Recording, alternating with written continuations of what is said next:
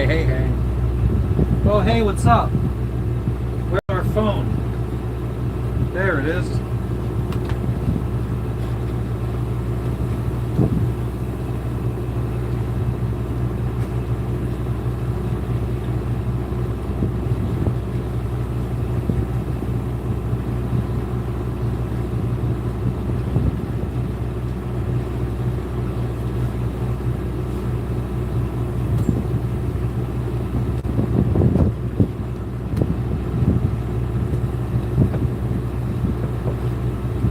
Gina, we were having problems lifting up our anchor. So we ended up staying in our old anchorage one extra day, but yesterday we moved anchorages to a new one. So we just left anchorage number 2, now we're going to anchorage number 3.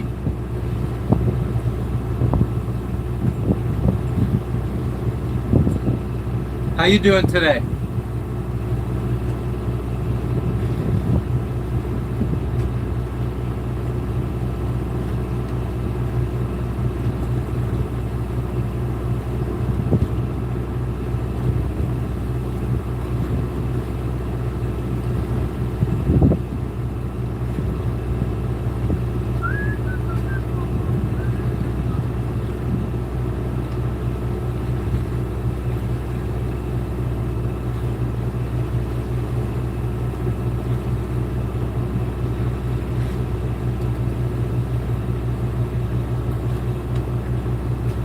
Hell yeah, everything's all, well, I mean, it's kind of better.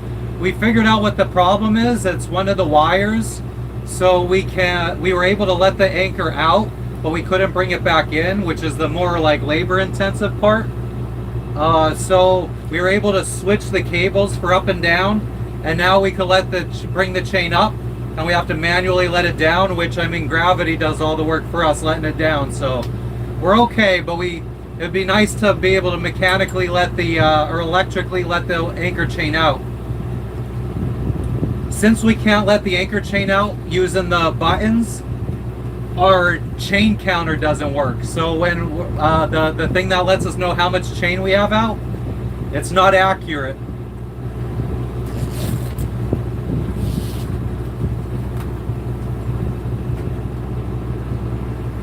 Our chain was very muddy when we brought it in today. But yeah, now we're leaving the island. So this is the island that we've been at since we arrived in Fiji, where our marina was at, all that. We've just been slowly making our way along the southern coast of it. And so our marina was about in the middle of the island, and we just anchored on the very west side of it. And now we're heading to a new little island. Yadua.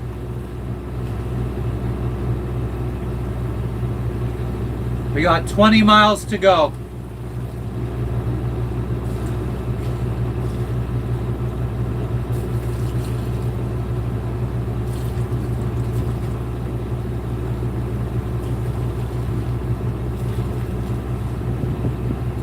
What you been up to, Gina?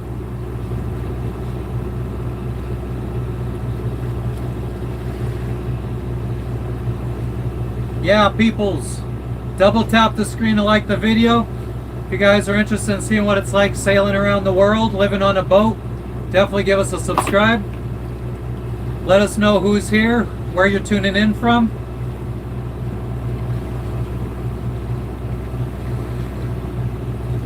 Over here. And Florida.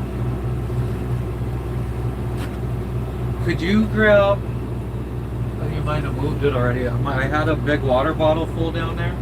And a tank package, please. Okay.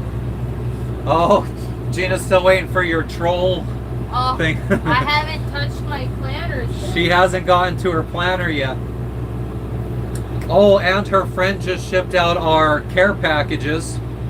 So we got like two 25, 26 pound packages. I think between the two, one's like a little under 25, one's a little over. So about average at 25 pounds. So 50 pounds worth of stuff coming to us. And that doesn't include the air fryer, which I had shipped directly.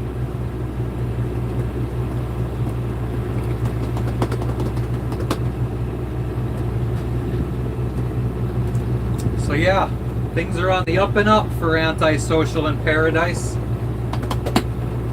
Soon we'll be getting some more camera mounts so I can mount the camera a little bit lower so you could actually see like the land behind us. Hit the gym, I know, man, I know. I'm fat. I only need one gorge. I thought you told me 2. No, this is... Got some man boobs I gotta get rid of. Let's hit the gym together. Hit the gym together. With whoever said that. No, I'm not fat actually. I lost 55 pounds in the last 2 years. I just got out of the overweight category and I'm now into the average weight category. But I'm right on the border there. I'm at 169. So for my height, 169 is the first weight of overweight. 168 is the last weight for average weight. So I'm like right on the border there.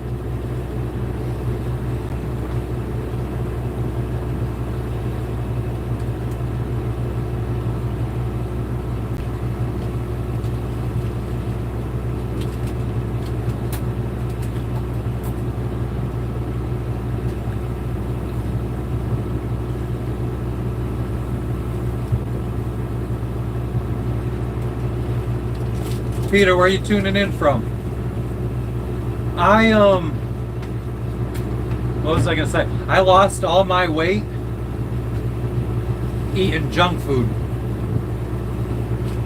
I just stopped drinking alcohol and the weight just fucking melted off. And you walk more. And you walk more. Netherlands, oh yeah, I walked a bit while we were in Tahiti. I was doing some high elevation walking too. Netherlands, that's what's up. Hell yeah.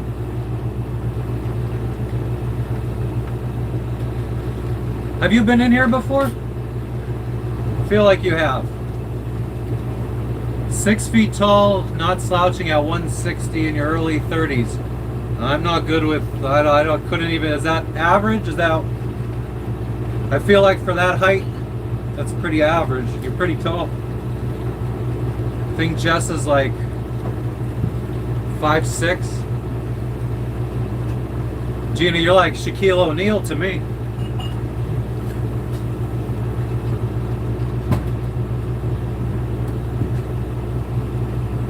I do need to pay a little bit of attention here because we're going to be going through 2 reefs.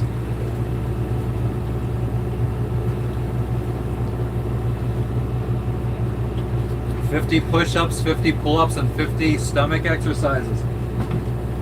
How do you work up to 50 pull-ups? I don't think I'd be able to do one.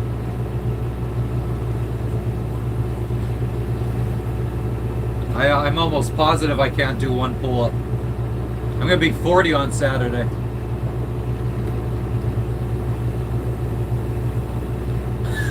Jeannie, you blend in with the moose. The meese.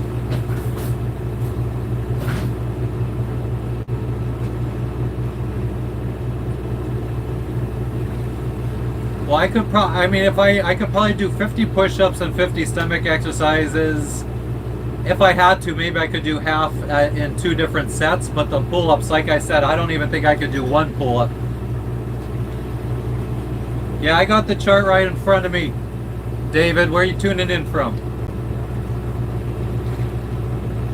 I'm just constantly adjusting our autopilot course to make sure that we go in between these reefs.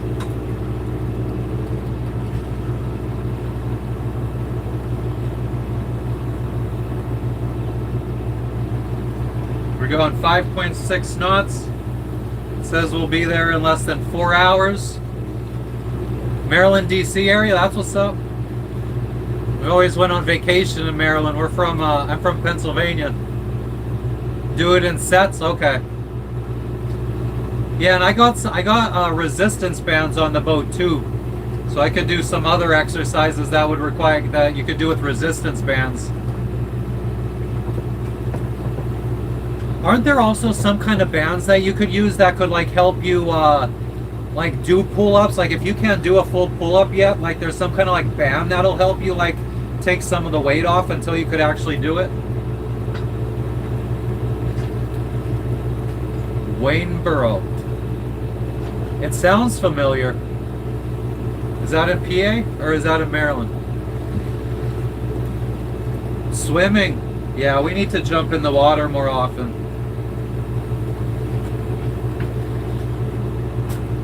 Curl Jess.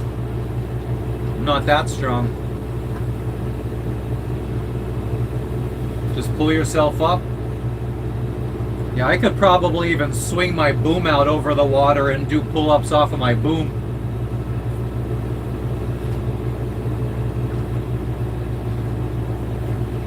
Now we're gonna go a little bit more to port. There's supposed to be a black marker out here that shows where the reef is. I'm not visually seeing it. It might be high tide right now. Yeah. Definitely need to start. I've never really worked out in my life, if I'm being honest. No fishing. Maybe we could fish on the way from this Yadua Island over to the main island, because we'll actually be offshore a little bit there in like 1,000 feet of water. I don't want to fish here inside the reef because you're only going to catch reef fish, and there's bad ciguatera problem. And ciguatera is usually in reef fish or the fish that eat reef fish. So that's my excuse for not fishing. I also don't eat fish, so if I catch it, it's pretty much on my wife to eat it all.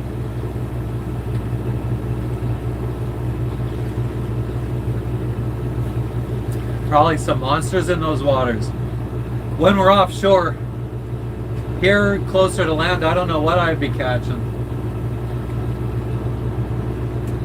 It's weird, I didn't even see any fishermen come out into this bay while we were anchored. Very strange. I guess I could give you guys a little look around of what we're dealing with here. Let's bring the camera down. Alright, so for the charts, we're right here.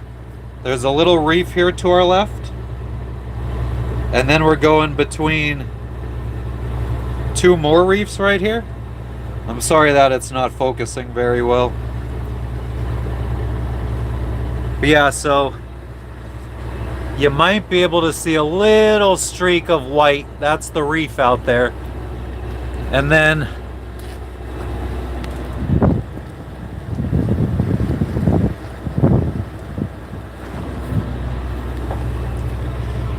it'll be difficult for you guys to hear me.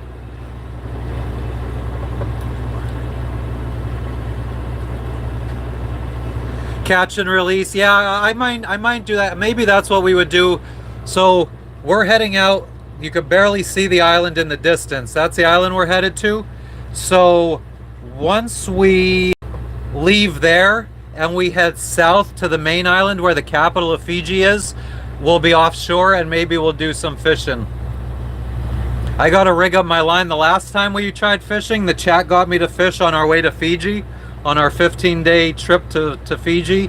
And when I reeled in the line at the end of the night, we didn't have any bites. I didn't have a lure anymore. So something completely bit the friggin' line right off without even setting off, like without even alerting us that we had a fish on. Fish jerky. Ugh.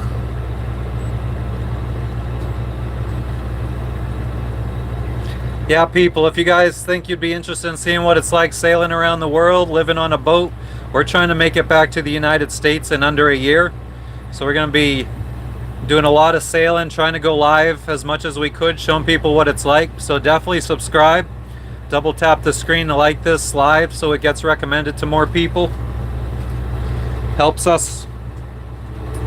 Our main reason for doing this is just to show people. It's like, well, my main reason is to have a chat to talk to while we're sailing, because it's friggin' boring out here. Ha, David, at 1,000 subscribers, I jumped in the middle of the Pacific Ocean when we were sailing from French Polynesia, Bora Bora to Fiji. It's a reel. Yeah, there's a reel. I have a short on my YouTube of it.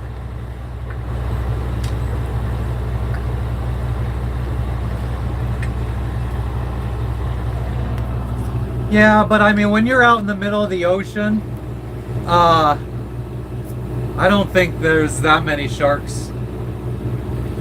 The ocean is a wide, vast expanse.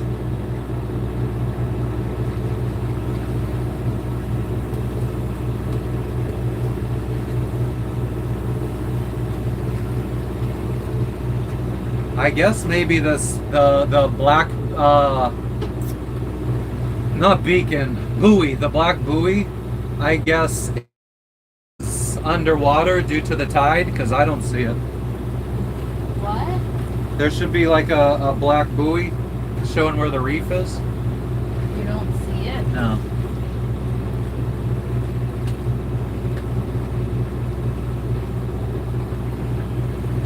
Should be like right in front of us off to the right, just a smidgen.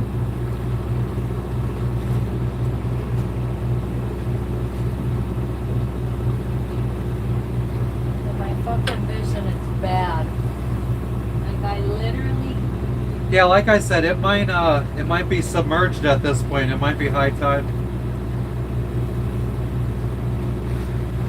Let me see if I could go out there and.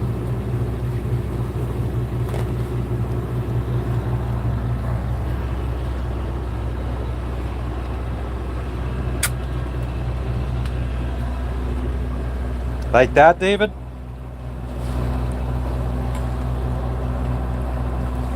We have a cat too, but he's hiding down below. I don't think you'd be able to see him.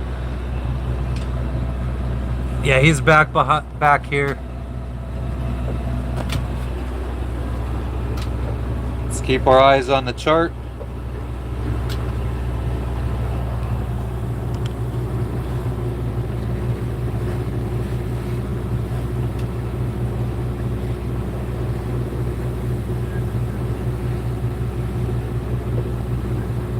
The only thing I see is towards the land. I don't know if it's like a tree or something sticking out slightly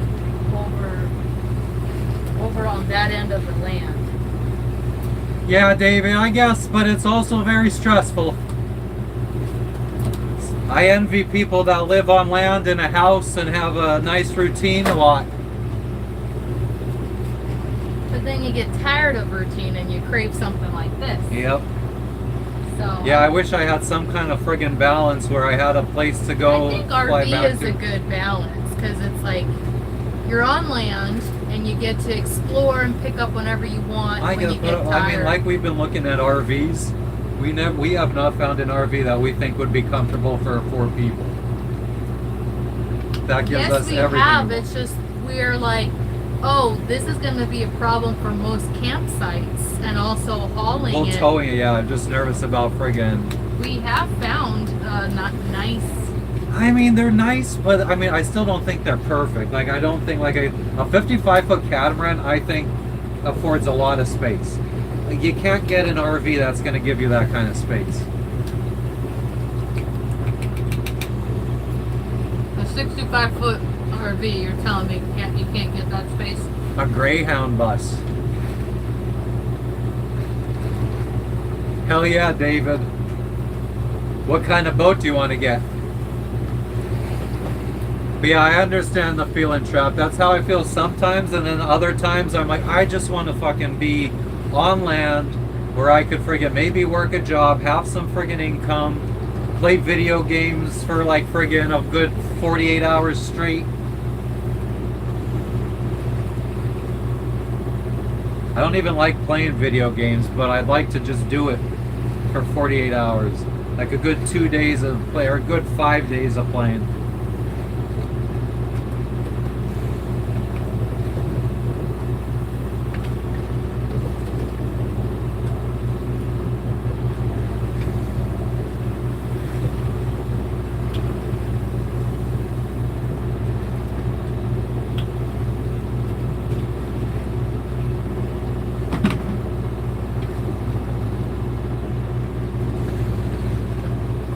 What's up, Linda? How are you and Joey doing today?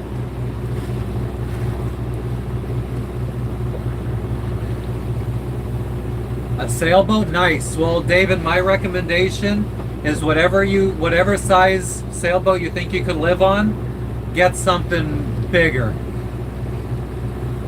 It's what I wish I did.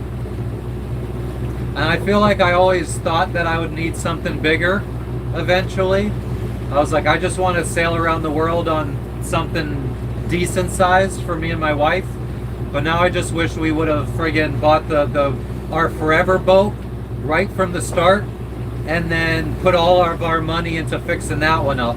Because we've put so much money into making this comfortable for us. We dropped too much money making this boat comfortable, and we are not going to recoup that money when we go to sell this. So it would have been better off just putting all that money into a boat that we would have kept for 20 years. Eating supper, eating anything good, Linda? Knowing me, I probably wouldn't think so, since I'm such a friggin' picky ass eater. I don't like half the food most normal people eat. Michael, yeah, I did fuck up.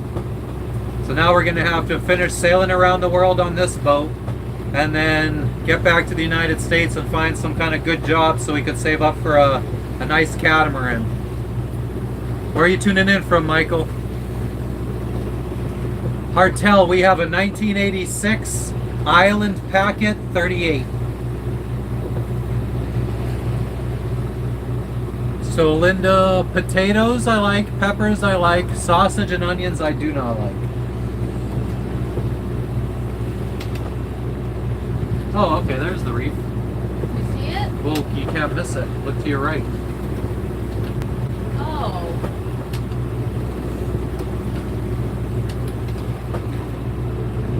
What's up, Nicole? That door again needs a little What are you picking? use. Oh, the masking tape is under my thing. I gotta pay attention to this friggin'. Yeah, I know.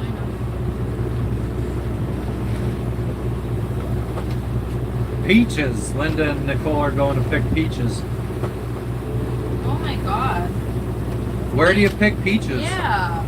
Well, actually, now that I think about it, my parents had a little mini peach tree in their yard. Did you even eat from it? They did, I think. Oh, at your house. Okay, awesome. Yeah, I think my family did. I think it didn't even start producing fruit till I moved away. If it did, I mean, I've never really been into peaches. Yeah. Till this day.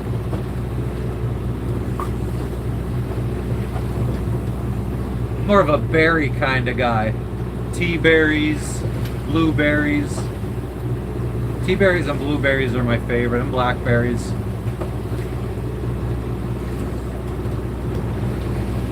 Oh, you did. So Linda said that they picked some at my dad's house, some peaches. Oh, wow. Was that recently? I didn't even know he kept that. I thought he got rid of that peach tree. David, the craziest thing we've seen out at sea? Nicole said that they tried to make wine from my dad's peaches, and she has PTSD from that. And Linda has blueberry bushes and red raspberry bushes. Years ago. Okay, yeah, I think he got rid of that peach tree. But David, what's the craziest thing we've seen at sea?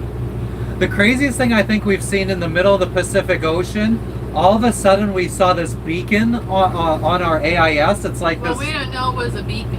Yeah, well, it's like each ship, most big ships have like they send out a signal so you can see their position on your charts at all times.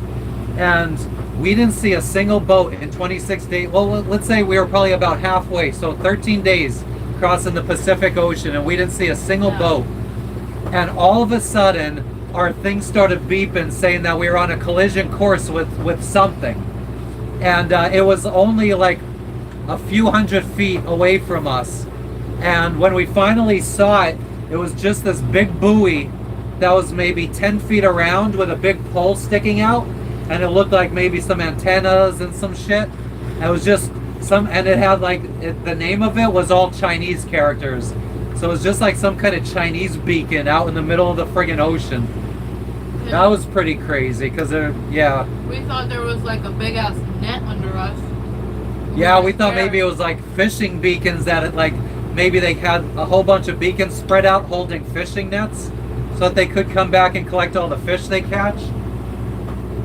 So we were worried that we were gonna run over a fishing net. That would have fucking sucked. And we got really close to it. So we're just passing the reef now. I don't know if it's gonna be clear for you guys to see. Yeah, you could kind of see the yellow out here. That yellow strip, that's far away from the land actually. That's all reef.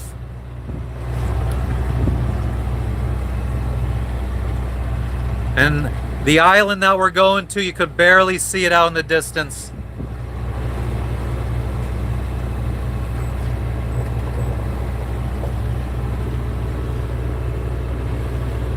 Munching.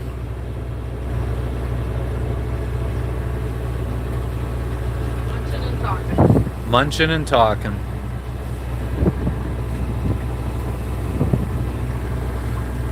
So we just passed this reef.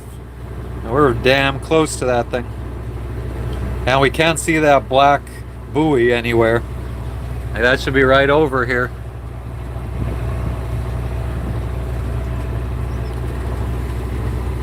Yeah, it's a good thing it wasn't any kind of friggin' vessel or anything. But I'm sure if it was a vessel, we would have saw it from further away. Anybody that's just tuning in, let us know where you're tuning in from.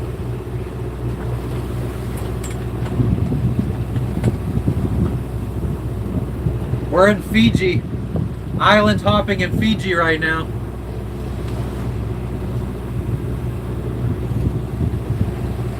Oh yeah, David, we were in the middle of the Pacific. We crossed from Panama to French Polynesia. So we completely crossed the entire Pacific. It took us 26 days to sail.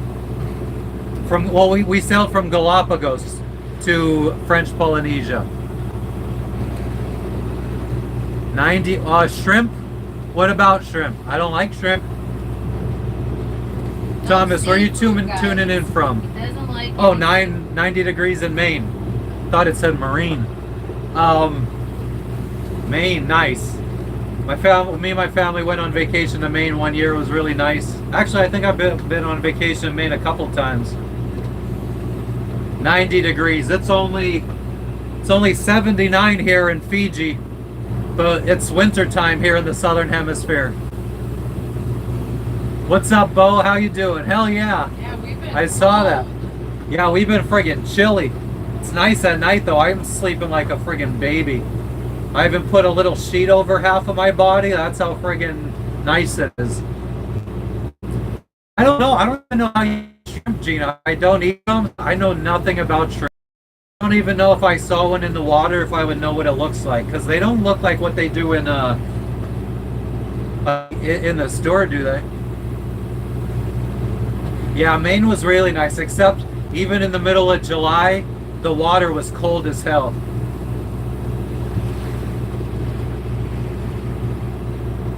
We have the mainsail up today. I went out and I guess I could, you got,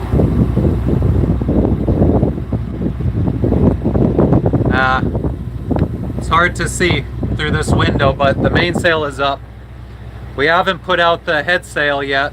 Once we get out from between these reefs here, this reef and this reef, we'll put the sails up. I'm just monitoring to make sure that our autopilot, because sometimes our autopilot's just like, you know what, I don't feel like working, or I'm gonna change the course by 20 degrees. So I just want to make sure it doesn't turn us into a reef. Thank you, Thomas. Much appreciated. Anybody else that's in the chat, let us know where you guys are tuning in from. Let us know what the weather's like where you're at. All you American folk, what'd you guys do for the 4th of July weekend? Anything cool? It's friggin', the breeze is blowing from behind us right now, so it is chilly. Oh yeah, you get the grunt of it. Yeah. Look at how you have your pants all the way up. I wonder if they can see that. Steve Urkel, yeah.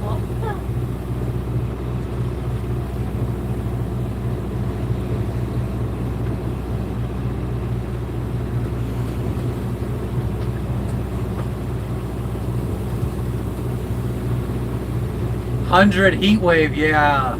Fuck that. So Nicole, is it up in the 90s for you too?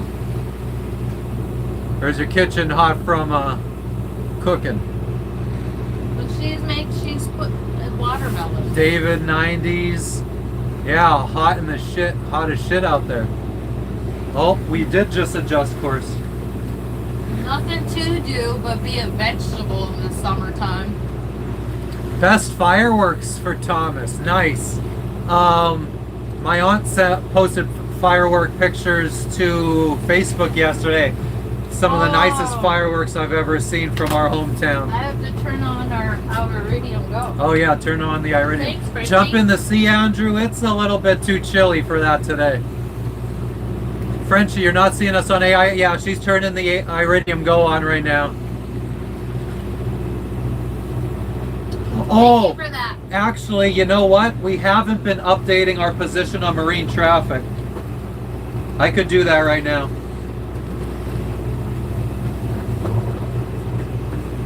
I wanna be your slave, I wanna be your man. 83, yeah, that's still warm enough for Pennsylvania. And the humidity is what friggin' kills you. Yeah, the water maker's on. How'd you know, Frenchie? Dang, I feel like Frenchie's right here with us. Oh, and it actually says that they're ending this marine traffic app that I use to update my position on November 30th of this year, so I don't know if we'll be able to update our position on marine traffic going forward.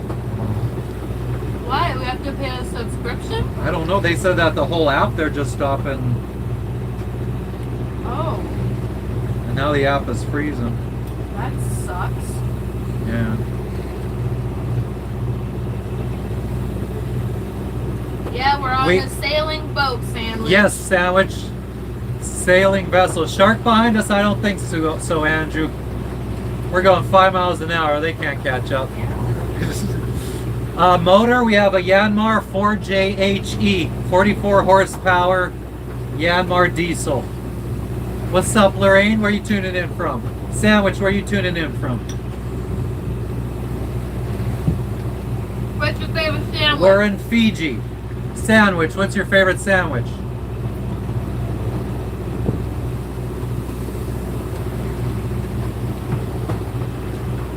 Yeah, we're in Fiji. We're island hopping in Fiji right now.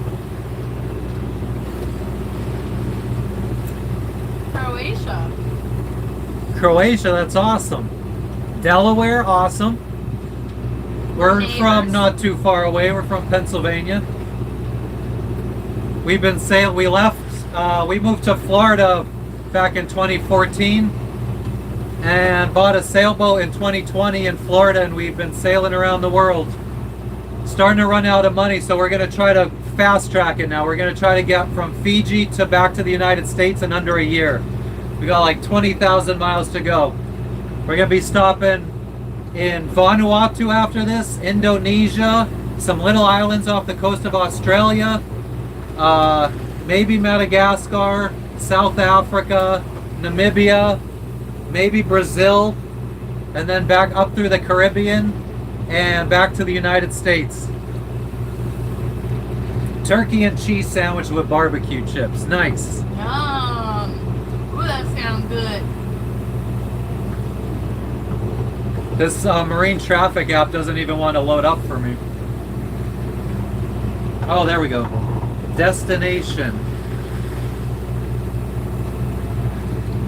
I'm just going to put Yadua.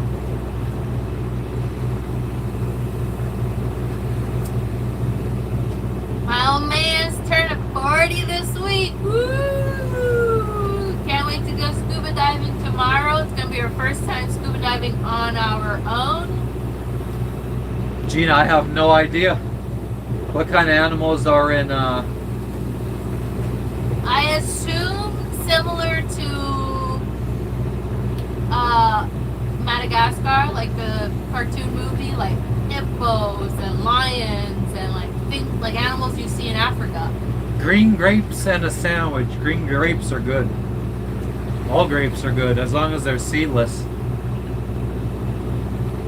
We could make a movie. David, to be fair, there's a lot of people out there that are much better at filming, and like there's a lot of sailing YouTube channels out there for you to check out if you like.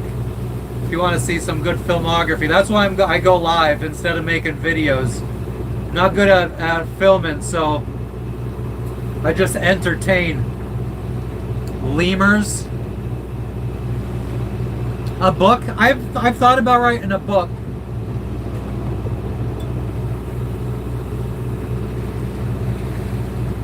I really don't know what's up with this app. Oh, there we go. Yeah, the seas are kind of coming from mostly behind us, but still from an angle, so really calm right now. Gina says she loves lemurs. Yeah, so Frenchie cute. said lemurs in Madagascar. Oh my god. The background is pretty cool. Thanks, Rob. Where are you tuning in from? We're, I wish, we have a couple care packages coming to us. Probably going to arrive in like 2 weeks. But it includes a whole bunch of new mounts and stuff. So hopefully I could get even a better view. Because right now you're stuck to the ceiling. I'd rather bring you guys down to like around here. Because then you can at least see like the island in the background and everything like that. But for now I'm stuck with this suction cup mount. And I only have the ceiling to suction cup to. Thank you, Gina.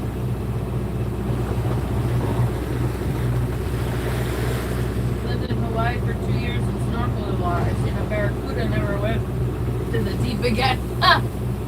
Oh Yeah, man. creepy looking things. They're like stalker. The one day in the Cayman Islands, it was so beautiful where we were anchored, or we were on a mooring ball.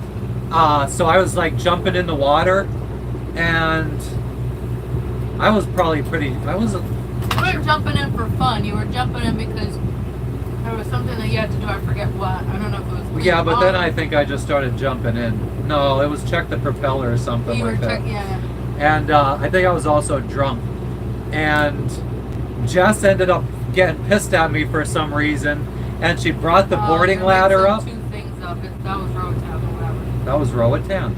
Yeah, that was Utila actually. Utila. And you're Oh, in mixing Utila Honduras. with- yeah. Okay, so yeah, she brought the boarding ladder up on me, so I couldn't get back into the boat. And I was just hanging on to the rudder for like a good 30 minutes while I think she was cooking or showering or something. And when I got out of the water the next day, I friggin' jumped back in, and lo and behold, there was a barracuda just hanging out at the rudder. He was just sitting there for hours. So I don't know if he was there while it was dark out when I was there the night before, hanging on to the rudder. They're creepy looking. Their mouths are always open. They have extremely sharp teeth. And then they move like lightning. Like when they're moving, they're not just like gliding. They kind of like they're really still, and all of a sudden they go zoom really fast. So it's kind of like shocking to see. Every time I take the phone out of the mount, I friggin' accidentally close out the app. But there's the last little bit of mountains for this island that we've been at for the last month. On the other side, there's some mangroves. A little bit of yellow out there you could see. You'd be scared. I didn't know it was down there. He really pissed me off. I don't remember what he said. Oh, he did something, I remember, which was very unacceptable. He didn't only just say something, but he did something to me that I was very upset about, which I won't say, obviously. Did I hit you? No, you didn't. I was gonna say, I've never hit you. It wasn't an abusive thing that he did to me, just for disclaimers. But, then I was in the cockpit the whole time when I lifted the ladder up. I was like washing my hair. I took my time. I spent like 30 minutes doing so. Then I hadn't heard or seen from him that entire time, and it was pitch black, by the way. Like we were swimming in the dark. And I got really, really scared that he drowned because he was very drunk. So then I put the ladder down, I went and got the spotlight looking for him, And I'm like screaming, like, where are you? This isn't funny. You could come out now. And I was really starting to panic that he drowned. But then he like came out from the stern. He's like, got ya. Like all smirky. Yeah, like I said, David, I didn't even know that the Barracuda was hanging out there at that night. Not till the next morning. Sandwich said when they were young, their family chartered a sailboat. It's the best memory. That's what's up. Oh, I would love that for our children too. Hell yeah. I mean, if we don't own a boat. Barracuda ate Nemo's family. What? Gina Googled the Barracuda. She said they look snarly. I think that's the best descriptor of them. Don't drink, Stevie. Yeah, I quit back in October 2023. Just smoke weed now. It's much better. Oh, you say comments, I don't. Oh, yeah. The memory Lorraine has of a kid, they had on the Chesapeake one night, another boat was playing Smoke on the Water. That's nice. Smoke? Smoke on the Water, it's a song. Oh. What kind of boat does Bill Gates have? A friggin' massive one. Wait, did you talk about, well, oh, that wasn't Bill Gates. That was Mark Zuckerberg? Zuckerberg. That was in Tahiti. Oh yeah, when we were in Tahiti, Mark Zuckerberg was there. With his boat. Yeah, with his boat. Well, we didn't see it though. He was in Moorea. Yeah. He was at the island 10 miles over. But we did used to pass Bill Gates when we owned our first boat in Fort Lauderdale. Bill Gates' boat we would have to pass. It was like this huge, like over like a couple 100-foot mega yacht with like a helipad. Like the sides came down and fucking dinghies fucking came out that were bigger than our boat. He wears a promotional Jamaican shirt that we got from Jamaica. Yeah, I have a shirt from Jamaica. It says inhale the good shit, exhale the bad shit. It's got weed leaves all over it. So, and it's like Jamaican colors and all that. So I wear that and I walk around town until somebody offers me weed. Which hasn't happened yet in Fiji. Yeah, Fiji. Like I'm still, I found a little bit of stuff that I forgot I had from Tahiti. So I've been rolling the smallest of joints to make it last. I think once we get to the capital island of Fiji, I'll be able to find something there.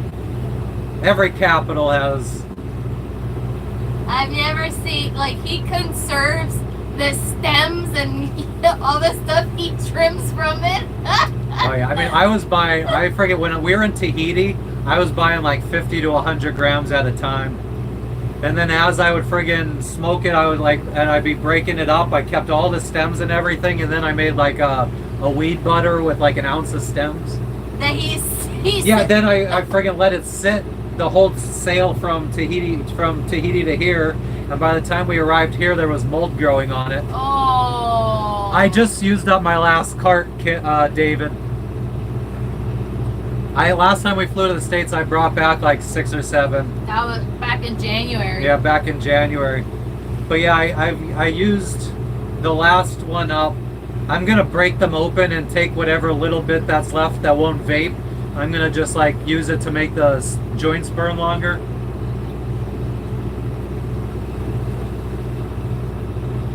What's up, Johnny? You saw 2 of our Fiji videos? Nice. Thanks, Johnny. What'd you think? I only do shorts. I'm not good at filming, so I just try to make some funny shorts every once in a while. I should make some videos for this channel, like shorts, like reels, like edited ones. Yeah. Anything would help. But yeah, when we get to the Big Island, we'll do like a day in the life. Or even when we get to Yadua, we could do a day in the life as well. We need to do a video on like our process for picking up anchor. That might be hard, but yeah. Shorts are essential. Yeah, I guess. I mean, my whole plan was just to be doing the live thing. But yeah, I think that we do need some stuff for people to watch when we're not live. And something quick, you know, just a couple seconds long. You know? I would like to keep redoing our intro video too that I made. I just want to keep like I almost want to like keep saying the same stuff in the intro video, but just keep upgrading the clips that we use and just make it a little bit more professional looking. Yeah, I think do you post them on TikTok? Where do you post the shorts that you make? Do Facebook? So look at this. Wasn't this, all of this was like trees yesterday, wasn't it? When we were coming in. Oh, no, we're passing a different reef now, I think. Yeah, this is completely different than when we came in.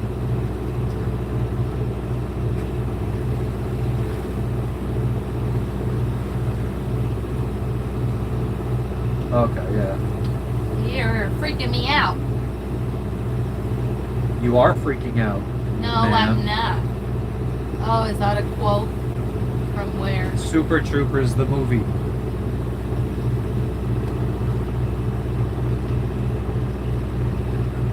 Hartel, yeah, I put them on TikTok. And then I was putting them on Instagram too, but I don't use Instagram. I never go on it, so I never remember to use it. Kind of let Jess just friggin' Jess handles Instagram. It's all the only social media she really uses besides YouTube. Yeah. Passport ID, boat insurance, proof of insurance, boat registration from the Coast Guard. That's pretty much it. Then we got to pay fees and stuff, especially for our pets. Like here we had to bond them. So we had to pay like US. It was $1,500 US. US to bond. $1,500 to bond both of our pets that we'll get back when we leave. Plus hopefully. an additional $300 to pay for an entry fee, but they're not allowed off the boat. Yeah, they're not even allowed off the boat, but we had to pay a $300 entry fee for the pets. Non-refundable.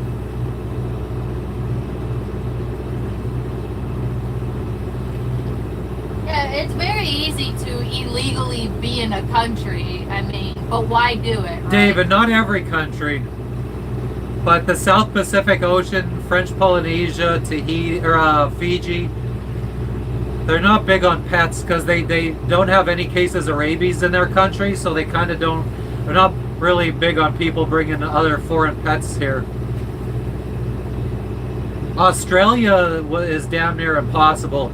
We got a quote to get our pets imported into Australia. We were going to have to fly them there and then us sail there, and they'd be in quarantine while we sail there. And the whole process was going to cost around like $20,000. We have a cat and a dog. The cat is larger than the dog. Government is evil? Yeah, but I mean, they've also been able to successfully have no cases of rabies in their countries, whereas like United States isn't rabies free. The only state in Hawaii is Hawaii that's rabies free in the U.S. Which, yeah, is also very hard to get your pets in, and you got to pay. I mean, we paid $500 to import our pets from Tahiti to Hawaii. Our cat is a sweetheart. Our cat wouldn't, but our cat doesn't even leave the boat.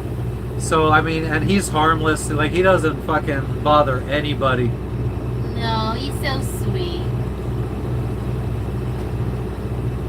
I mean, our dog couldn't hurt anybody if she wanted to. Not this cat. Well, our cat is a purebred cat, and I did tons of research because I've never owned a cat before, and I wanted to have like a proper experience, like a good experience with a cat. So I did tons of research on different breeds and stuff, and ultimately get yourself a ragdoll if you want to like warm up to cats. Ragdolls are extremely sweet-tempered. They live up to their reputation. They're not unpredictable. They're just always super sweet. So, Johnny, I think that's true. I do think that Atlanta is one of the busiest airports. It's like a hub for a lot of airlines. It's like not the north. It's like the central eastern hub for a lot of airports, or for a lot of airlines. I hate that airport.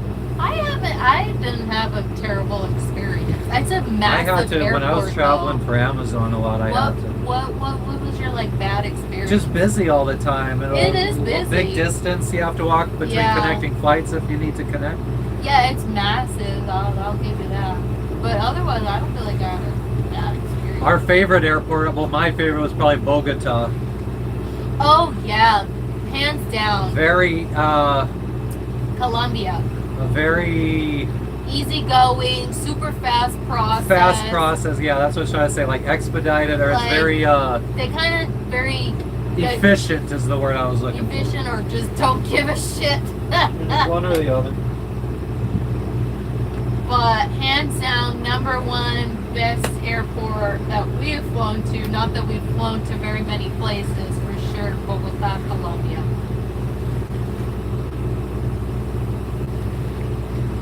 And we got like our stuff too, like our, well, no, we didn't have luggage, so we didn't have to wait for luggage.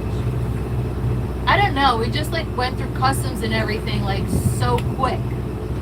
Yup.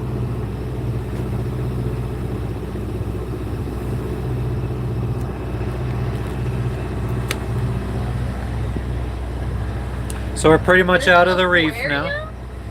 In Atlanta, they said. Oh, I didn't know that. What the hell? So this is the island that we're headed to right out here. We got 15.5 miles to go. And we're going about 5.5, 6 miles an hour. So 3 hours? Yeah, 2 hours and 37 minutes it says right now. Wow. That yellow line on the horizon, that's like mangroves.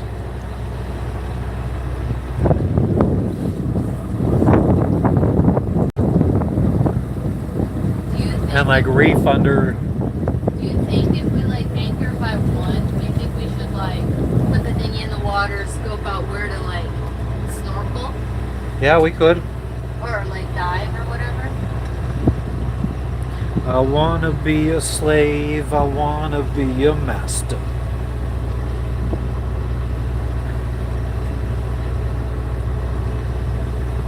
Hell yeah. So it's a nice easy hop. I'm glad that we ended up doing the extra like 2 hours yesterday, because we were gonna anchor further down south and then our trip today would have been longer, but we just did the miles yesterday. Ended up a very nice anchorage, actually. I was very happy with. I gotta leave a review for that anchorage I was on thinking the app. same thing. I was actually gonna. I don't like when you show me because I look crazy. It's fine, I gorgeous. don't like to be shown. Well, then stop looking fucking crazy when we're gonna go live. Okay, wow.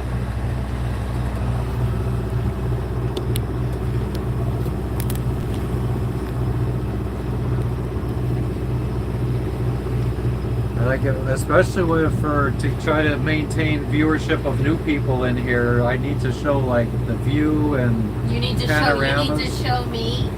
I mean, it's nice to just show other things than just me with the water going by in the background. Like, that's not much of a scene.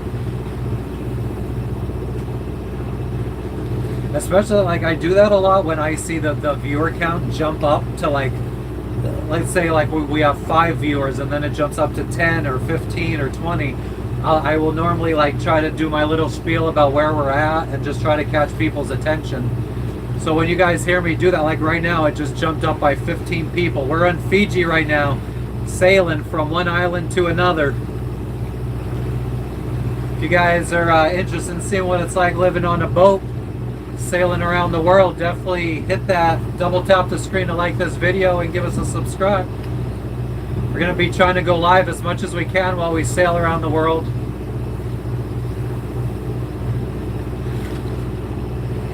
Show people what it's like out in the middle of the oceans. No, Johnny, we're going to throw the anchor. We're probably not going to be going to another marina for at least another 3 days, maybe 4 days. Jess wants to try to be in the marina by my birthday. I don't know if that'll happen. I don't know. I mean, if this is a nice place, like, I wouldn't mind maybe even spending my birthday here. I guess problem is food. Huh? Well, I guess we're just gonna... Actually, yeah, I haven't even seen if there's anything on this... island. Yeah. It relaxes you, Johnny? Nice. Well, thank you. But like I was saying, I do wish that even if I could just lower you guys, like... Let's try to do this without turning the camera off. Like, even if I could just have it down here so you guys could at least see, like, the land behind me and see what we're working with. Like, I feel like this would be a much better angle. So we have some new camera mounts coming in from the United States, but it's probably going to be like 2.5 weeks till they get here. Lake family, we're running off of savings right now. I thought I would be able to save up $100,000 and that would last us 5 years for sailing around the world. But in the first year, we already blew through 40, so we have about 60 left. So now we're just trying to fast track it back to the United States. We're gonna try to sail 20,000 miles around the world from Fiji in less than, like in the next 10 months or so. His birthday's Saturday. He's turning 40. Yeah, my birthday's on Saturday, my 40th birthday. Yeah, exactly, Johnny. That's why, so that's why every once in a while, and if it was down here at this angle, and I switch the camera, you guys get to see where we're going. Whereas when you're up here, you don't really see much because of the hardtop.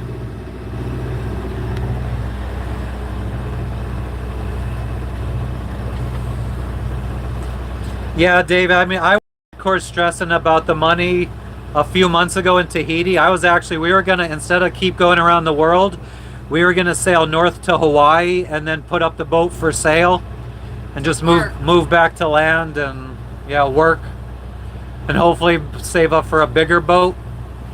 But I think since we've already made it this far, the best thing to do is just finish sailing around the world, get back to the US, work, have children, and maybe buy a bigger boat. But if we make it, oh, I keep fucking up this phone.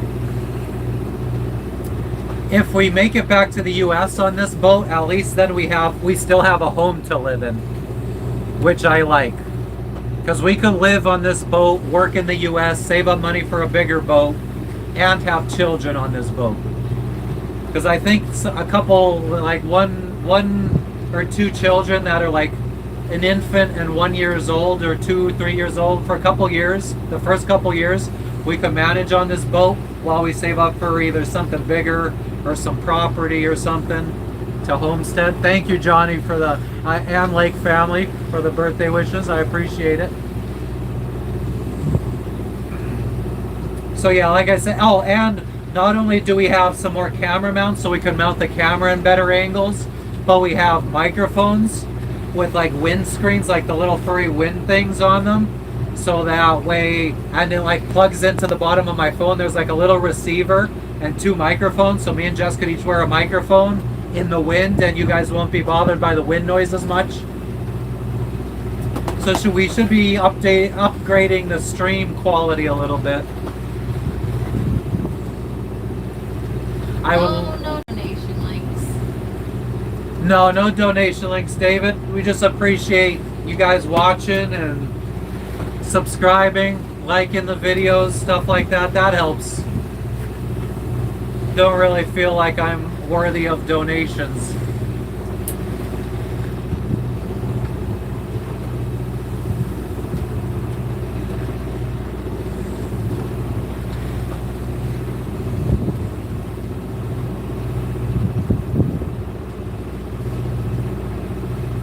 The one thing I had thought about, because since we've been spending so much money, I was thinking about posting every time we go offshore and we see how much internet we use for going live when we're out in the middle of the ocean, because we have to pay extra for that. I was thinking about seeing if people wanted to donate to cover that. But I mean, I wouldn't do that until I was like dangerously low on money.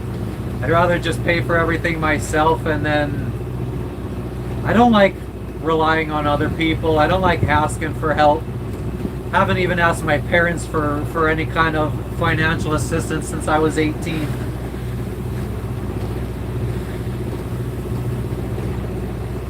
Awesome. Thank you, David. I appreciate it.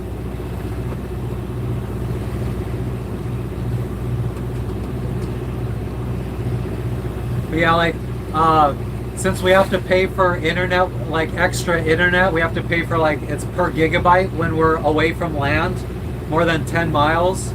So when we spent 15 days sailing from Bora Bora to Fiji, we racked up an internet bill of like $600 US going live every day. So I think 1 or 2 more ocean crossings where we're out at sea for 20-30 days, that could start financially becoming a problem.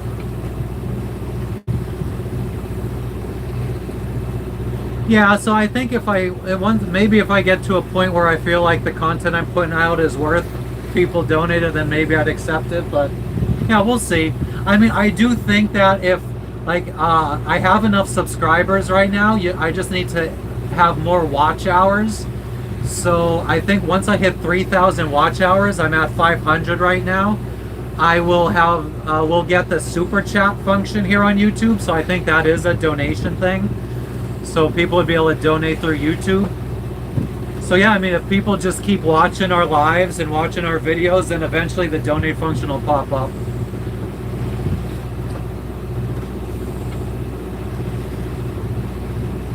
It's not really a worry of ours though.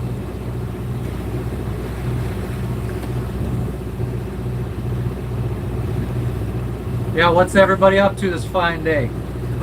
If anybody's just tuning in for the first time, let us know where you're tuning in from. We love to see where people are watching from.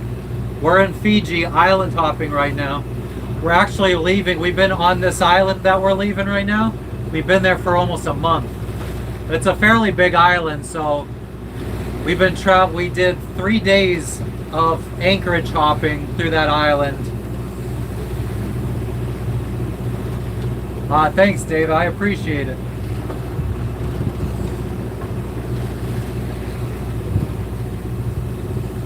We could go a little bit faster too if we put out the head sail.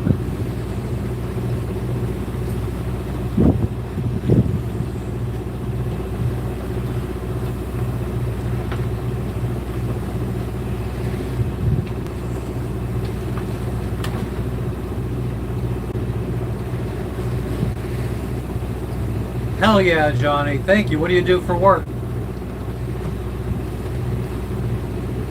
Like I said, we'll definitely be going live for the next few days as we're island hopping. Once we get to the marina, I mean, unless we're doing interesting stuff, I don't know how often we'll go live. We sat in the marina for 3 weeks, and I think I only went live like once a week. Just like there wasn't too much to update. We sat around a lot. We were pretty friggin' lazy for a while there. After spending 15 days at sea, we just wanted to relax for a couple weeks. You're a prison guard, dang. What kind of prison? Is it like a minimum security, maximum security? Or what kind of criminals you got there?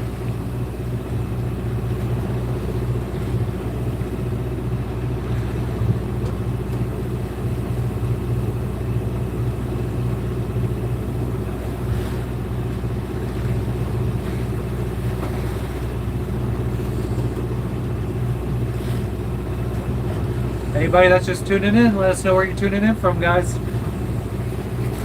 We're out here in the ocean, island hopping in Fiji. I wish I could show you guys, but the back part of this phone is starting to break.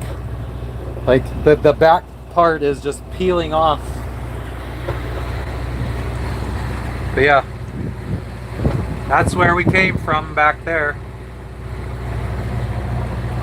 And now the island is starting to materialize a little bit better. This is the island that we're going to.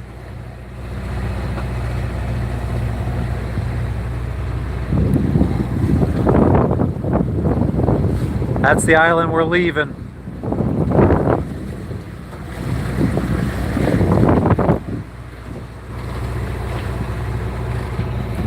All kinds of criminals. Nice. I was once a criminal.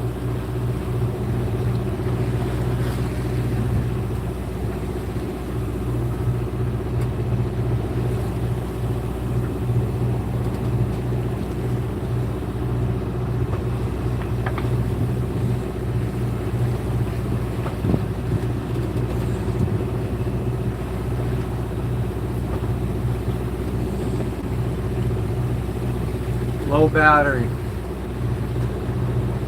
It's the state of my wife's phone all the fucking time. Low battery. As usual. Always dying. There's two certainties in life. It's you're gonna die, and my wife's phone is on low battery.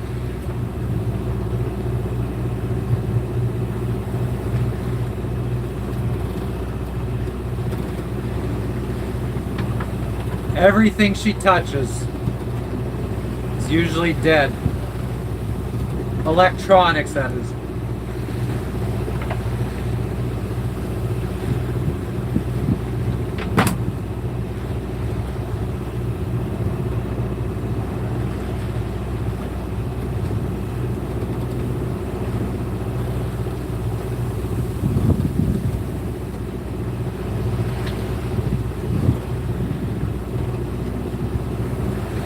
I saw Allen Iverson play.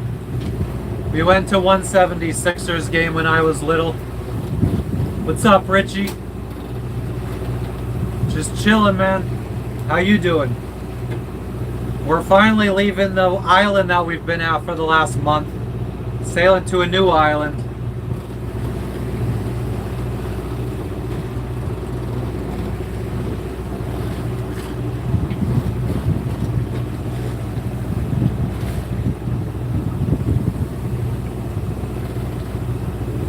We were told that there's a good dive spot on this island, so we're probably gonna dive.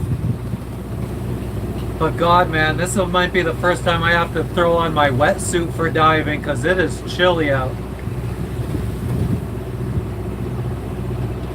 You're at work? Do you want a shirt? Oh yeah, you have one. Yeah, I probably should put it on. I mean, I could also just block the friggin' wind.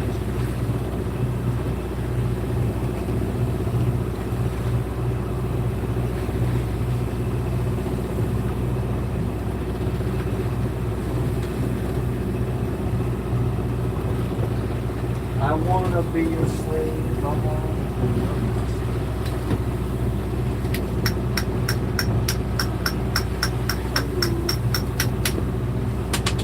No! Ooh. That was close. So our things back here at the bottom, there's little snaps, and then there's these little things screwed into our boat to snap them onto, and this one ripped out. And it's exactly where the wind is blowing on me from.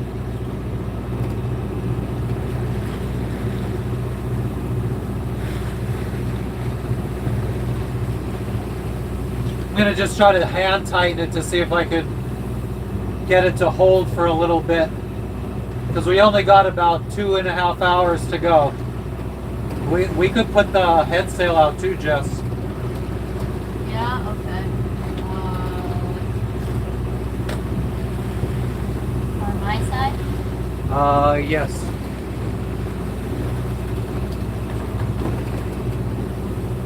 I need the winch.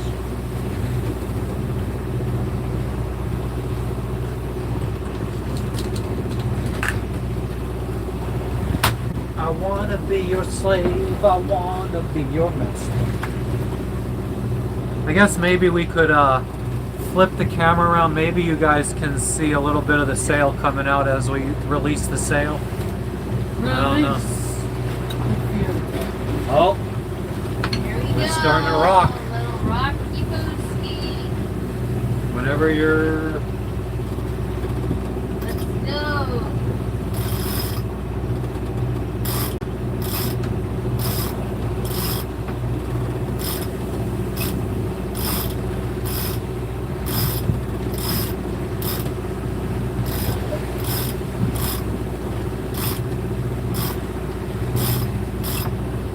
If you take it off of the top part, it's going to be much easier. Take it off of the top part. Now pull. Look at that.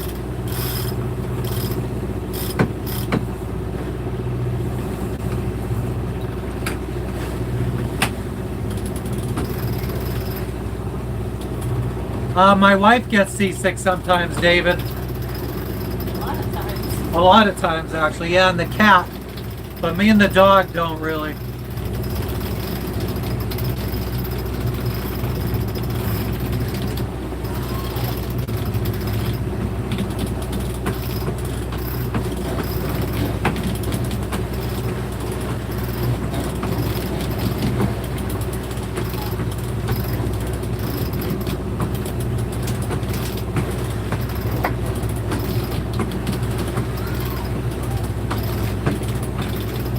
Yeah, it doesn't look like you guys can really see the sail coming out.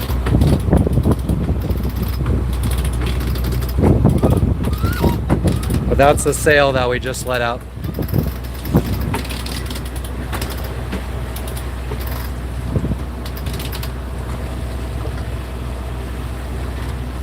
Alright, hold on. Well, let's just wait and see what we could work with it.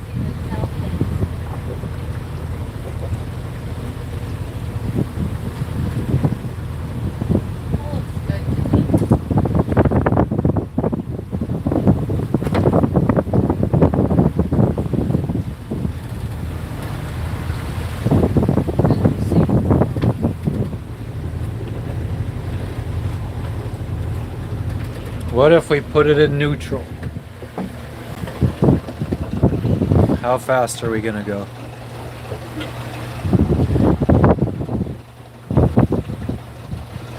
Oh, it's flapping. It's flapping. Nope. So our forward speed was giving us a better sail angle. Oh, actually, we're turning. That was our problem. Okay, every time we go from the motor to sails, our autopilot goes off like 10-20 degrees. So do you want to try? I mean, it's flapping even while we're boating. No, I mean, we're still not in the right direction.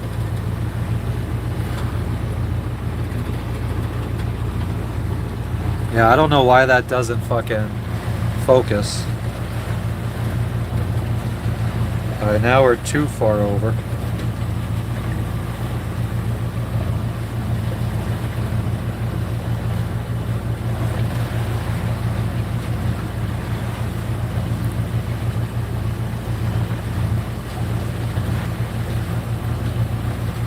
Now we're way too far over.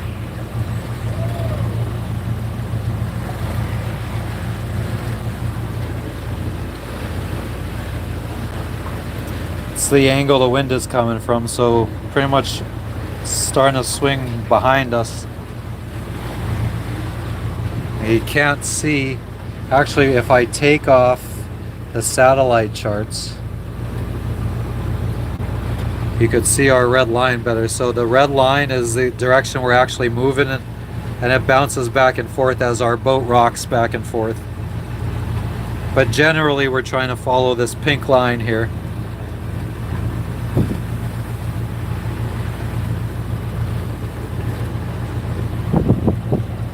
Sails are flapping though.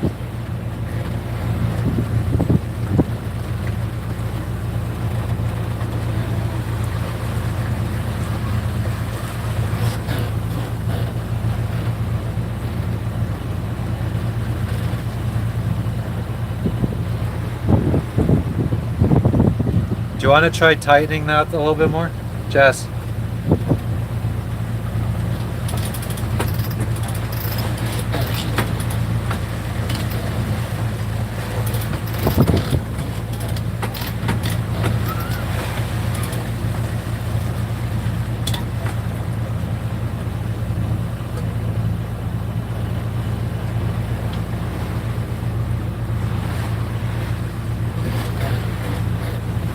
We're going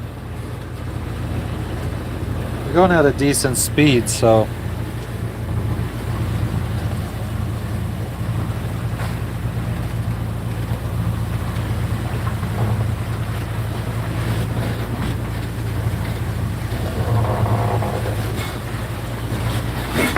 whoa, that was everything down below falling around. Literally. God.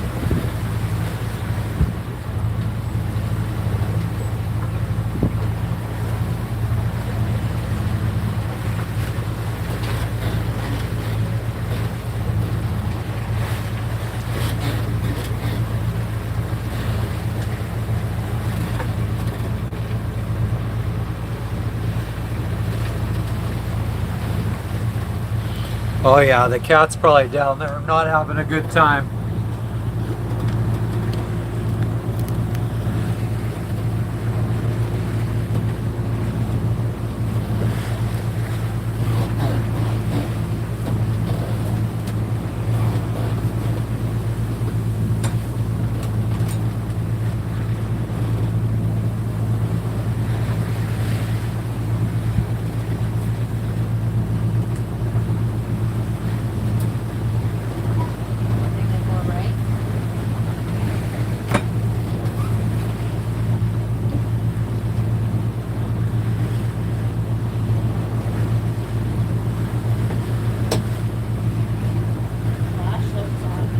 Huh?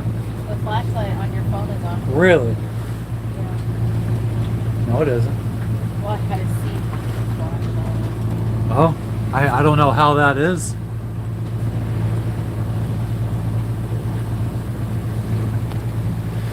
And there's no option to even use the light. No. Well, I switched it to this facing this way.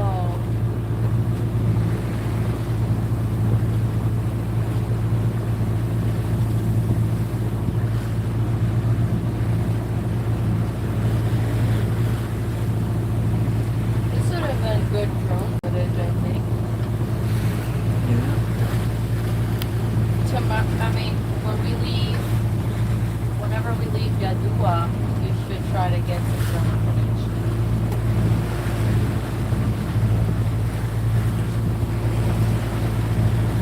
We're in open ocean now, right? Pretty much, yeah. I mean, there is reefs all around. Like, we're still technically inside of the fucking... Really?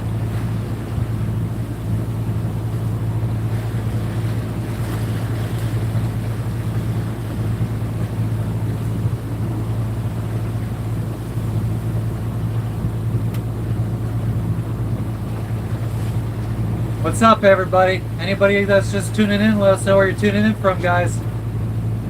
We're island hopping here in Fiji.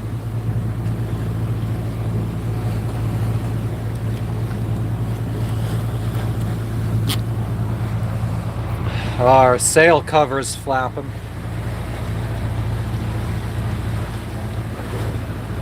The rest of the sail's falling out. There's supposed to be 2 lines holding up this sail pack so that the sail sits inside of it, but those lines ripped out on our sail to Fiji. But that's the island that we're going to.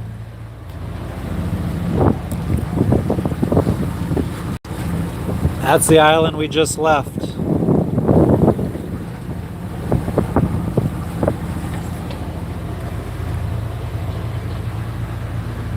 The main island of Fiji, where the capital is down that way.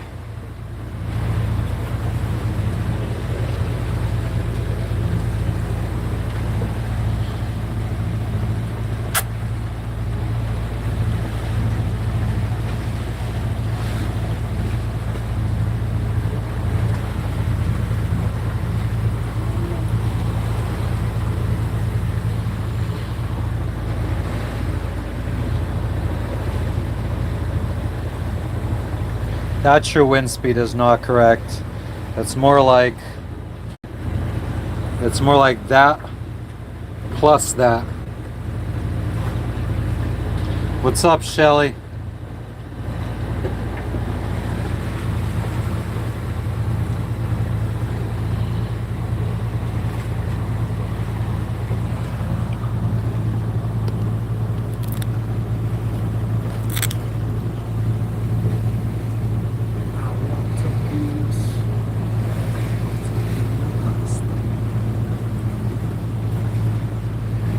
Watercolor's nice.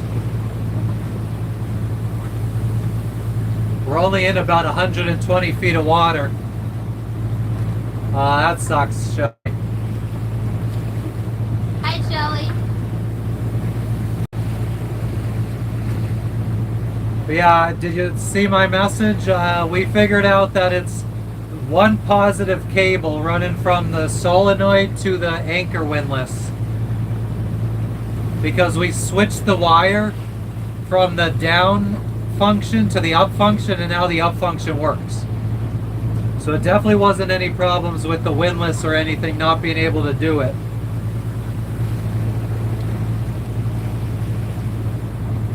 Hell yeah, I don't blame you, Shelly. You should buy a big catamaran, Shelly, and we'll captain it for you, and you can just sit back and sip margaritas.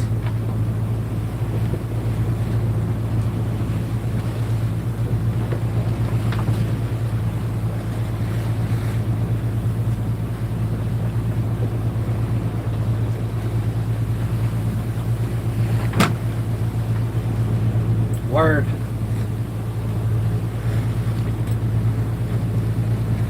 We just got to make sure that we keep the boat stocked up with friggin' hard taco shells. Shelly said hello. Aww.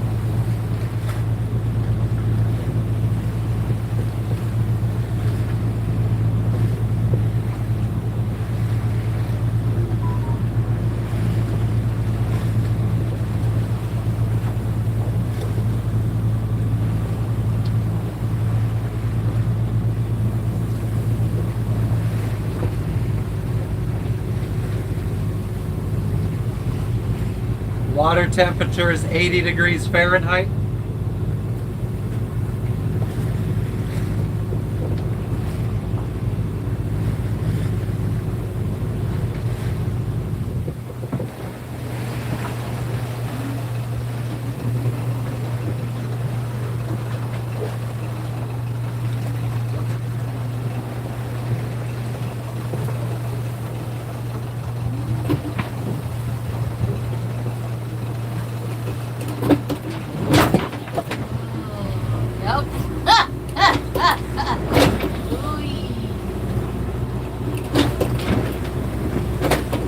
As soon as I turn the motor off, or I put the motor in neutral, our sails started flapping. So our forward momentum with the motor, oh man, we need to get back to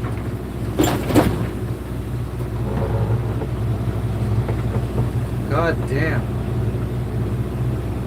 Our sails just started slamming really bad as soon as I put the motor in neutral. It's like our forward momentum is what's keeping us at the right wind angle.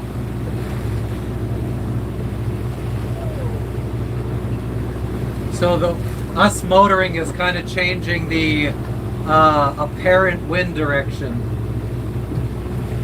And it's just enough to start making us flap.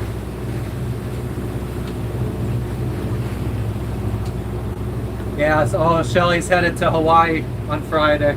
Oh my god, we would have been there. We would have. She said she's glad we won't be though, because we're continuing on our adventure. It's bittersweet, Shelly. Bittersweet. A little bit more bitter than sweet, but have an amazing time in Hawaii. I wish we had money, because I would have been like, let's fly to Hawaii and meet Shelly there. And have a million fucking packages shipped there. Right, Shelly, you'll hold all our packages for us until we get there.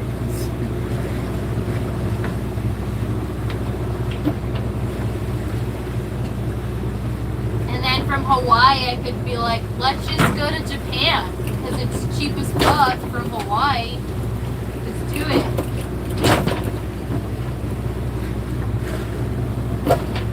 I think.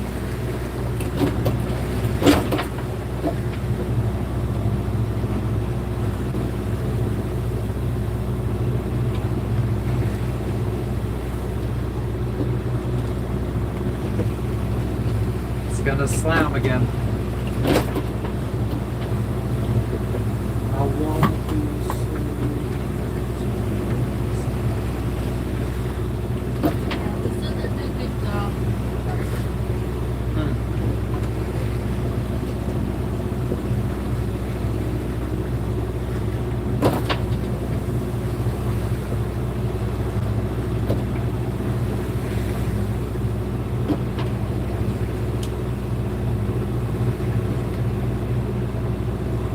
think I'm gonna have to bring in the sail. Well, I need two. Oh, come on. Oh, there we go. Boom. Okay.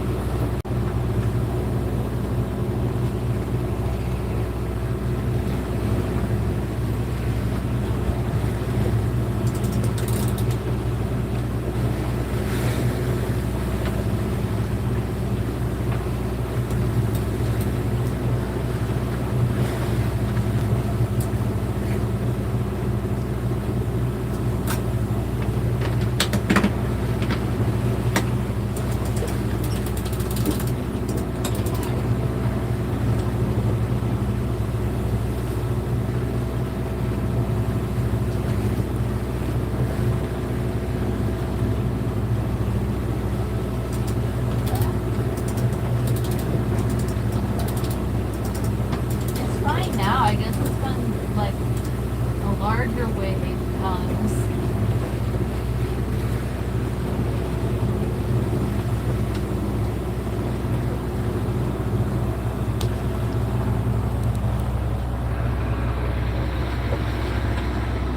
Our shit looks so fucking discombobulated up there with our sail pack hanging down, half the sails hanging over because we have 3 reefs in.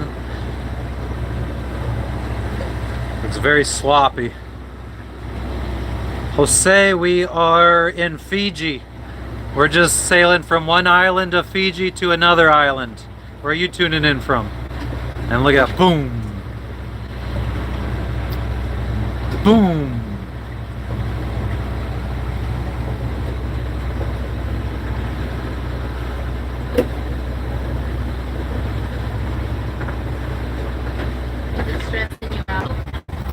It just annoys the fuck out of me. I mean, I hate sail slamming.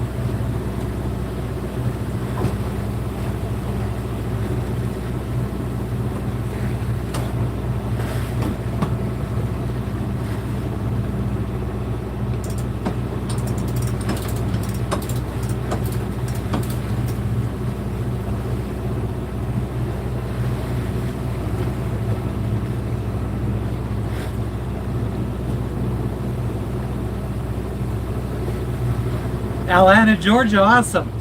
We've been talking shit about your airport today. Not big fans of the Atlanta airport. Always friggin' big, busy. But thanks for tuning in.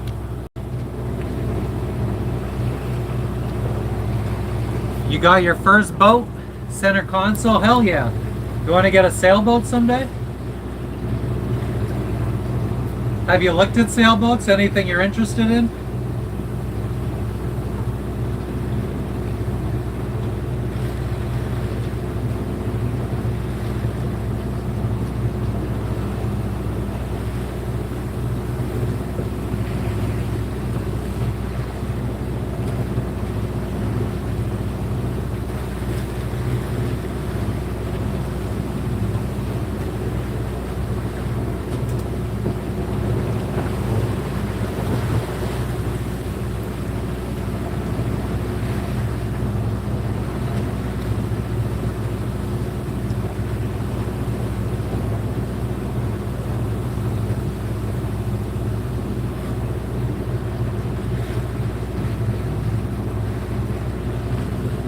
Hell yeah.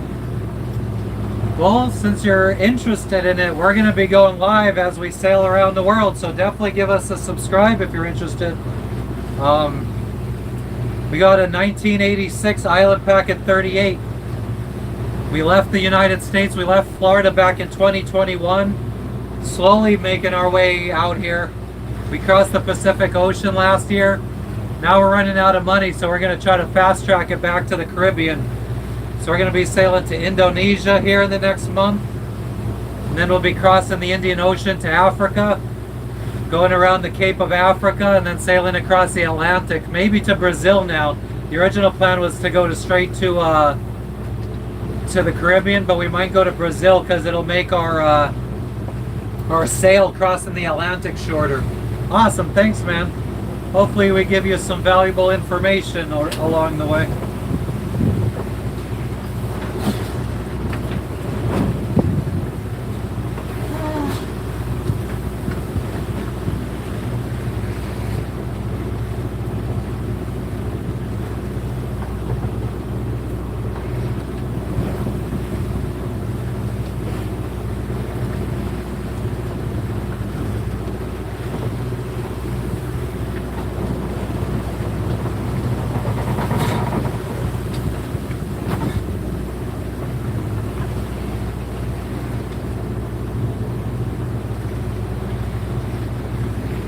What's up, Greg? How you doing? Where are you tuning in from?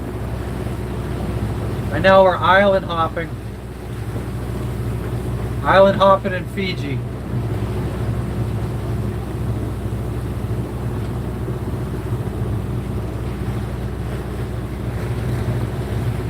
Awesome. Thank you, Jose.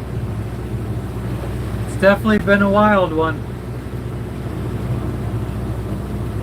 South Florida, nice. That's where we left from. We started, we bought this boat, it was in Indiantown. We were living in Miami.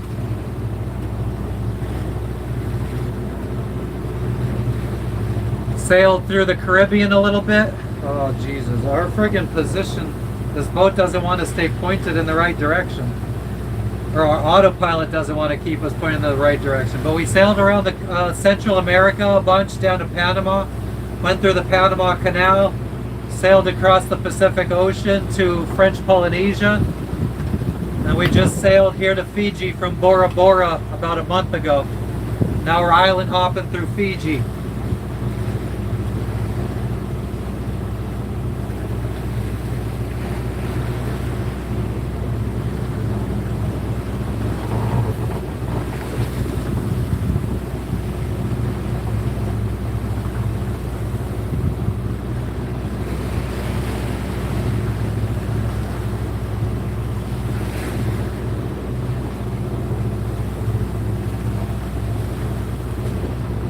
I can angle us a little bit more off, and we could go, instead of going through reefs, we could go around reefs. Do you want to do that instead? I don't know, it might... We need to bring in I mean, we're sails? still motoring anyway, so, I mean, we might as well just stay on this course. Nah, Greg, I mean, I've just started uploading, like, our friends and family have always been saying we should do it, but it's just, the sailing YouTuber, the whole community is pretty saturated, so I never really got into it. But I think this live thing, not many people are out there going live, so I think this is a little niche that maybe we could do. So we're going to just try to go live as we sail around the world. I don't really know how to make good videos or anything, so I just make some funny shorts every once in a while, or what I think is going to be a funny short.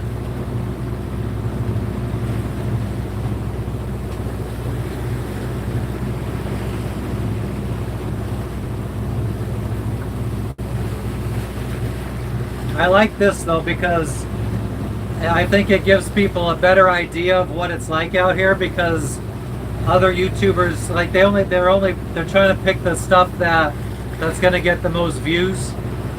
So I think you tend to not really see everything, especially how boring it could be out here. Like if you're sailing for 15 days from one country to another across an ocean, it's really friggin' boring. There's not much you do out here.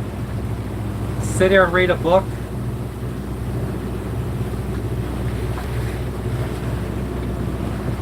So yeah, that's kind of, I feel like what we're going to try and do in our little niche is just go live as we sail around the world. Maybe make some little shorts. Maybe every once in a while I'll try to make a long form video, but I think I got to do a lot of learning on how to properly film and edit and all that kind of stuff. Storytelling.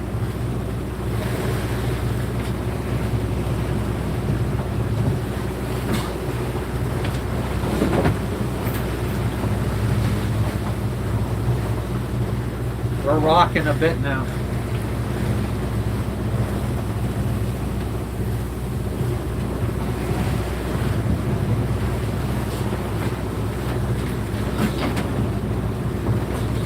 You guys should hear all of our, since we're rocking back and forth, all of our stuff down below is just flying across the boat side to side.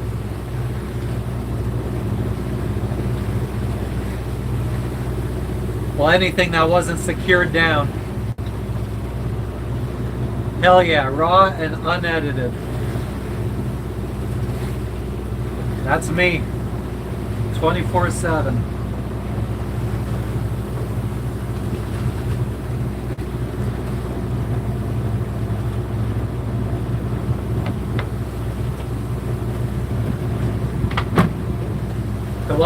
The other day, after we arrived at our anchorage and I was just sitting there chilling, talking to the live, I was talking about how I feel like there's a lot of bums out there now, like not like homeless bums, but a lot of people out there that want to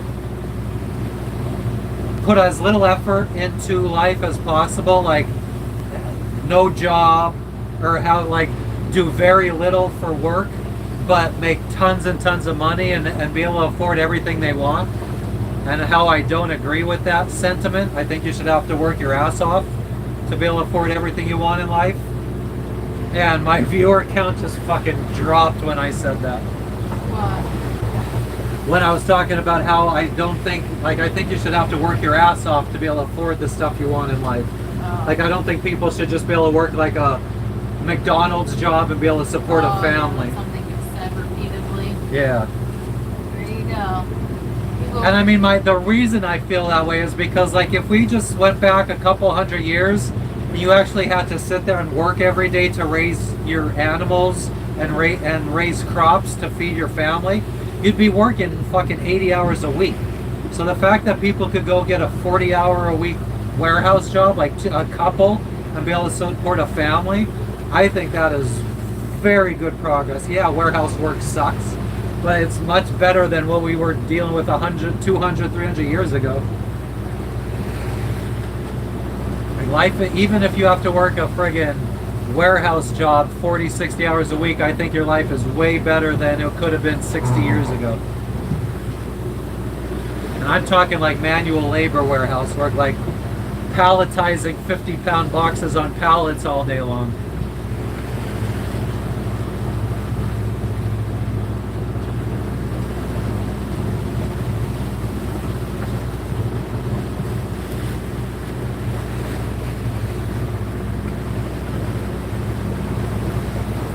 So what do you guys think?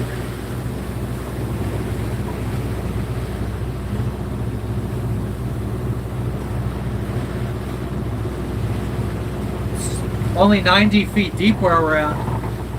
Oh, tons, a whole school of fish just jumped out of the water.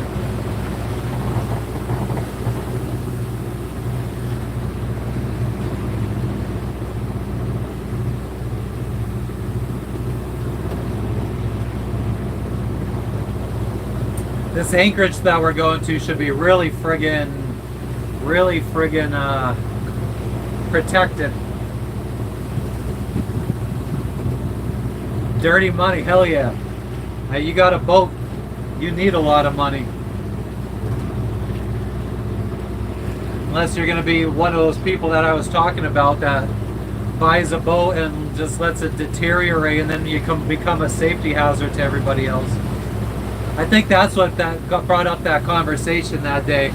Because I was talking about like the people that like to live on a boat, not really take care of it. They just think it's like free living. Which I think it can be. You still got to take care of your boat though, and boat parts are expensive.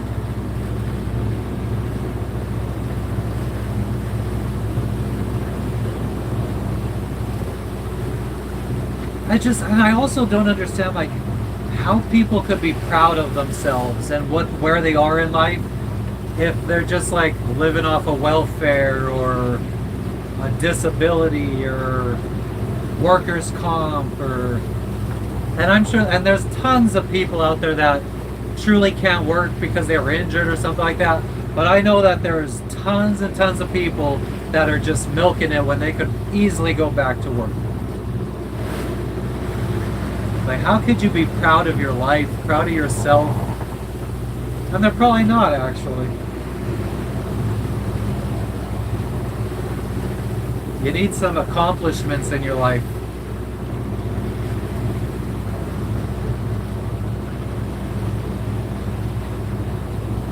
So what do you guys think?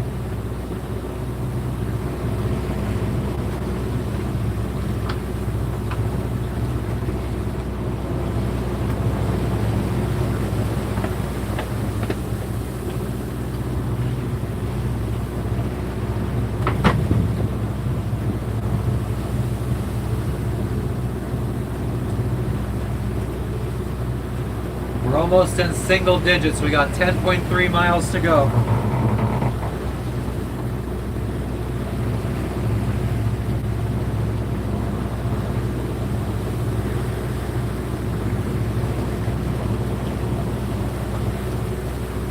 It's only 55 feet here. 52, 51, 40, 30, 20. Stop it. 54 feet. I could see on the chart that it's supposed to be this deep. There is some 36 foot.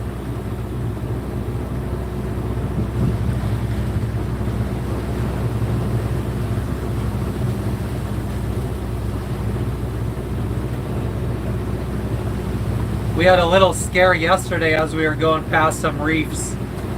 I didn't have the right charts up, and the chart was saying it should be 100 feet deep, and it was dropping down to 30, 29, 28, 27. I thought we were about to run aground. Yeah, Greg, we got a full keel. Full iron keel that's completely glassed in, so we don't have like keel bolts to worry about or anything.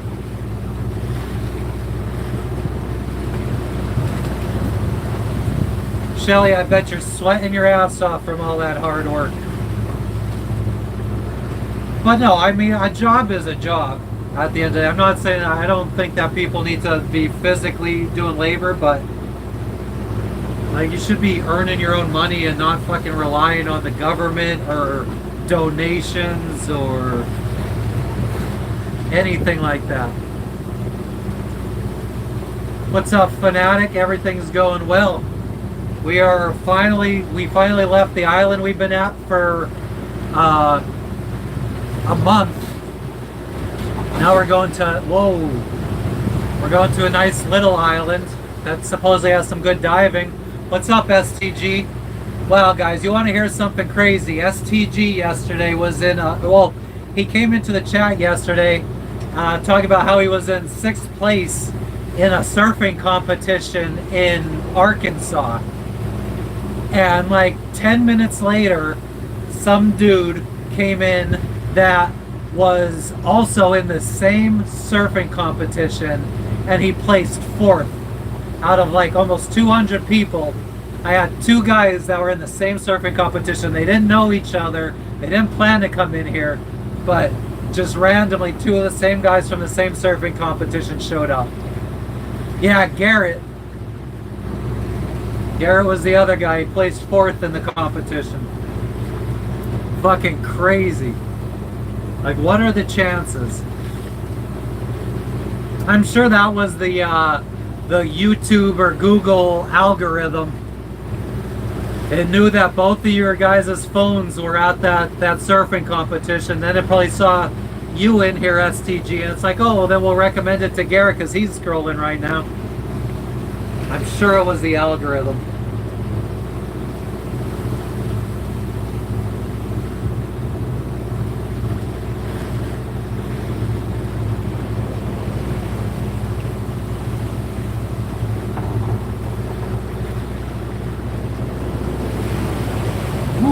just hit 8.6 knots surfing down that wave.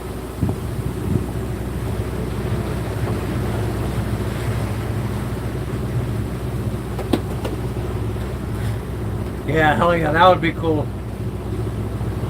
That's what I do here, I connect people. But yeah, so we're heading to this little island. This thing is a friggin' little dot on the map compared to the big island that we just left. Still big enough though. I mean, it looks like it's about maybe like 2.5 miles across.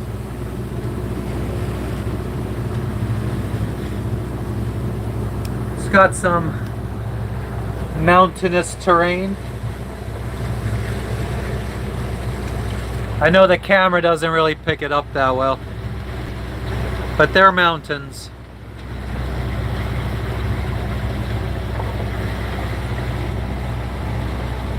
Yeah, Shelly, I could imagine.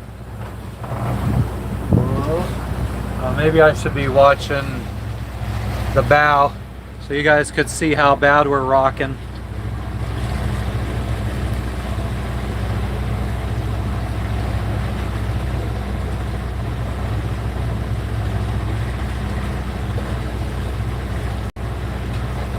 But yeah, we're going to be going around the southern tip of this island and then anchoring on the west side in a little bay, which should protect us from the southeast, or well, the winds that are coming out of the southeast.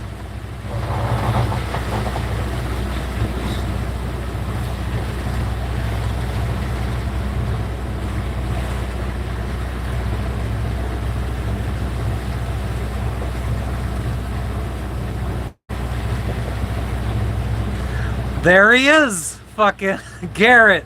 We were just talking about you. STG is here too. That's fucking crazy. I feel like this is too much of a coincidence 2 days in a row. I feel like you guys know each other.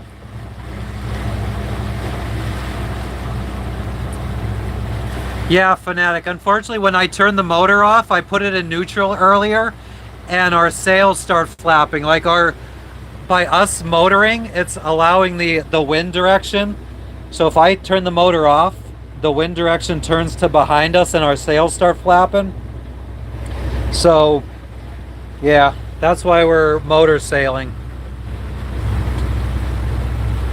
I could turn the motor off. Let's see if I could show this. I could turn the motor off and angle us down here, and then we could avoid these reefs down here, but we're gonna go through the reefs just to make the time. We want to get to our anchorage as quickly as possible.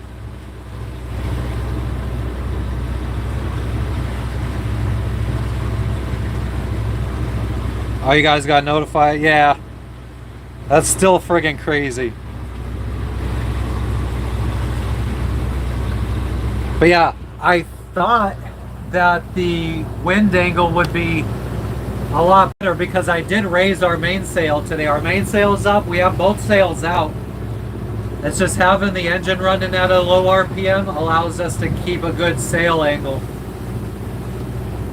I mean, we got to burn, like, since it's winter time, we don't get a good strong sun.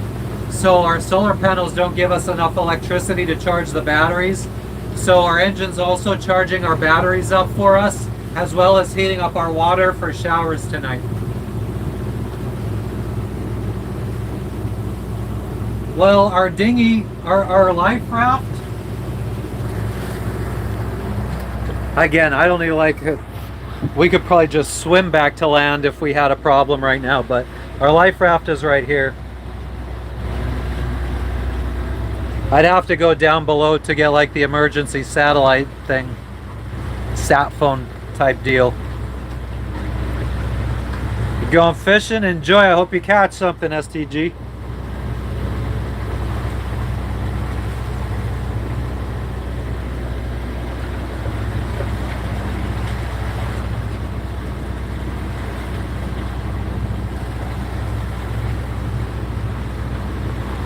But yeah, so as I was trying to say, if I angled us, instead of trying to follow the pink line on a direct route to our anchorage, we could sail down this way and turn the engine off. and then cut up north. But that would probably, it wouldn't even add that much time. It's just, I don't see the point. We got a lot, we still have friggin' diesel fuel from French Polynesia from over 2 months, almost 2 months ago. We have a 150 gallon fuel bladder, and it's probably still like a fifth of the way full. I'd like to empty it out. That way we can put our bed back where it's supposed to be. Have more space on the boat.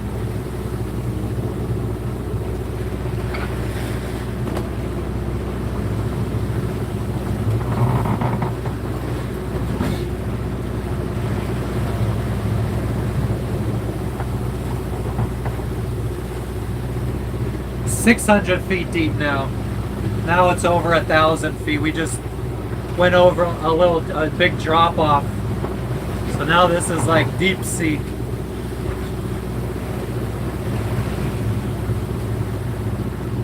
But we're only going to be over this 1,000-foot deep water for like maybe 10 minutes. And then it'll slowly rise up again under the water.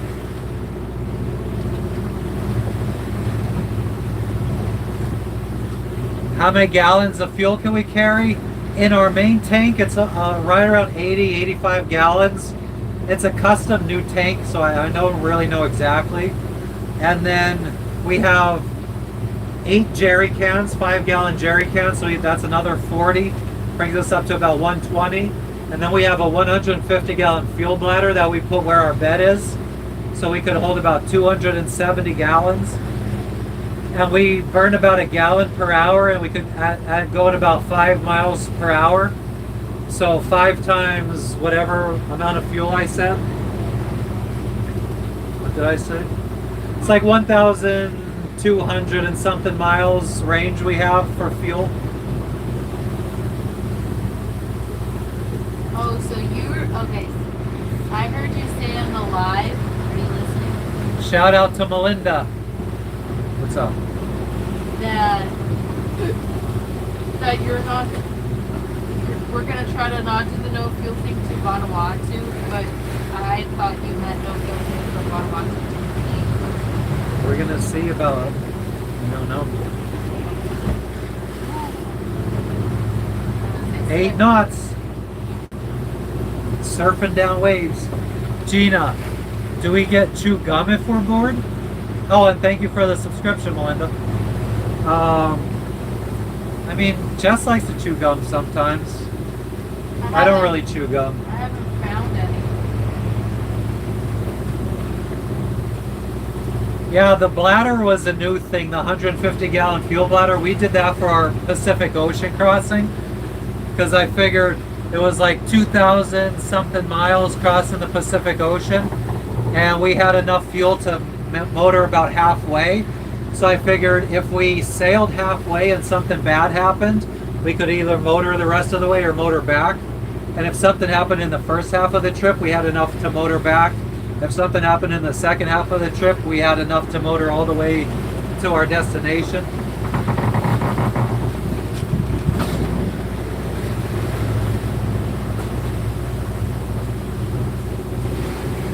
And it's also nice to be able to, like, if there's no wind, like if you have a couple days with no wind, it's nice to be able to have that extra fuel to motor so you're still making forward progress and not just sitting out in the ocean. Whoa! Holy shit, that was like we're drifting. We're surfing down these waves. They're not even particularly big. No, they're not big at all. It almost feels like we're being pulled by a whale.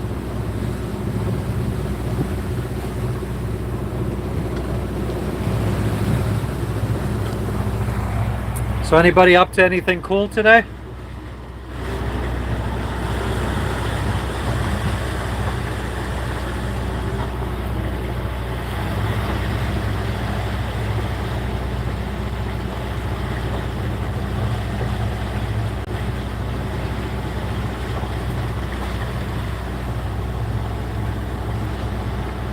Yeah, they're small, but we rode it for quite a while. There's some coming from behind us, some coming from the side of us. That's why it's rocky right now. And not really enough wind to keep us heeled over on one side. Oh, you're ripping the floor out of your boat. Are you replacing it with something? What kind of floor was it? Teak?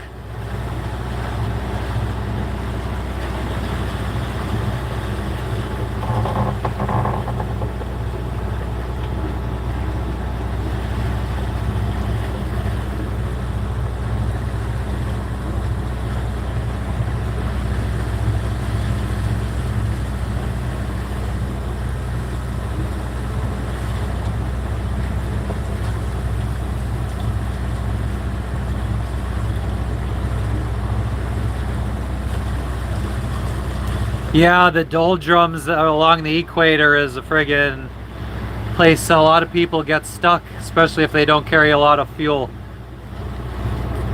We motored through the doldrums. Hell yeah, STG. Catch something good. Let us know if you catch something. Every time. Get your baby. Termites got into it. So what, teak floors? I hate friggin' wood on boats. If I could, we actually have friends that have the same boat as us, and they ripped all of this teak out around the entire boat, and they just fiberglassed it all in. I would love to do that.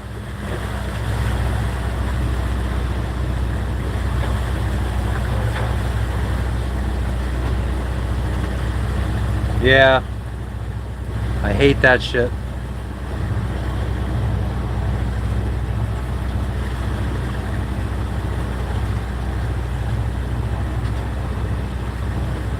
It's a lot of upkeep to have wood on a boat.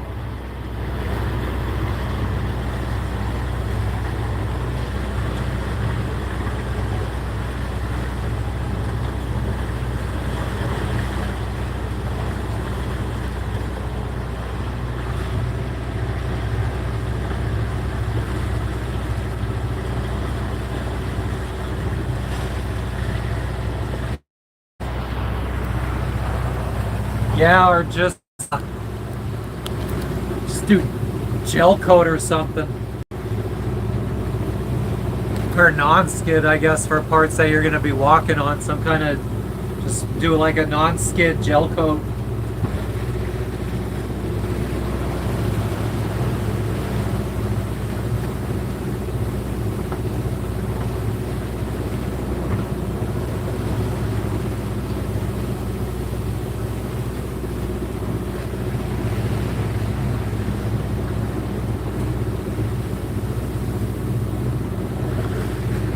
Fucking actually hungry. You're hungry? Well, you woke up early, Scott. I think we have tortilla. You want me to see if I can like heat up a tortilla? Try it. I also have to see if it's any good. Give me 5 minutes. Awesome, Fanatic. Thank you for stopping in. As usual, catch you next time. We got about, according to the GPS, maybe around an hour and 20 minutes till we get to our anchorage.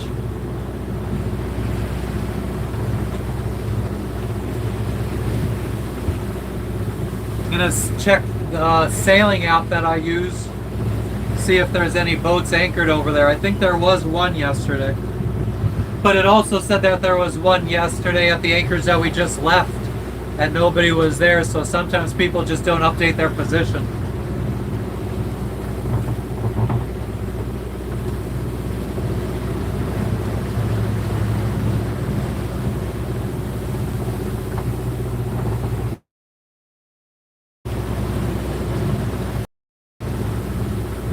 What's that wind like? I think it's about like 15. Oh, there's 2 boats there now. Maybe we could go like together. Maybe they know like some spots and stuff.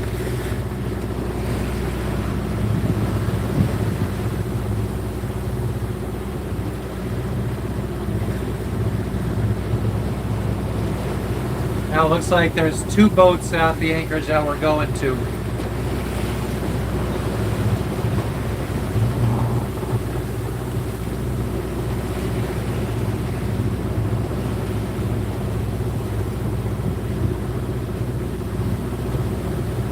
What day is it? Today is July 8th, Tuesday. Okay, so both boats that are there haven't updated their position in 2 days. So either they've been sitting here for 2 days or they left and they haven't updated their position. I wouldn't mind another anchorage all to ourselves, but I'm sure Jess would like to see if they have their own dive gear. That was a big wave. Yeah.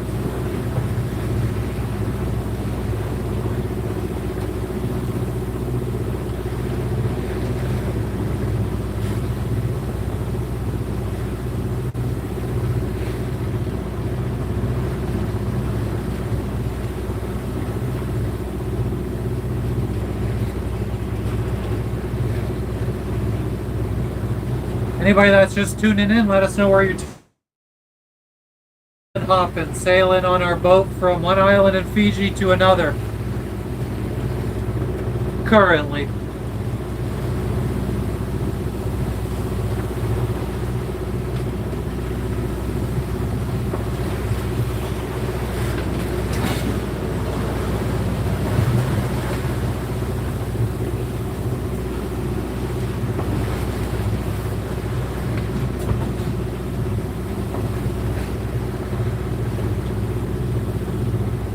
I think the water should start getting shallower again. Not shallow, but under 1,000 feet. It really looks like there is nothing on this island. Supposedly there is a village, I believe. This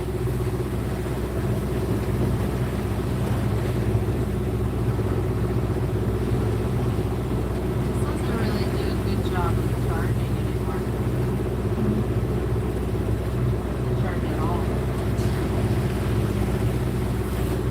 And I can't tell if it's that or... Maybe it's, you need to change the cable, get a different cable.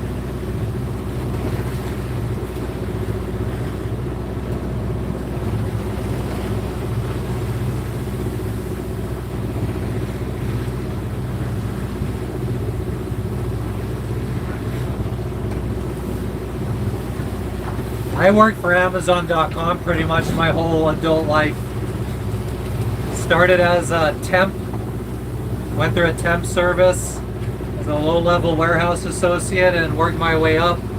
By the time I left, I was a site leader for one of their delivery stations in Miami. And then I left to go run a logistics company for a friend of a friend. She got a contract with Amazon to deliver their packages. So she wanted somebody who had experience with Amazon's logistics side. So she hired me to be her operations manager. And then she helped me launch my own business. I had my own business delivering for Amazon for 4 years. So I saved up 100 grand, bought a boat, then saved up 100 grand. I thought that would be enough for 5 years of sailing, but we've already blown through, in 1 year we blew through 40,000. We got right around $60,000 left, and we're gonna try to get back to the United States in a year before the money runs out.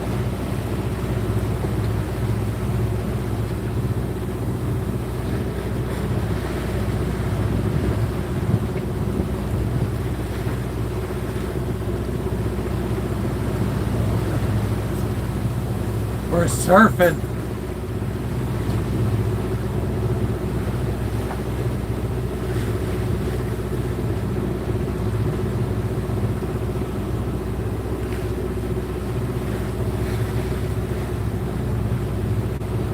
At least our sails are up, so to all the sailors out there that might be seeing us, it looks like we're just sailing. So we don't look like total schleps.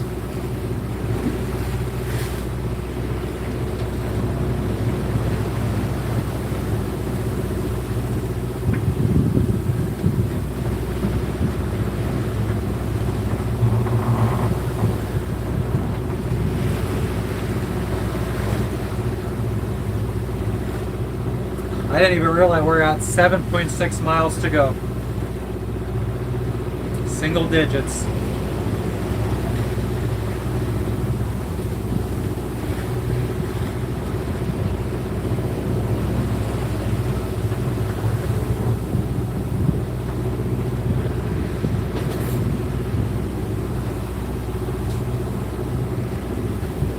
I wish this, I'm just trying to think of where else I could possibly mount the friggin' camera.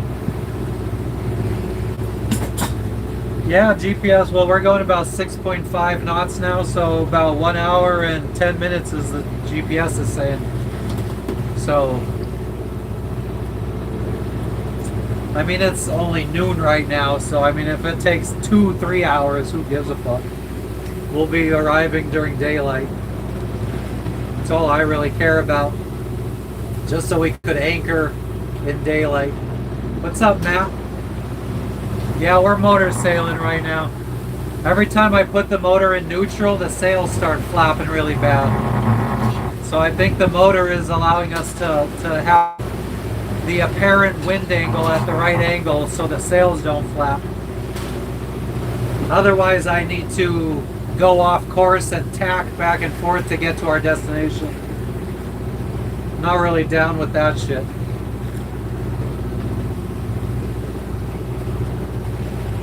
Not when I have a 150-gallon fuel bladder that I'm trying to empty out so I could put my my bed back where it's supposed to be. I don't know if you guys could see it right now, but we took our bed out of the bedroom, or our V-berth. And right now it's just down below in the middle of our salon.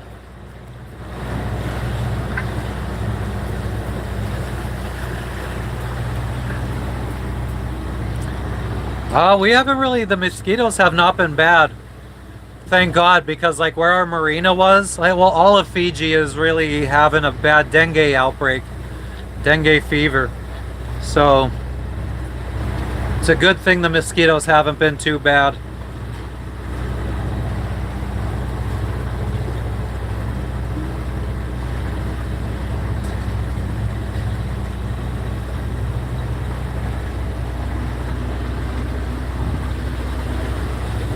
Yeah, we're not even, well,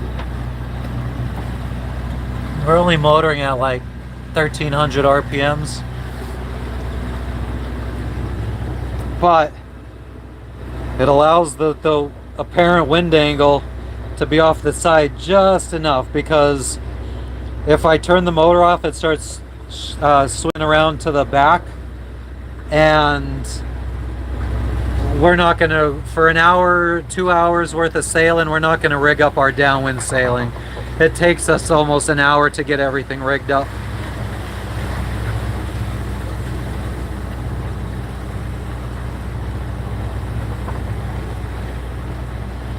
Keep the motor running and stop sailing. Well, the sails are at least keeping the motion a little bit better, because we'd probably be rocking quite a bit more if we didn't have the mainsail up.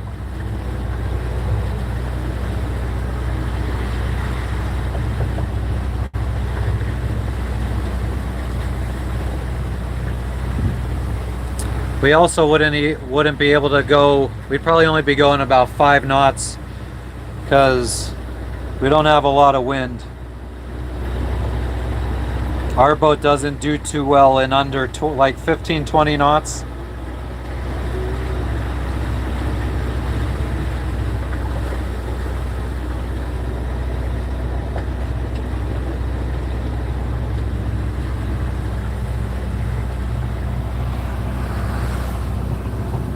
Yeah, and I'll tell you what, mosquitoes know where to find me. They love me.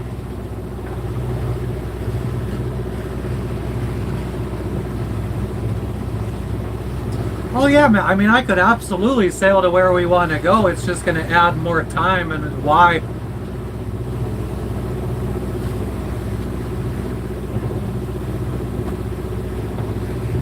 We could even point into the wind better than those downwind sailing boats that Captain Kidd used. It's just, why add an hour on if you don't have to.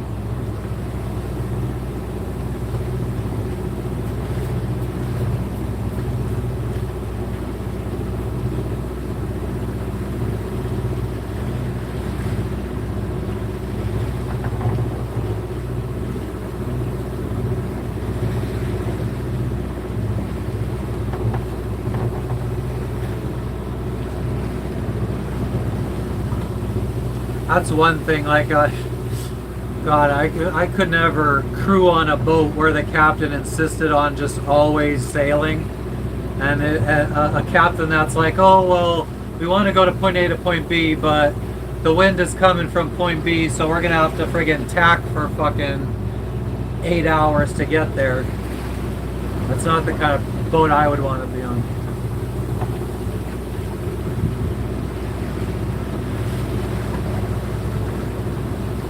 Why am I there if I'm worried about time? I don't understand what the correlation between my location and time has. I don't understand that correlation. That's true, Captain Cook never went live.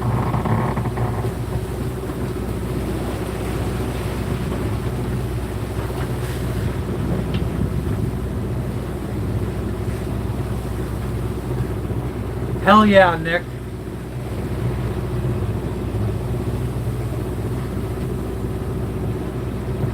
Well, Matt, everybody's got their own opinions.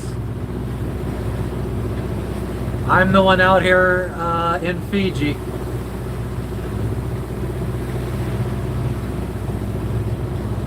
I got it's a 1986 Island Packet 38.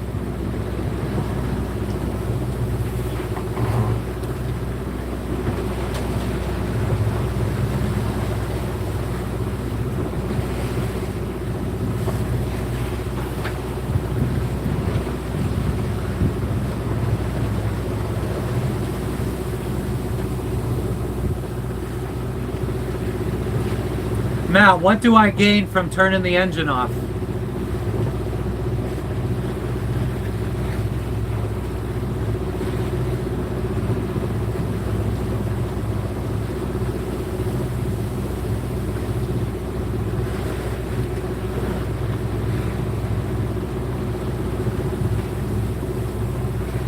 Matt, I sailed 26 days across the Pacific Ocean without the friggin' using the engine. So, I mean, I could sail if I want to. I don't need to prove anything to anybody.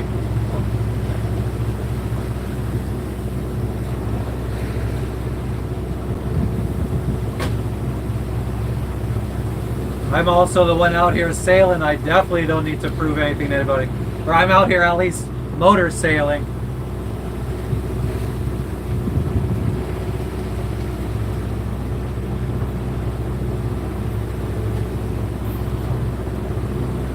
If I had a power boat, would you tell me to turn my engine off? And what, just drift to my destination?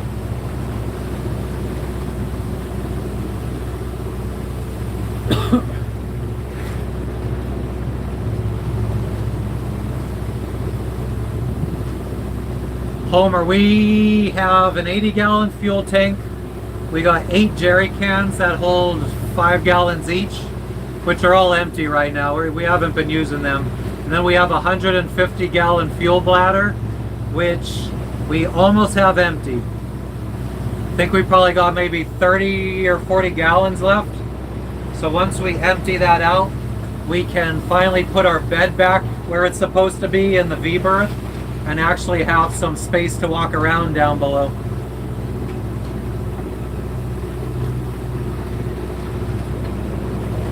A sailor's hat.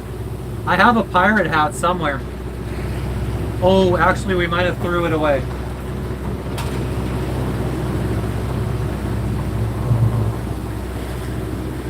Pirate hat? We didn't throw it away. We didn't? Oh, we still have the pirate hat then. And it's like dreadlocks coming out of it too.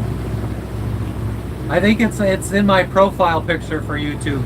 It was we dressed up for crossing the equator when we crossed the Pacific Ocean. So when you cross the equator for the first time, you're supposed to do a little ceremony.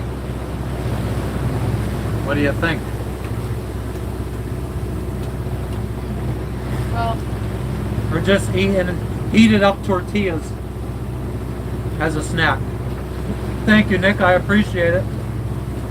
Where is the hat? You know? it'll be or something. It's a little bit buried. It doesn't taste like anything. No. You want more?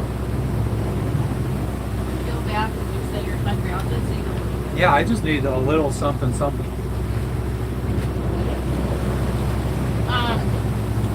I think I had a handful of peanuts somewhere. I would have probably just been fine with it. I was thinking I could Thanks, Homer. I could shred up. What's up, Tom? What's up? Well, I don't know if we have any more tenders because I wouldn't want to really go with the chicken nuggets. Oh, wraps? Wraps. Because we have lettuce, but I don't know if we have any tenders left. What kind of ceremony, Matt? Yeah, Tom, we're headed to a new anchorage, a new island, actually. Our friend that we met in Guatemala, he sailed here a while ago, I guess a bunch of years ago. And he recommended we go to this island because there's a good dive spot.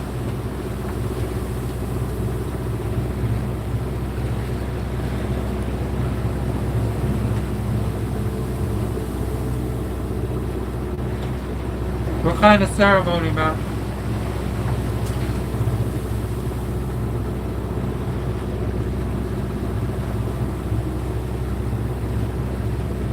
Yep, we anchored last night. The anchorage was nice and calm. As far as waves go,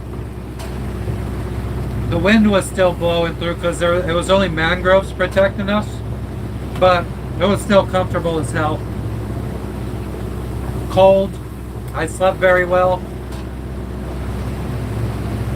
You didn't even have the hatch hardly open. Yeah, barely had any windows open. Fishing. We do some fishing. I'm not a big seafood person. I hate all seafood. I was a picky eater growing up. I was really bad, and I'm not much better now. But yeah, so I don't really eat any seafood. I will fish, and I'll eat it like if I catch something, I'll eat it once that first day I catch it. Then it goes in the fridge or freezer, and then Jess has to eat all of it. I've only caught 5 fish in my life. Yeah, the water is starting to turn. It's going to get even nicer as we get into shallower water. But Jess likes fish, but she also, we caught a tuna on our Pacific crossing, and when we cut it open, the meat had all these like little rice looking things inside of it. It turned out to be parasites. Thanks, Matt, I appreciate it, even though we're not completely just sailing, but it is much appreciated. And we do sail a lot. It's just these little short hops. The fact that we have diesel fuel we want to burn through, I'm not worried about just sailing. But yeah, so people were recommending that we just cook up the fish with the parasites in it. They said the heat would kill the parasites, or to go through and pick all of them out. And Jess, she has 2 fears that she's deathly afraid of. Well, 3. Cockroaches, parasites, and demons. So as soon as she found out that they were little parasites in there, she was not having it.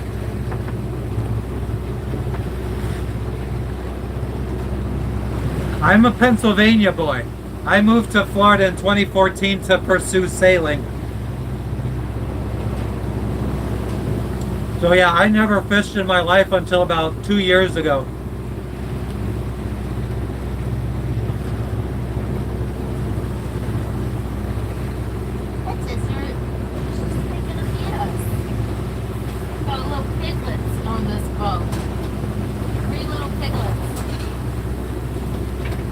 my dad was a hunter. Not really a fisher, but I also didn't hunt. Sitting out in the friggin' woods, not doing anything, didn't appeal to me when I was younger. We're going through some reefs now. Demon cockroaches, yeah, I mean, she screams bloody murder if she sees a cockroach. Like, there's been times where I thought, like, our dog was dead, or she chopped off a foot or something because of her screaming because she saw a cockroach. I have probably been close to being put in an early grave because she's seen a cockroach. Parasites clean the big fish. I don't think you'll ever get her mentally to ever accept a parasite.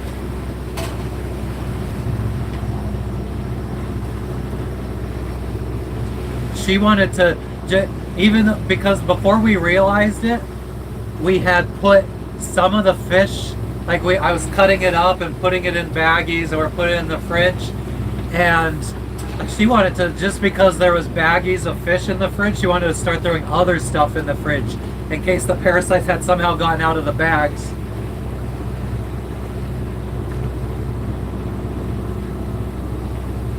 Yeah, I mean, it's about 0.2 nautical miles wide between the reefs, so we got a lot of space between them. I don't even think they're gonna show up on camera too well.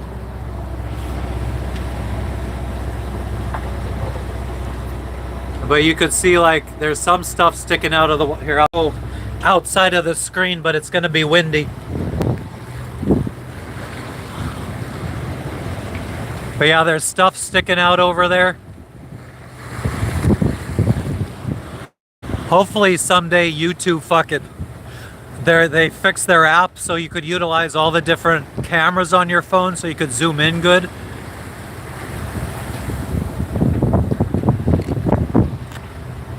And then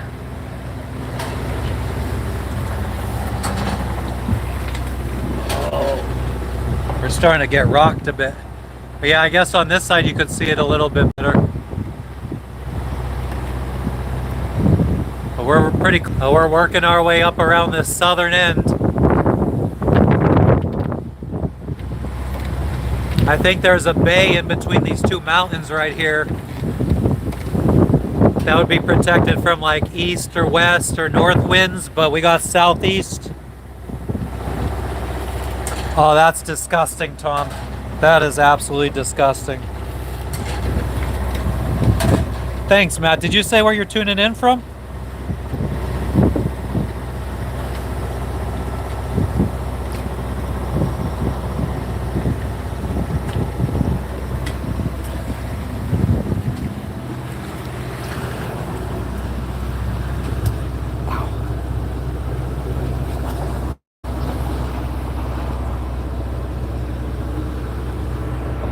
We do need to adjust course to port a couple degrees. There's the reef on the left I showed you guys. And then here's land. The reef comes out a little bit further than the land. And we're in about 93 feet of water. Australia, nice. Awesome, I appreciate it, Matt. Yeah, we wanted to really go to Australia, but your country really hates foreign animals. I don't know if you were here when I had said earlier, but we got quoted from a company. We were going to have to fly our pets into Australia, quarantine them while we sailed to Australia, and that whole cost was quoted at about 20,000 US dollars.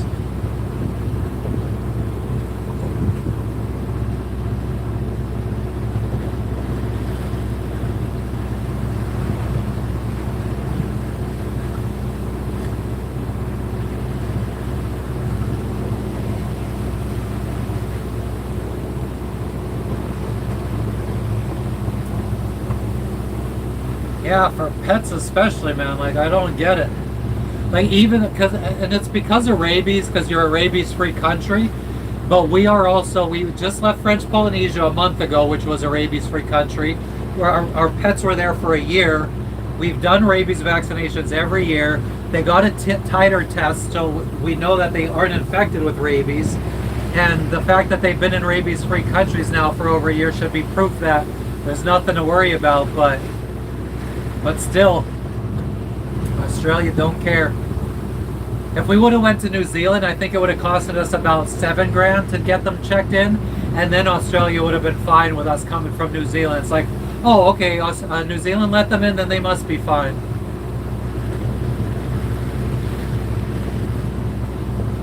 Matt, where do you want to go? Yeah, and a cat. We have a dog and a cat, Greg. Yeah, no, we have a dog and a cat. It was going to be $20K for both. So like $10K each. And that was like flights to fly them to whatever city in Australia. Because Tahiti only had flights to one city, but that's not where the quarantine facility was. So then they were going to, once they landed in Australia, they're going to be needed to be flown again to another area.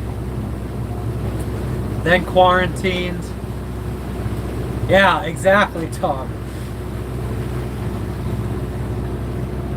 Somebody was trying to tell me that it's even difficult for humans to visit Australia. Somebody in the chat one day. But I mean, I never heard any sailors say that. But he was coming from South Asia. I think he was going to go visit like parts of South Asia first, and then go to Australia. And he said that like he needed to have an app on his phone that tracked him at all times for the Australian government to track him. I didn't believe that shit.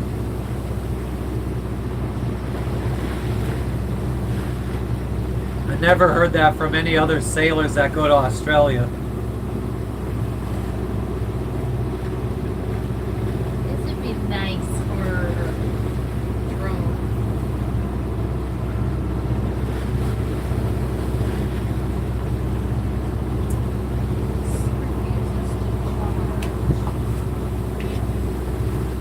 Why is that? What's up with your government? Oh, you guys vote for your officials, don't you? I mean, America does too, and we're fucked. The game is rigged. I mean, it doesn't matter if you have a two-party system. Both parties are working together behind the scenes, I think.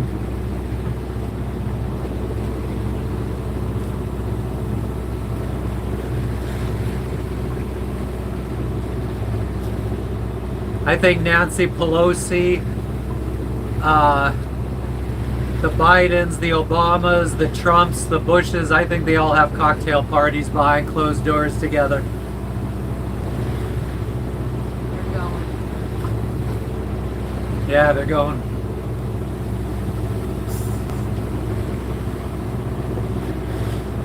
One place I wanted to sail that I haven't gone to yet, my number one was where we've been, like the South Pacific. I would like to sail. I don't know. That's a tough question. I don't know if there's really anywhere that I really want to sail to. Like, I really want to visit China and Ireland. They're my top three was French Polynesia, Ireland, and China. And though Ireland and China, I think I would rather visit by plane. Yeah, this color, like, we're starting to get into shallower water now. Yeah, like, I kind of believe in like an Illuminati type. I don't know if it's as conspiratorial as, like, I think I used to believe that there was like maybe like a handful of rich people that are so rich that like you don't even know their name and how much money they have. Like, they say that Elon Musk is like the richest person in the world right now. I used to think that there was probably like a small group of like the Rothschilds or whatever that had even more money, but it was just never reported. But yeah, I don't know how much of that I believe now. I just think that our government is full of people that are dying to hang on to their power.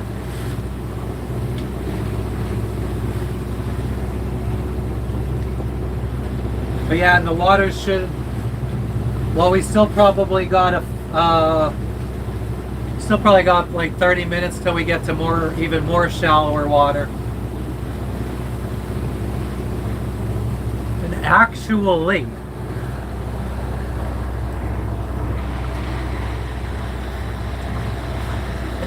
This gap right here is where we're anchoring, but on the other side of all this land. It's either that little gap or this little gap right here that we're going to be anchoring on the other side of. So we're just going around all this.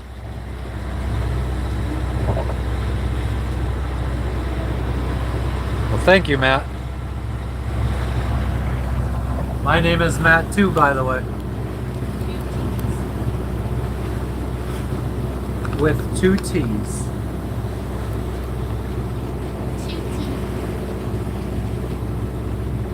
It's not a big gap, it's a reef. You can't go through there.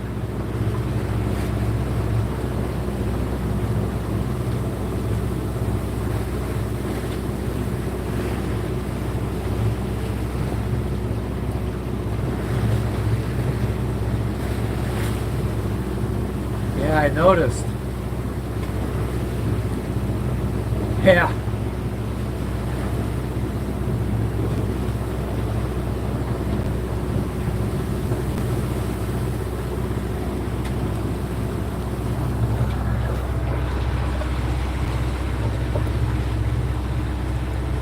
So, this is the gap that we're looking at.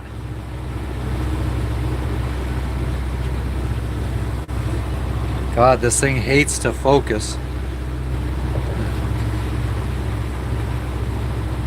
But there's no getting through that. I don't even think that would be a foot deep, and our draft is 5.5 feet, depending on how weighed down we are. But yeah, so there's no making it through that. Unless we could fly.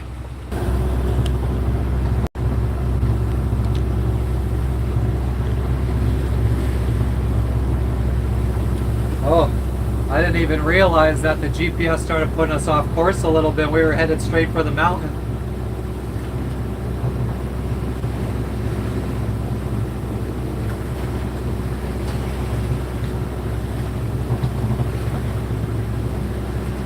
Are you charging any of your devices? No, should I? That doesn't work. At all? It doesn't charge my phone. It says it is, but then it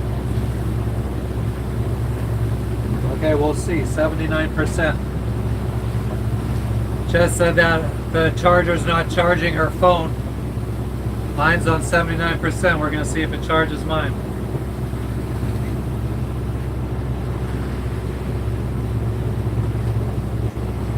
I think we're good now. We're back on track.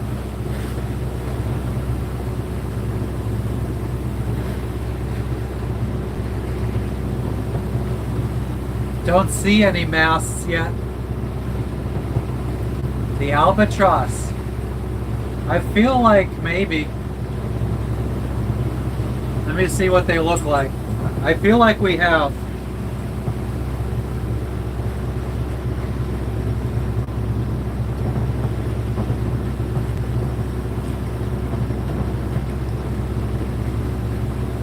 I hope that. Yeah, I'm fairly certain we've seen albatross before. What do you think? Oh, Have we seen them?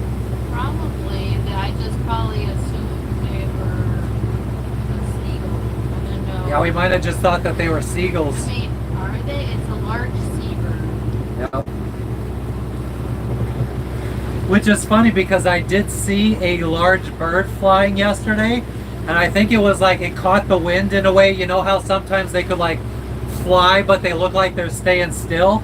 And I thought it was a helicopter floating above the out in the distance above the water. And then it finally started moving, and I could tell that it was a bird. So maybe that was an albatross. Hello, HC. How's Brazil doing today? Yeah, this thing did seem pretty big because it was far away, and it's still. I thought it was a helicopter that was closer. I'll try to take pictures if I see another one. How we don't see a lot of birds out here in the Pacific. Not like growing up on the East Coast, going to the shore in like Ocean City in Maryland or New Jersey. All the seagulls you would see, like you don't see that around here.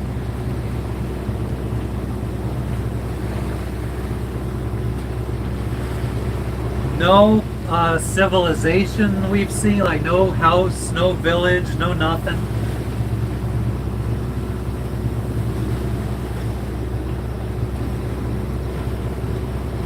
Start catching fish maybe when we leave this island and go to the other one, because we'll be going offshore. Oh, so what I would like to do is throw fish out, or throw a line out once we see the birds, because they're usually friggin' feasting on fish.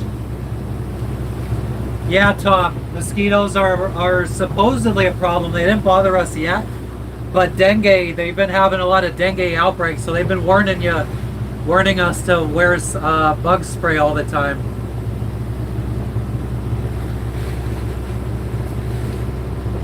I might have got bit like maybe 2 or 3 times since we got here. Don't know if I got dengue or not. I assume I'd know.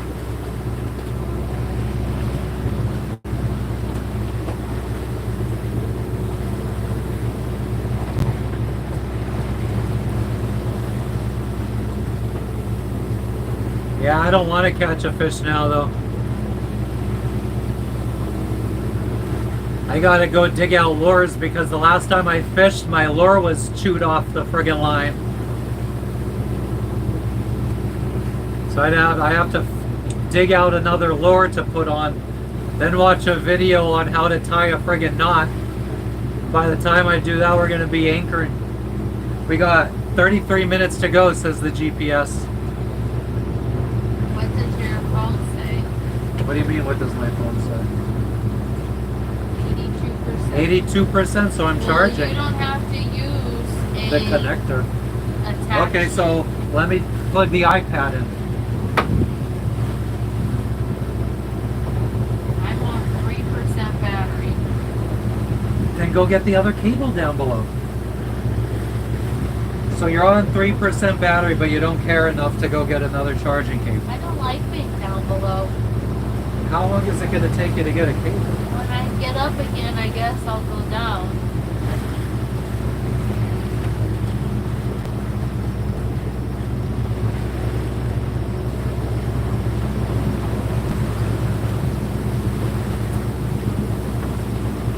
Yeah, Matt, probably.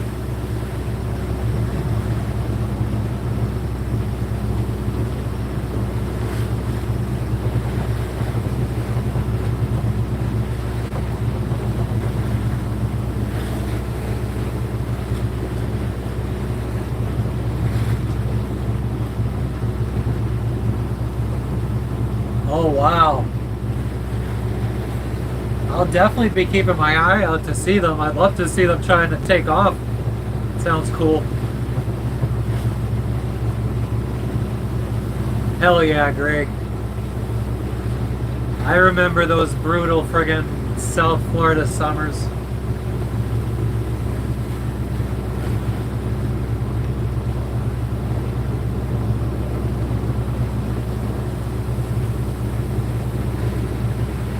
Tom, you're in Florida, right?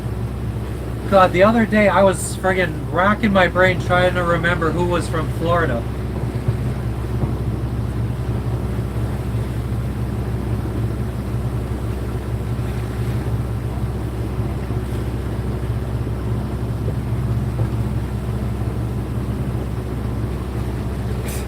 Allard, sometimes we go fishing.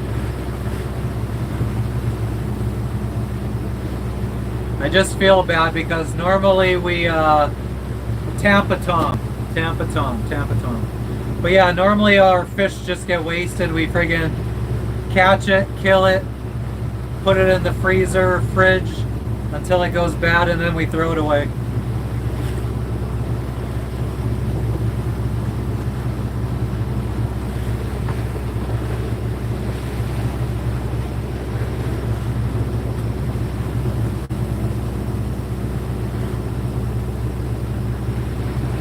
I don't eat seafood. Yeah, actually, yeah, Logan would probably, and Lexi, we could just feed them fish, and then we could stop buying them food. That probably wouldn't be bad, actually. Something to consider. Rump steak. I saw rump steak in Fiji. We didn't buy any. None of the meat really looked too appealing to me. I'm the pickiest eater you'll ever meet in your life. I don't like any kind of meat with fat. I don't like any kind of meat with bones in it. No kind of skin on meat. Basically, the food that I eat consists of boneless, skinless chicken breast, fat, some kind of fat-free steak. So basically, like a filet mignon or a sirloin steak, or bacon that is burnt to a crisp, so all the fat's like crunchy and everything. All the fat's rendered off. But as far as meat goes, that's all I really eat. Nah, Tom, we haven't gone to that island yet. The store that we saw had the label for Nutella on it. They never restocked it. Nah, Matt, but we have a freezer that we could fill up when we're in a place that has chicken or steak. So we just fill up the freezer. I think we still have one more steak. Or one more set of steaks. We're actually going to have to probably reel in the head sail, Jess. We're going to be turning north here now, so the wind's going to be changing. Our head sail's out on the wrong side of the boat. Oh, you know what? Let me clamp it down.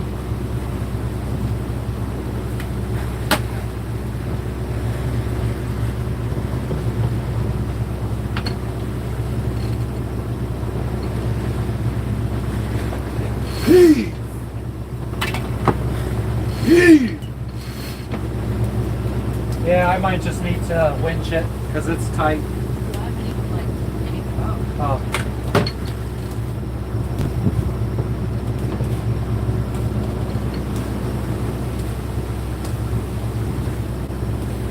Yeah, it's not getting any easier. Let me winch.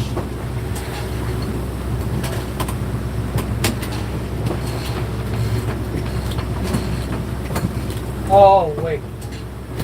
No, okay, yeah, we're good.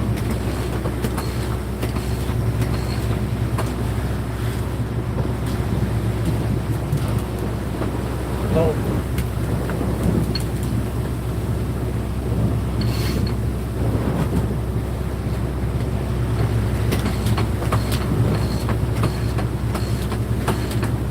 Okay, don't let any more out yet. I have it.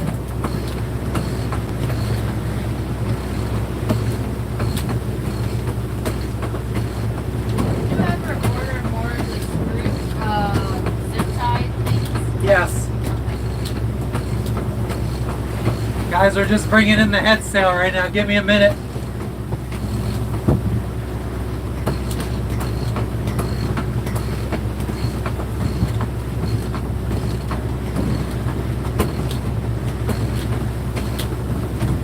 Hold on.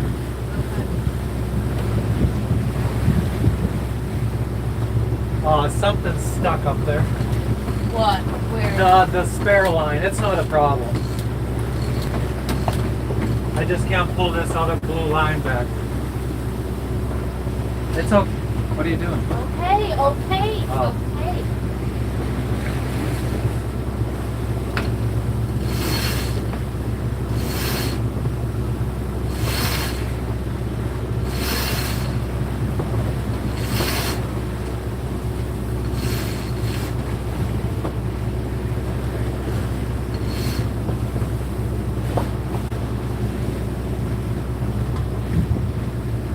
Just wait on you first.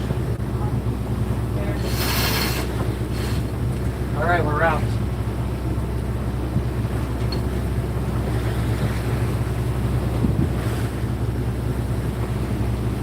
Matt, that's an excellent suggestion. I don't know why I didn't think of that. You should be out here in Fiji sailing.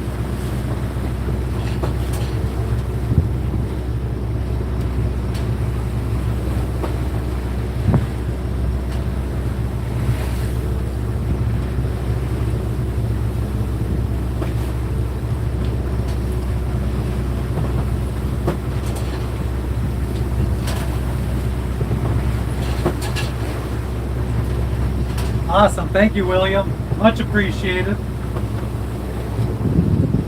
But yeah, we just installed a new roller furler for our head sail in Tahiti, and it's a friggin' night and day difference. Well, Matt, why don't you bring your bank account, get more money in your bank account? I mean, if you got more money, then you could buy a boat and sail.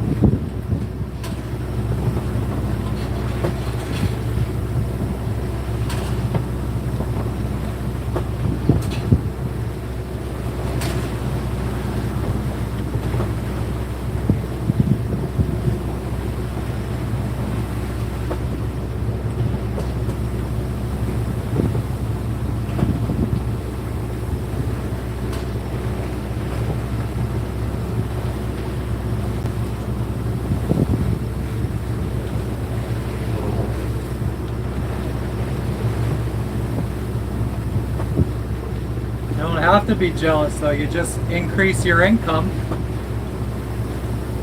and increase your savings and buy a boat.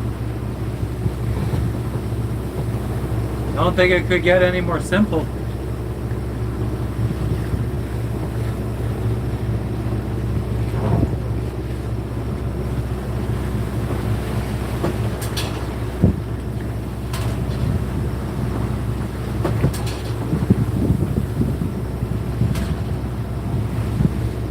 Hey Tamara, it is easy, man. I mean, I was making 15 bucks an hour when I got this dream. How you doing today, Tamara?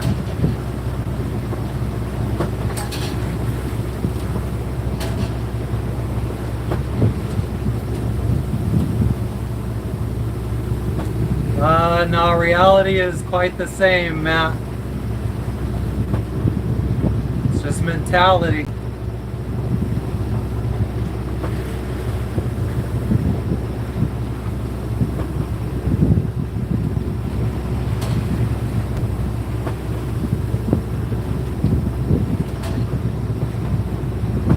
I was the lowest level worker in an Amazon warehouse when I got this dream. At 15 bucks an hour. Is that a wall or is that the beach? Can't tell, like all those rocks over there. It almost looks like it's a wall, like a man-made wall.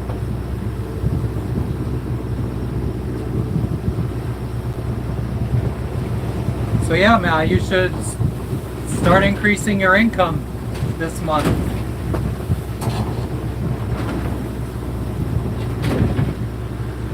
Working more hours. Get a better paying job.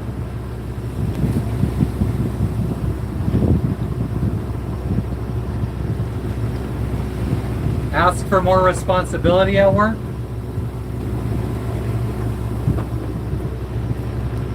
Java Queen, hell yeah. I mean, I think we'll probably, I mean, I'm from the mountains, but I think we will live in the mountains again.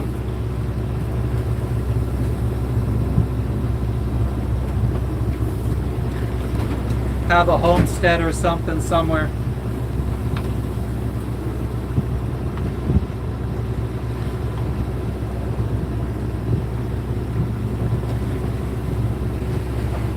Thank you, Matt.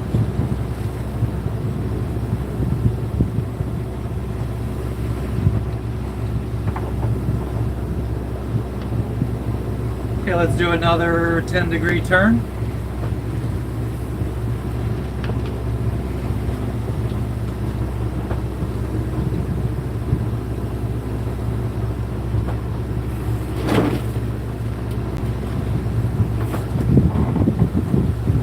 Our mainsail just jibed.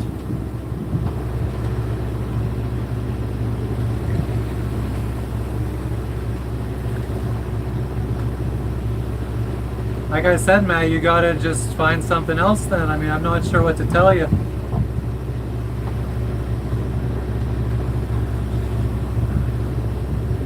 It's not like you can't. I think the only thing that would stop you is your mentality.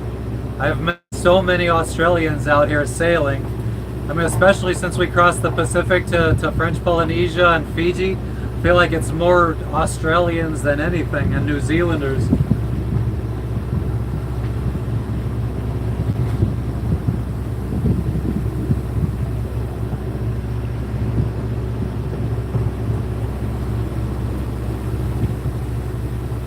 If the government takes more, you just gotta make more. Is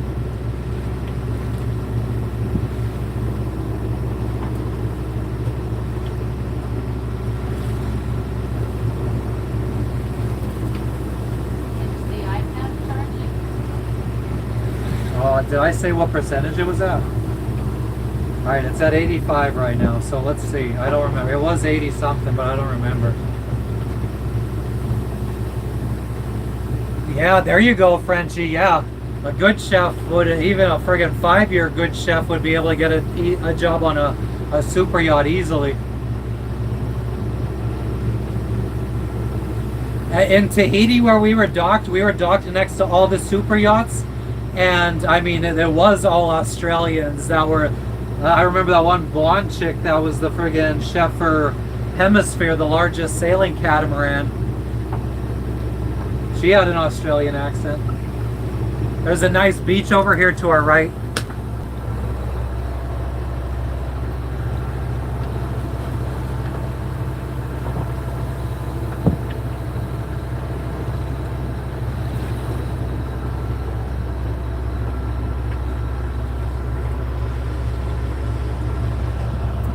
So Matt, what kind of job are you going to try to get to raise up your income?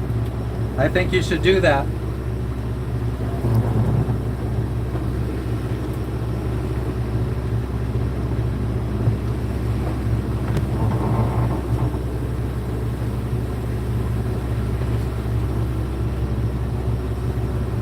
We'll have to see what the water's like inside the bay, because I mean, this is a short hop to the beach after the bay, so maybe it's dinghyable.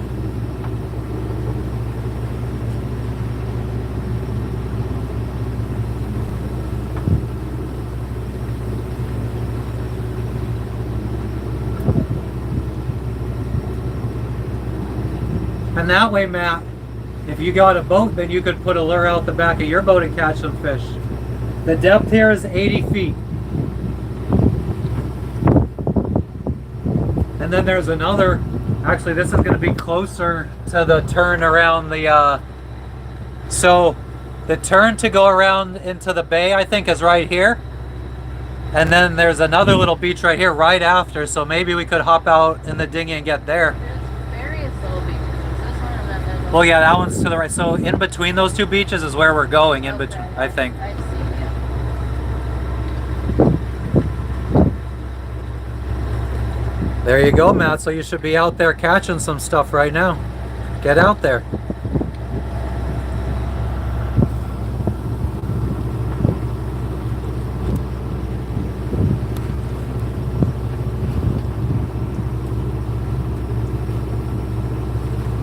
I didn't have all messages on, so if there were any trolls, I missed them.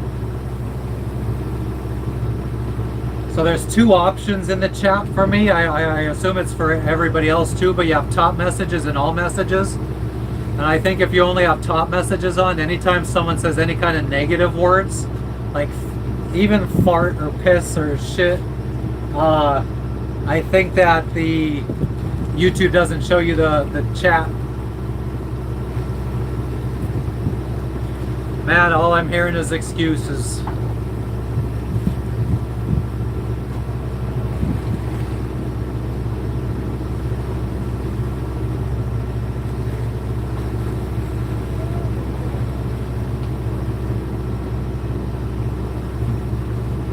And honestly, I'm just giving you some a hard time, because every time you tell me to put my lure out or put the sail up, I'm telling you to do something. I don't know if you caught on. But every time you recommend something to me, I was just recommending something to you.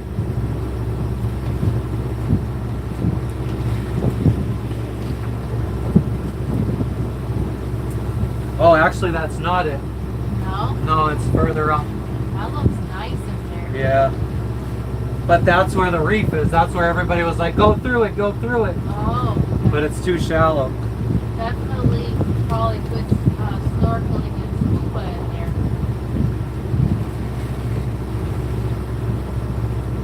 But I mean, to be fair, man, I mean, I truly do, Tom, I truly do believe that you could get yourself out of that situation. It's all about mentality. Because I was the kind of guy who was just going to have a white picket fence in a small town in Pennsylvania and just live my life working in a warehouse my whole life. And then I read a book about a girl who fucking turned 18 and her dad bought her a sailboat and she sailed around the world. And that put me in a whole new mentality, and I just started changing my life around me. Started asking how to get promoted at work, started applying for promotions, moved to Florida where sailing was more common. It's all about your mentality and the things you do to move your life in a forward direction. I definitely think you could get yourself wherever you want to go, no matter how old you are now. I know you said you've been a chef for 30 years, so you're at least, what, 50? Definitely think you could get out of it, though.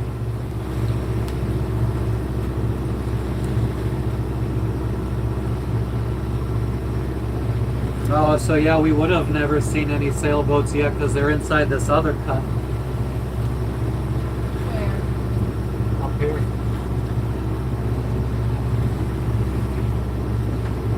Looks so The nice. depth through the cut, 70 feet. It's about, oh, I could measure it. It's about 430 feet wide.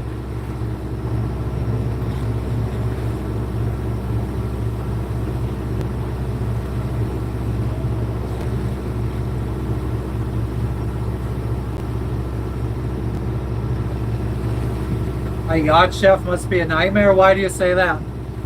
I think it depends, because Hemisphere, I mean, we never even really saw them take crew out at all. They were like, I don't know if they were working on like projects for the 7 or 8 months that we were in Tahiti, because they were docked there pretty much the whole time too. I think they went out twice. So I don't think that girl, she was just cooking for like 6 crew members. Now they're in the Caribbean. Now they're back in the Caribbean. It's wild. They motored right, I think they motored across the equator back to the Caribbean. Good, man. I hope you're being serious, because I truly think that you could be. Don't let yourself feel stuck in whatever kind of life you are in. You're not. It's scary to try something new, but I mean, unless you're really happy with your current life, you have nothing like it. I don't think trying something new, trying something that you've always dreamed of, I don't think it's going to be something you'd regret. And that's exactly why when we realized that we were going through the money a lot faster than we planned, and we were going to go to Hawaii and cancel. Let me put this screen down to try to block the wind a bit. It's freaking, it's cold. Oh.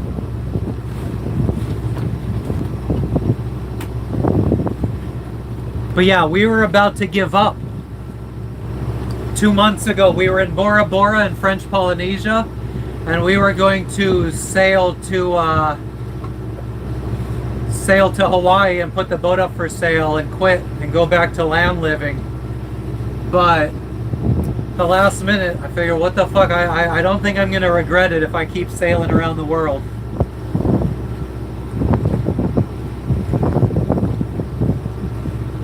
I'm sorry to hear that, man. That sucks. But again, I mean, just think about the family members that you lost. I mean, I'm sure they would want you to be happy, doing things that make you happy.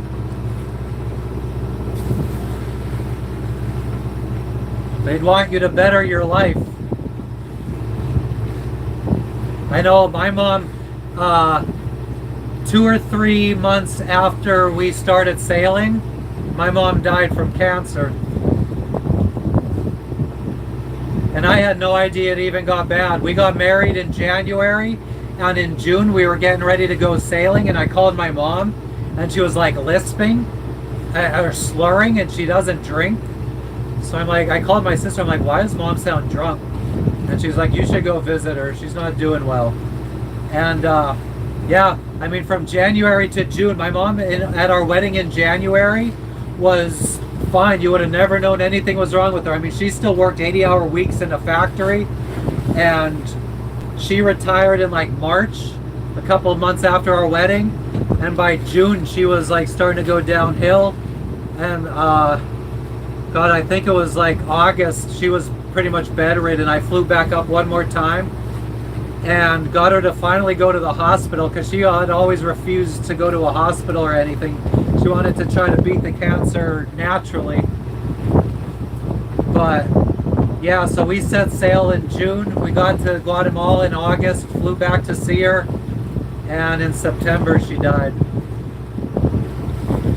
Was it September? Or was September? August she died. So we flew up July to see her? Or we flew up early August? Right before, we flew up in June, and then we flew up again in, I think at the beginning of August. Beginning of August, and then she died a couple weeks later. And I didn't, I mean, I would have, when I was leaving, she's like, you better say goodbye. I was like, Mom, you're going to be fine. We're going to come back up for Christmas, and we're going to visit you again. And yeah, a couple weeks later, she died. So that was tough, not saying goodbye. But yeah, you just got to think about what they would want. Thank you, Tom. You got to think about what they would want for you.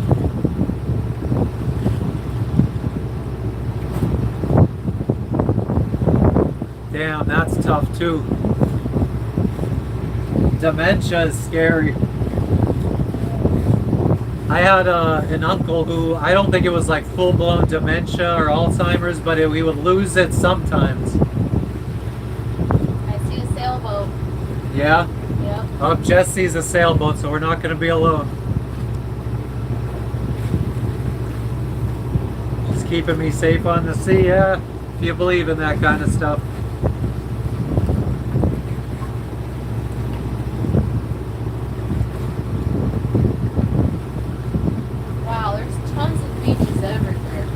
Yeah, we're not going to be without beaches. There's 2 sailboats, 1 monohull, 1 catamaran. Great. I guess we'll anchor in the middle of them because they're both on the far sides of each other.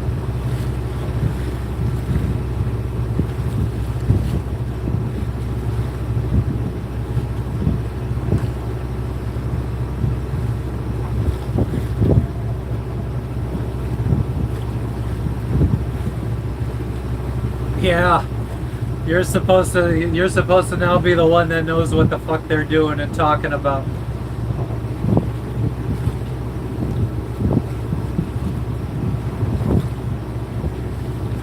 Oh, we could anchor more to the right if we want.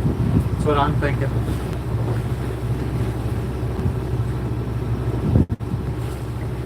Oh my god, I'm so excited for the beach.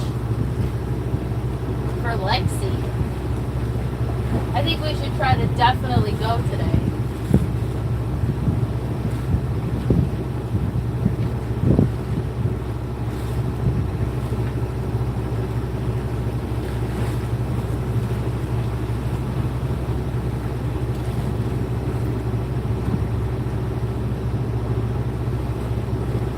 When are you going to put the main down?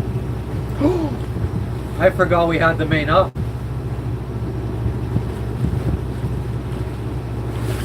Oh, we could do it when we make the turn. Okay. Yeah, okay. Yeah, and it's slowly going to get bluer, I think. Wow, it's fucking beautiful. All right. visit and try to make friends. Ooh, I smell a fire. Somebody burning.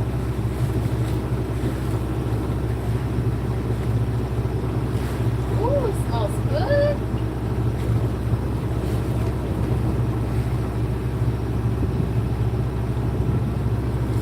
Yeah, I'm gonna have to start tidying up our sail, and we're gonna be dropping it. Fortunately, not gonna have a good view.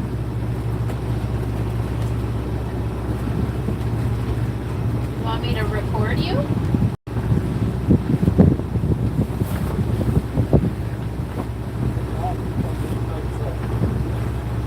Discombobulated.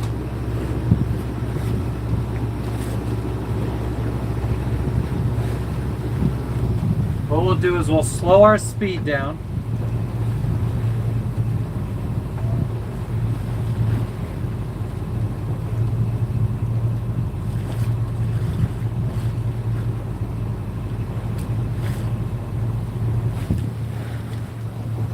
Let's slow it down a lot, and let's just turn into the wind and bring the main down. Hell yeah, Matt. I appreciate you stopping in. I'm gonna be a little oh man, I don't like this. What? That we're gonna be going straight towards the reef, so we gotta act fast. Okay.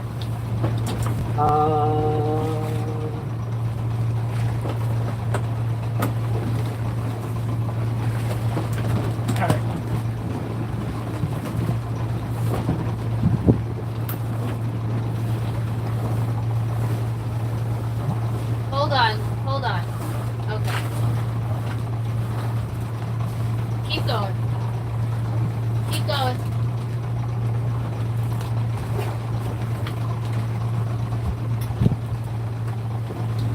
Need help? Nope, we're done.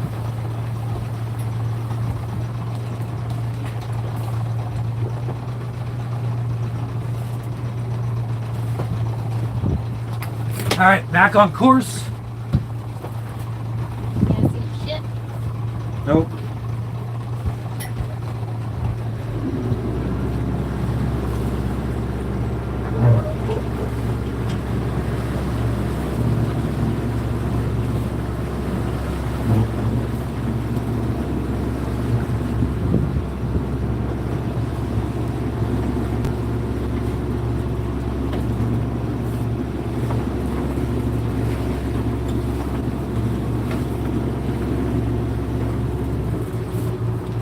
Hold on. Okay. Then here's what we gotta do.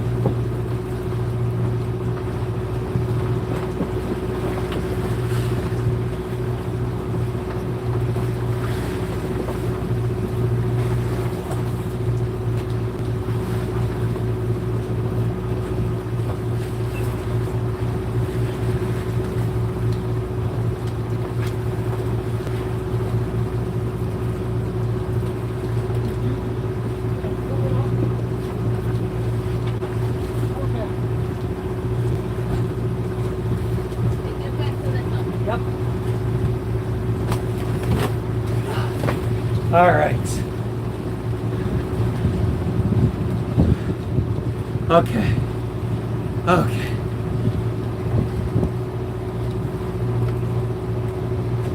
Sails down. We're headed in.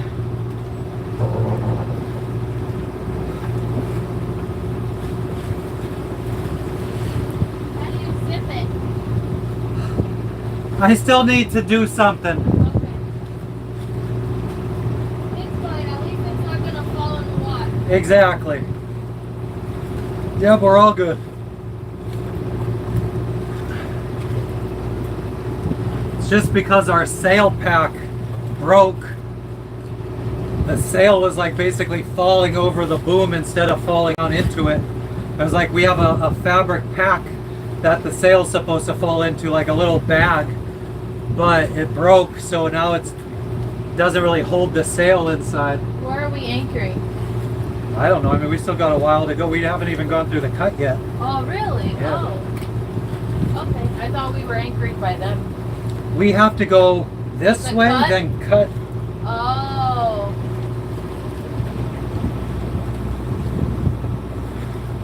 I can kind of see. I can see like the turquoise. Yeah, the color of the water changes. Let me go. Yeah, Matt, it's just fuel is expensive. Especially for a boat this size, a motorboat this size, you're going to be burning a lot more diesel than what we burn now. Like we only burn about a gallon an hour. If we bought a bigger power boat, we'd probably be burning 5 gallons an hour. Maybe not 5 gallons, but probably like at least 3, 4.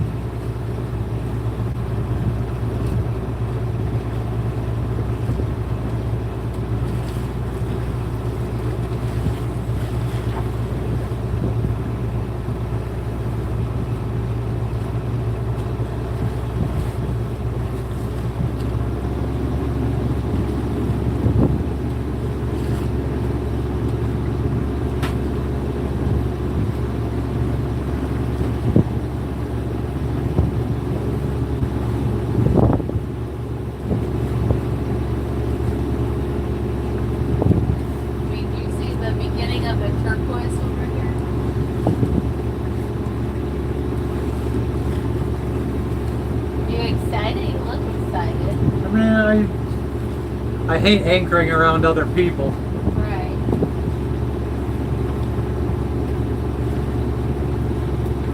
Again, this could be an opportunity to make friends. Yeah, it's just, I mean, with the problems that we've had anchoring, right.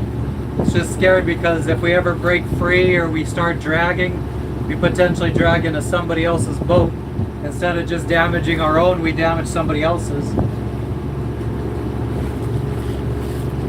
So I don't really like that. I think I'm going to manually steer for a second. You're going pretty close. Do you see the turquoise over here, or the green over here that's right here? Yes. You want to run into that? I said, I just told you, I'm like, I think you're pretty close to that. There's one on the other side too. I know.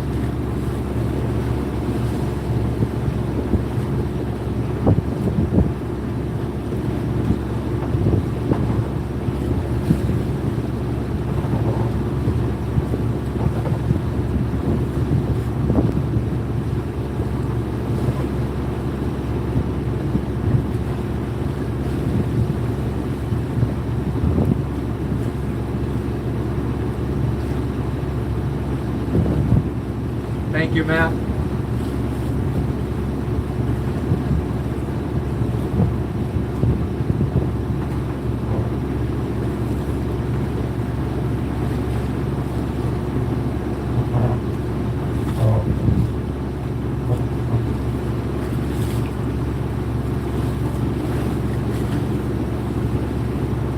Going through the cut right now.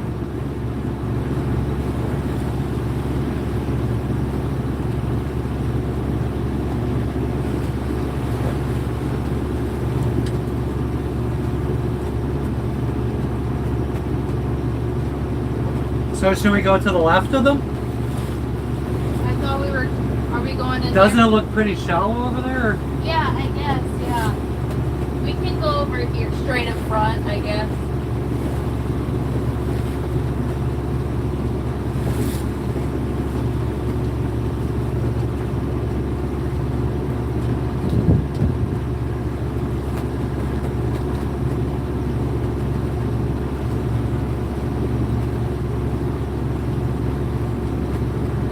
We're through the cut. We're all good.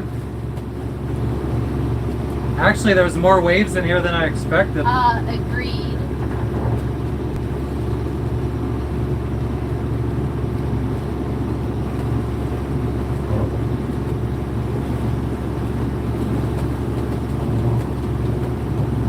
Well, actually, it does say, like, all the anchorage markers are down here to the right.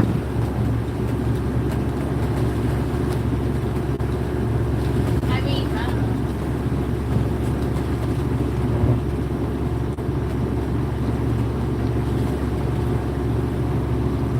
Ah.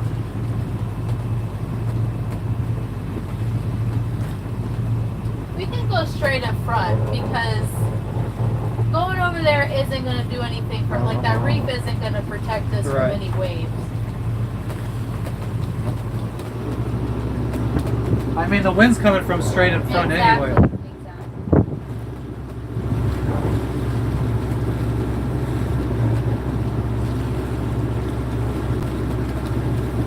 Alright, so I'm going to go ready to anchor.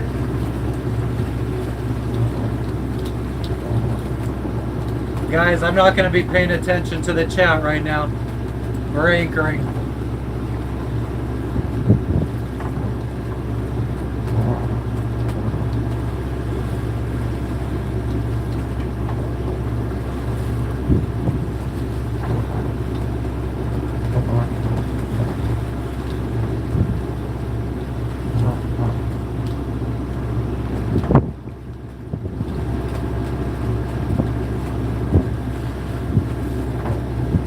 The other thing I like about where I'm gonna friggin' motor right up straight from the cut to our anchorage, and it's directly into the wind, which means that if for some reason we did drag, we would just drag backwards and hopefully just drag right back through the cut again in an emergency.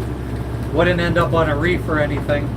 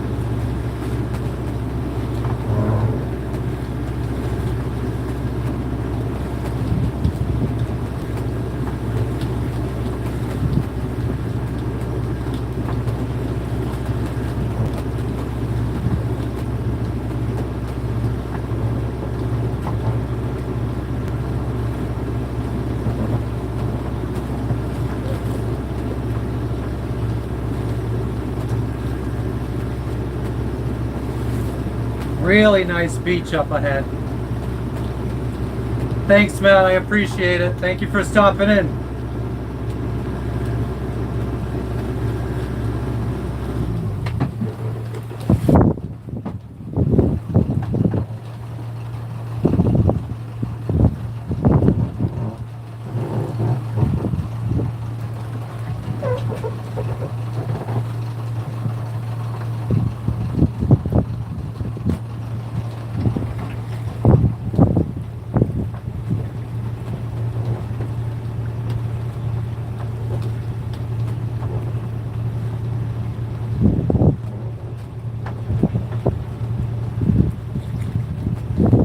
These people are really close to the beach.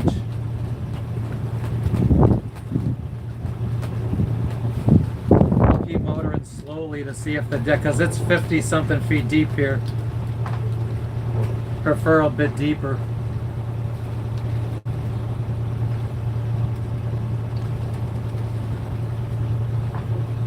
Or I'd prefer a bit shallower. Hell yeah, Matt.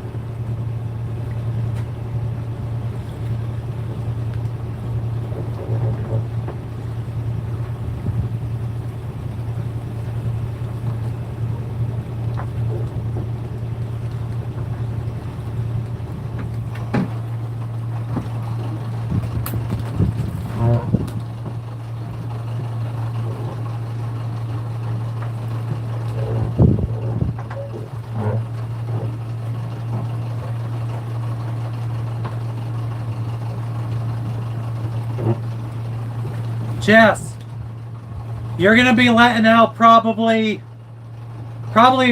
50 feet.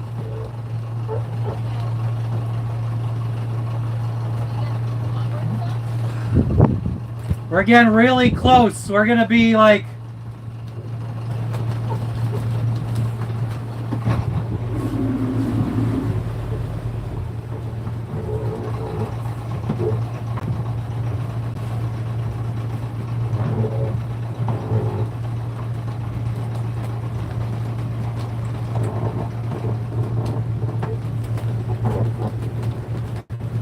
yeah, I think I'm comfortable with right here. We're gonna have to, let me slow us down. At least like 70 feet.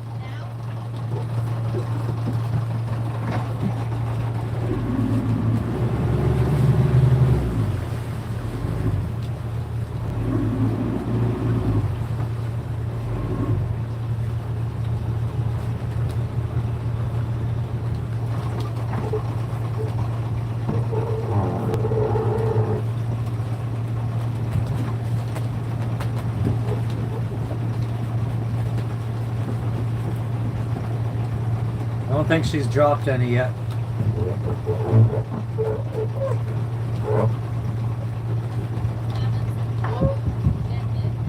Okay.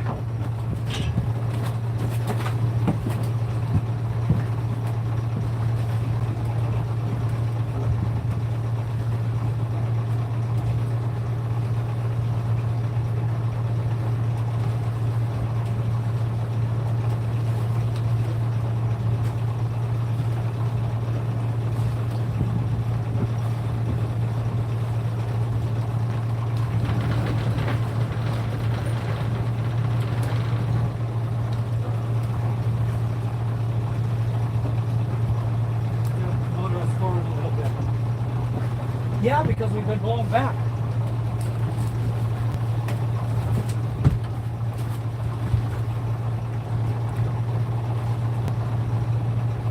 Oh, actually, no. It's okay. Yep. Okay, hold on then.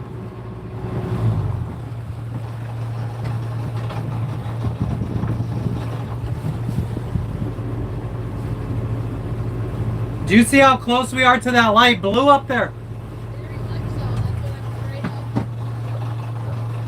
That's why I was trying not to come up too close. Can I bring it up a little bit? No.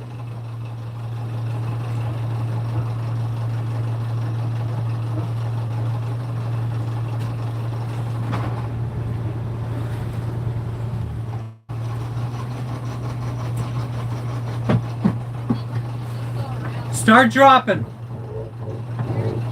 Okay, I'll go around. Oh, God almighty.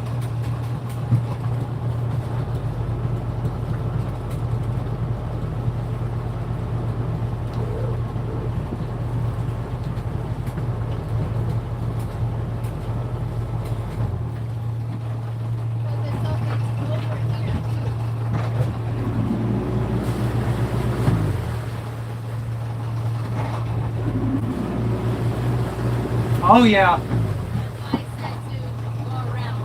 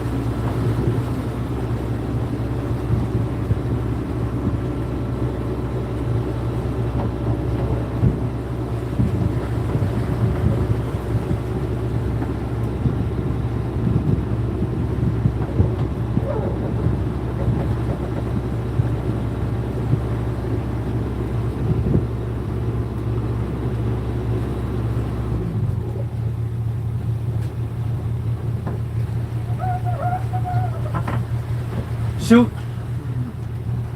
What? Nothing.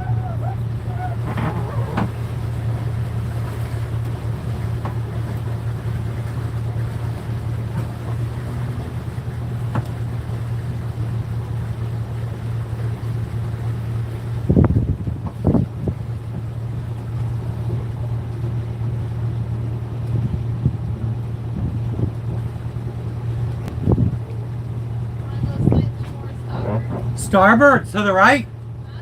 toward that boat. A little bit, just a little bit. Someone on the beach. I see that.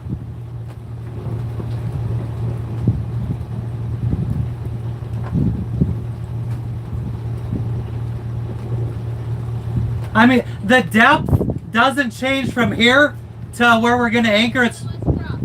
well, we could get a little bit closer.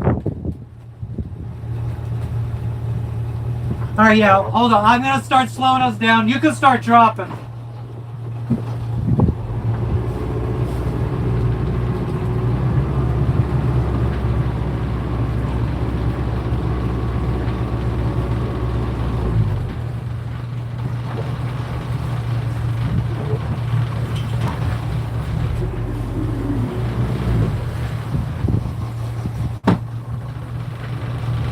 How much do you think you left out? How much? All right, let's wait and see.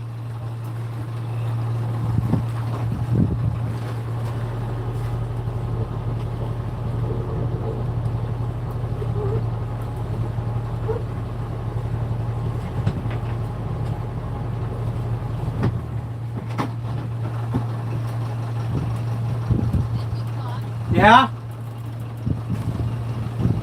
I don't think we would be swinging around right now if we caught.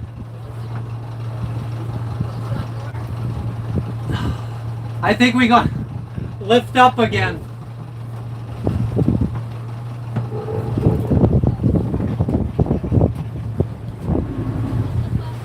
Is it tight? I don't think so. Just lift up. It won't? But did the windlass stop working? Oh. Okay. Oh, okay. Just hold on then. Yep.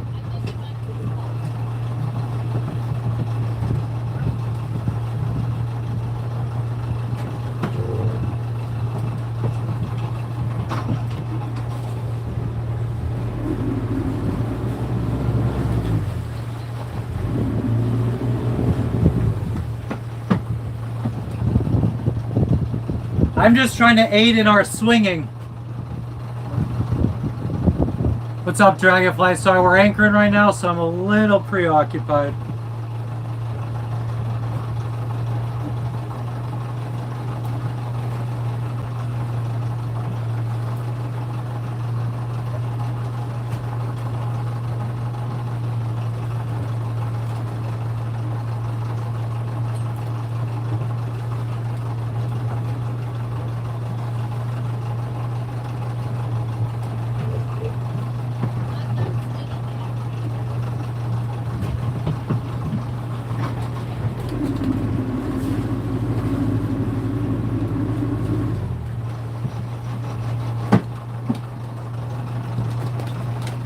All right, so let's a little bit out, like 20 feet.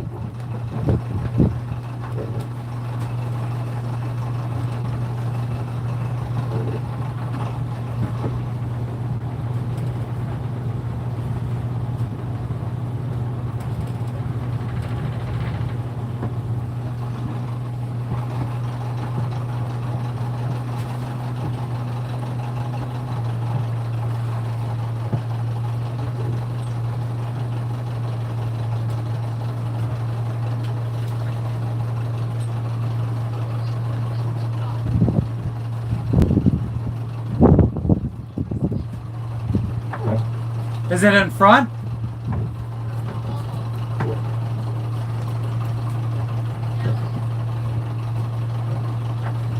It's in front now. Oh, well, the wind isn't, Alright, we gotta keep swinging.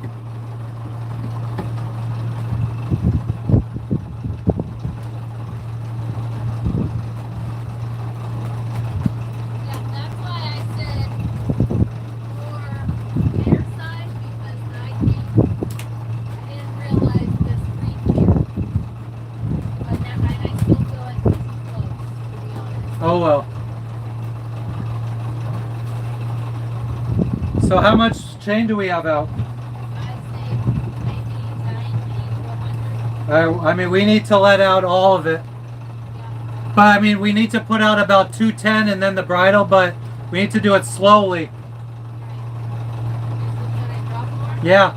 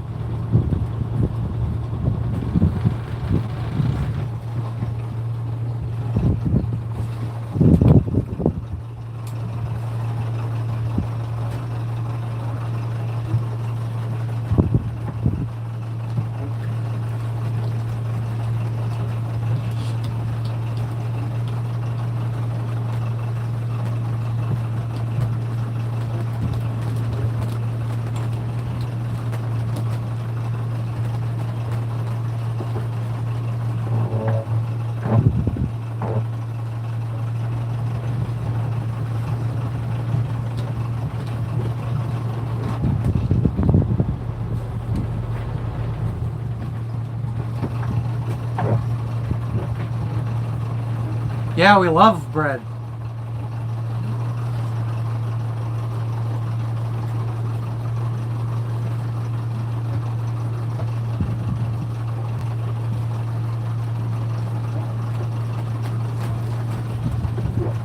I'm gonna go check how much anchor chain we have left in the anchor locker. I'm gonna go check our chain, see how much.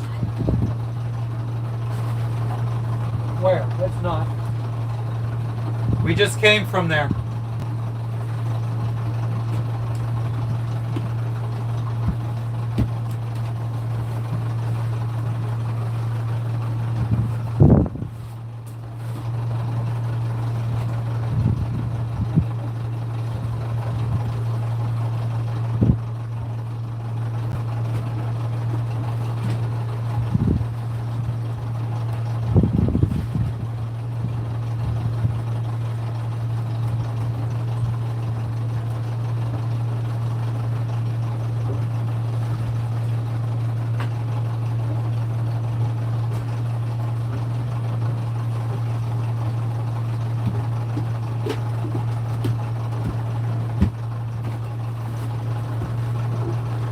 All right, let more out.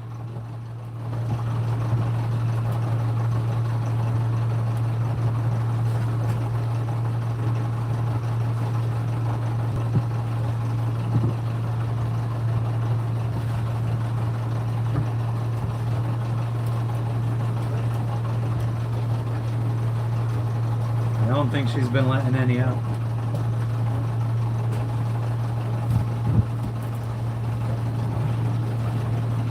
I might need to go help her. Need help?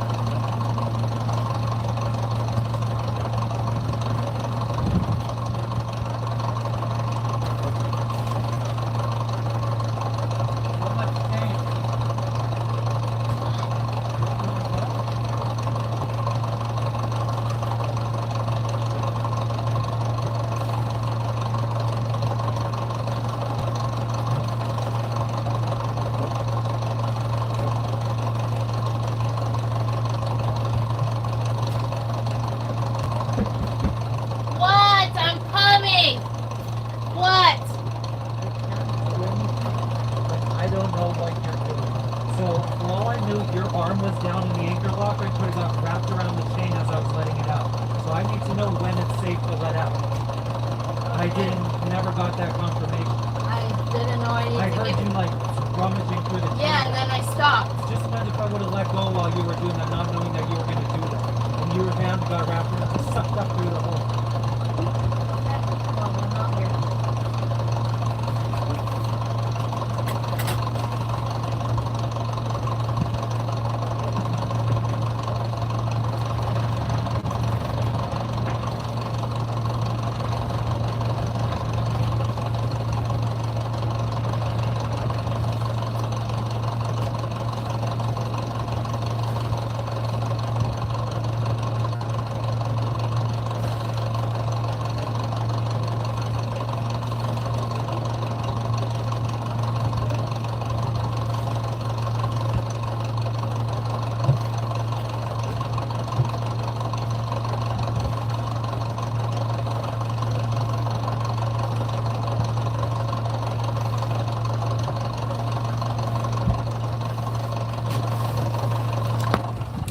So it was you guys that fell.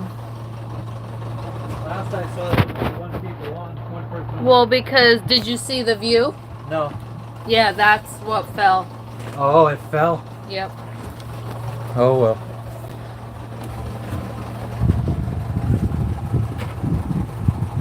So we're anchored. I am going to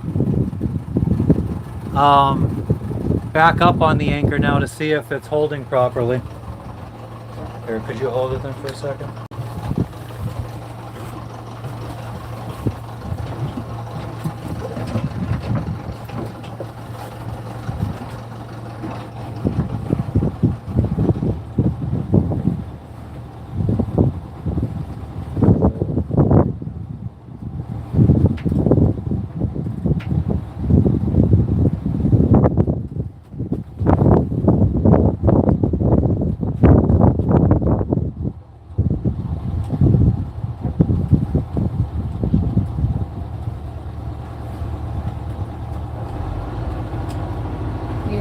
You obviously have the bridle on there.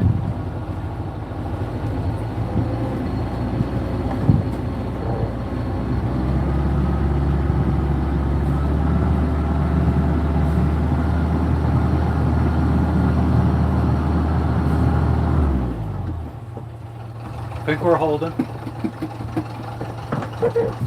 But do you understand why, like, Yes, I understand. I don't need another I'm not trying lecture. to start a fight. I'm just like, it's very important because that is like this most serious injury that one of us could get while anchoring. I heard you putting on the bridle when I did that. Were you putting on the bridle when I did that? When I was, When you heard me messing with the chain down below, were you putting on the bridle? maybe, yeah, I don't know. Like, I heard movement up there. I know, but it's not about hearing, it's about communicating with the other person so they know. There's somebody in the water over here. Good. Over there. Good.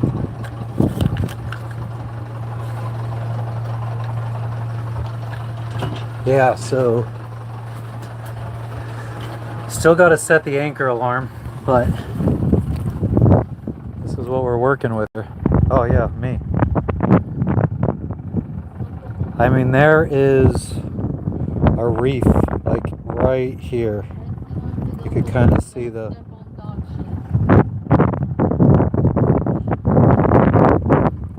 and then it's like right where the lighter color meets.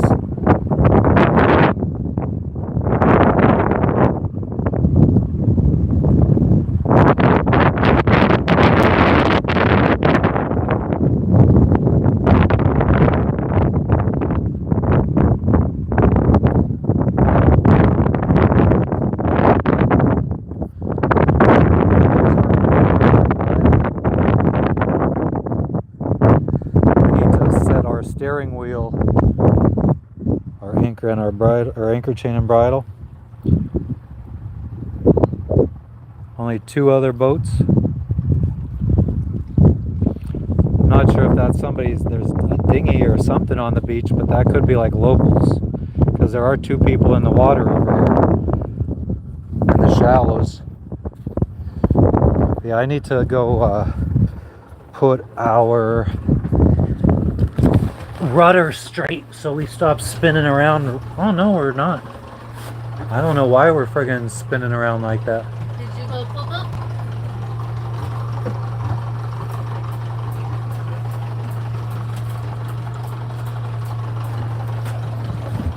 I don't even know if our...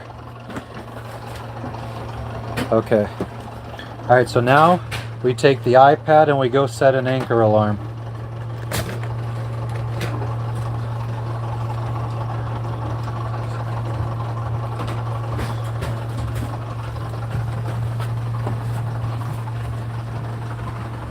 How you guys doing? Who's still here?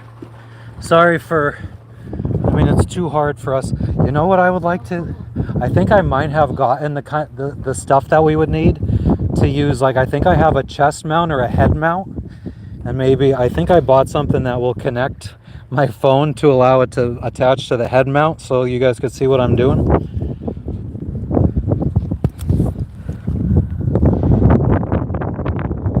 Let me turn the brightness all the way up on this. Maybe you'll be able to see it.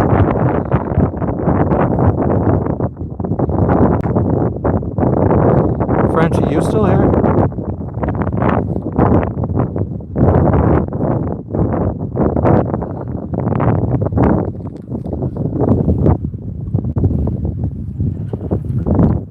Alright, so I'm not going to be able to show you guys this. I need 2 hands to do this. But I have this set. What angle, what direction our chain is in. Okay, let me... Relative location. So yeah, I need to put distance to the anchor and the angle to the anchor. So basically, I just wait till we swing and it's in front of us, and I set the angle, which is right there. It's about 180 feet in front of us.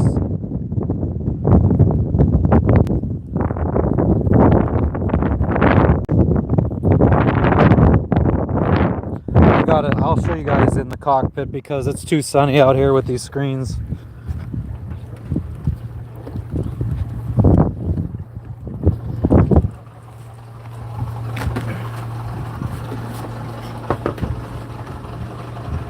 So, Frenchie, are we showing up on AIS now? Or have we been? So I said now our anchor is about 216 feet away because I walked like 25 feet back of the boat. The bearing right now is 135 degrees from us. Our allowed distance is 300 feet. So what that does is it sets a radius around the anchor of 300 feet. We have about 230 feet of chain out, I would say, maybe 240. And so, I mean, we should always stay within this radius. And if we don't, if we fall out, that means that the anchor is dragging. There's a problem. So this will alert us, and we could set text message alerts. So since we're on Starlink, we could go to land, and well, actually here there's probably no cell service. So yeah, actually I might not be able to friggin' get a text message about it.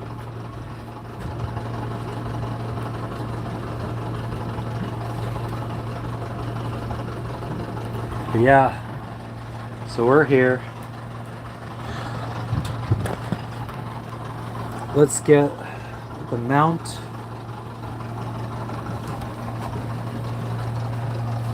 We could shut the engine off.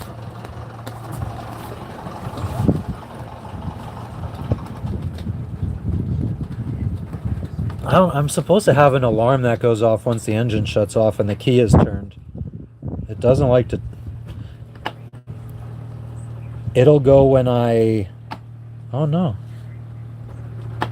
I wonder what happened to this alarm. It works sometimes. Really? Huh. I wonder if it's because I had pressed to start, but I never verified that it actually started. So this is the Marine Traffic app.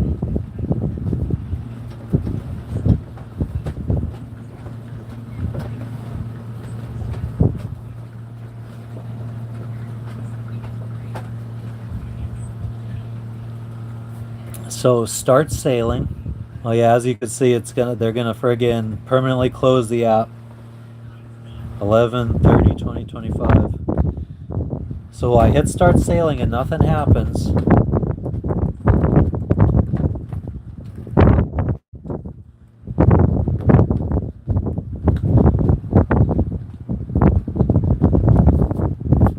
I also, oh.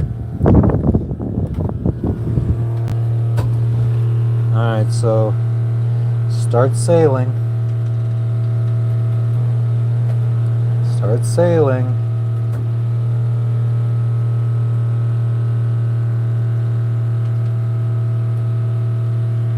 And this is, I backed out of it right when I got to this point, I think.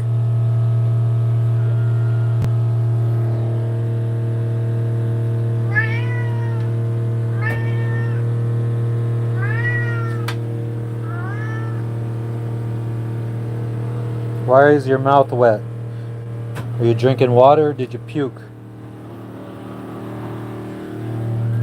We ran the water maker the whole time. Almost full. Think we could shut that off. Or we'll set it. Here's what we're going to do. We're going to shut it off. And then we're going to hold the button in. Wait for one beep. Now it's going to run for an hour and then it'll automatically flush with fresh water.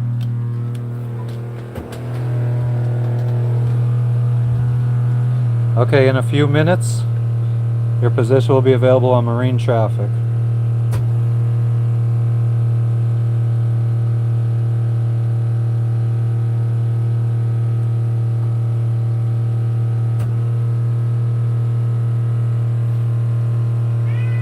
So it should update soon.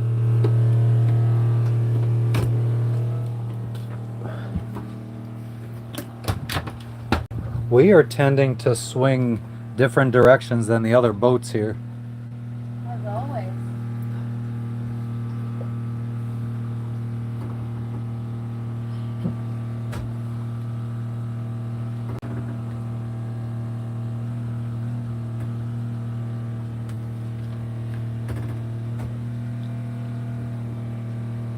We have an anchor sail we could try using. That would probably stop it.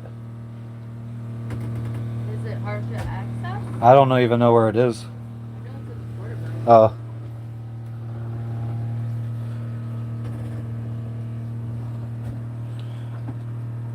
Let me know if our position updates, Frenchie.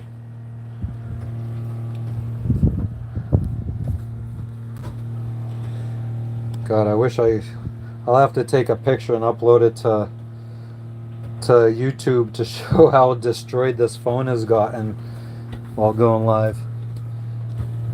I don't know. Here's the mount.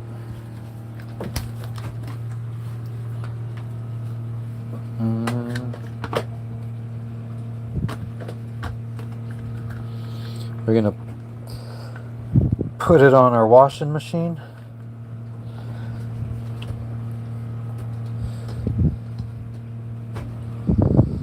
Sorry.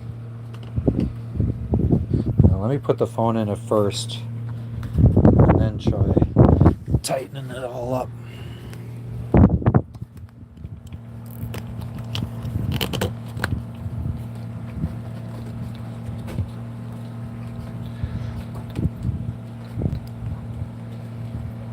Well, for example, maybe I'll try super gluing that.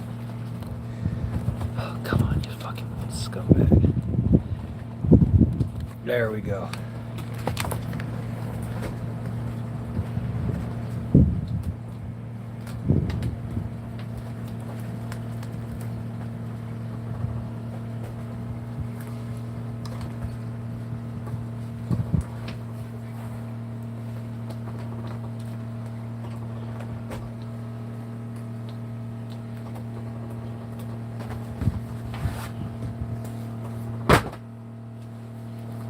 So what's up, everyone? We're here.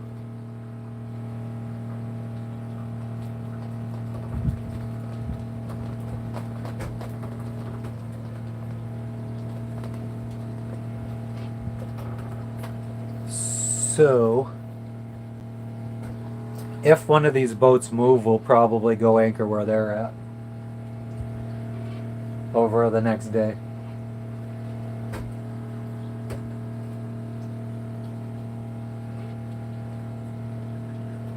Let's see who these boats are.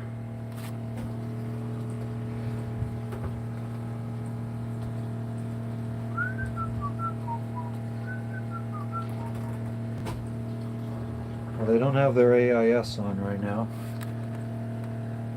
But no foreign land tells me.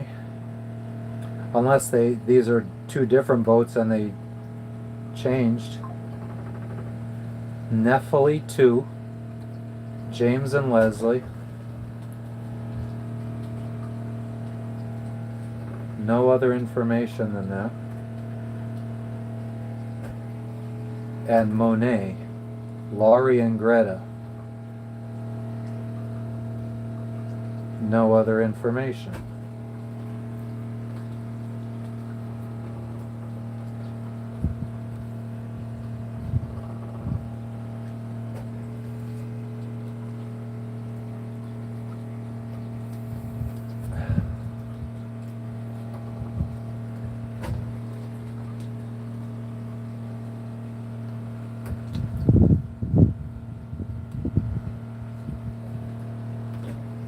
Okay, so Fiji.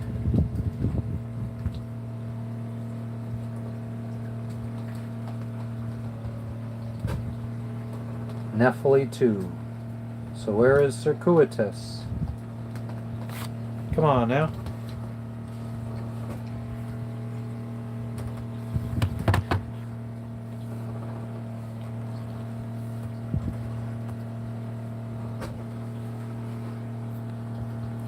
I think this, because they're deprecating this app, I think it's like, okay, we've had enough of this. It doesn't even fucking work anymore.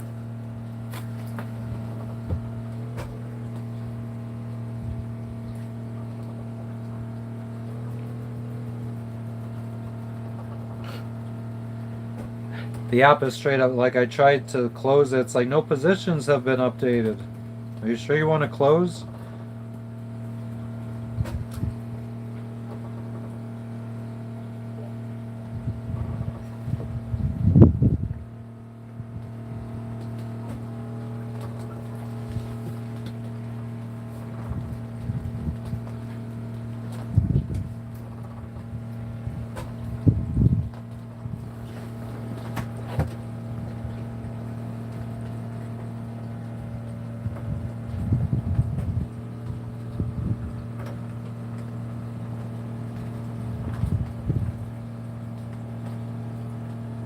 I wonder why we swing more than other boats.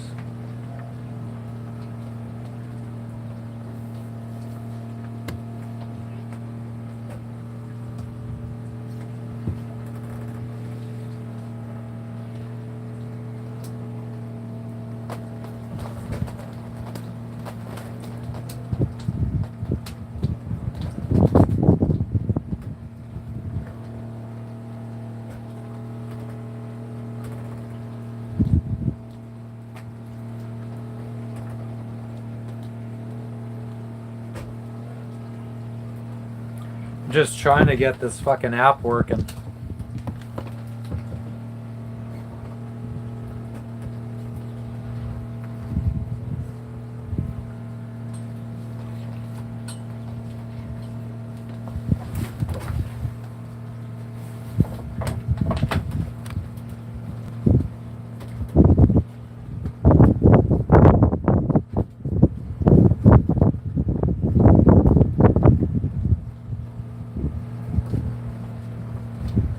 Does seem like the she was right about this friggin' connector.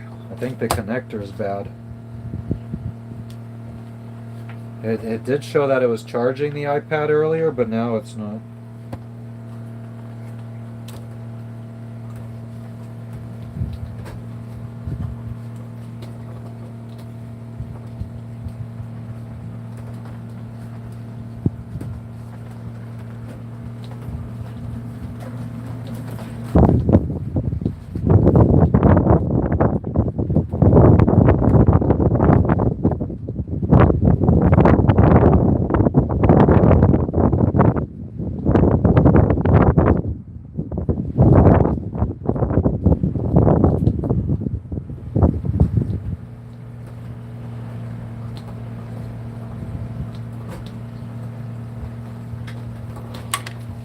try this one more time. I have an idea on why we might be swinging more. Well, first off, I might not have the rudder straight. Let's verify that the rudder is straight.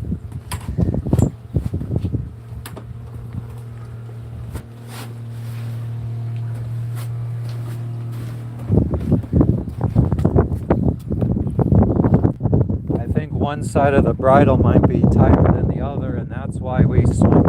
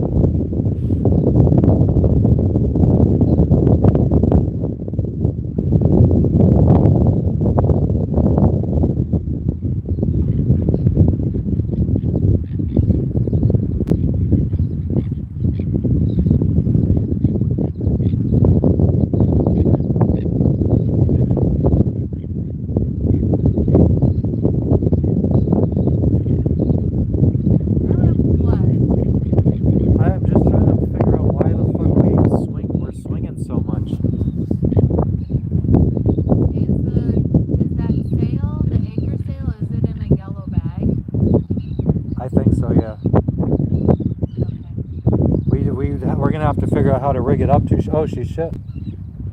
She did? Yeah. Wow, look at the massive Gotta make sure I get this on the charge. Yeah, she's been taking big shits. Yeah, the app is straight up telling me that it's not updated.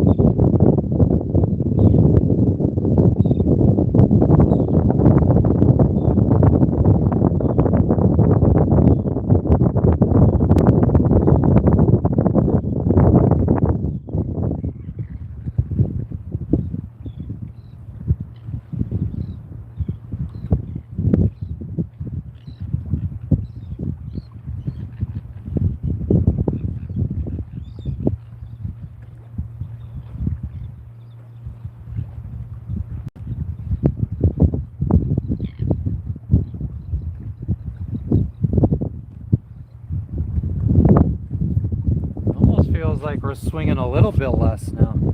I tightened up the one side of the bridle.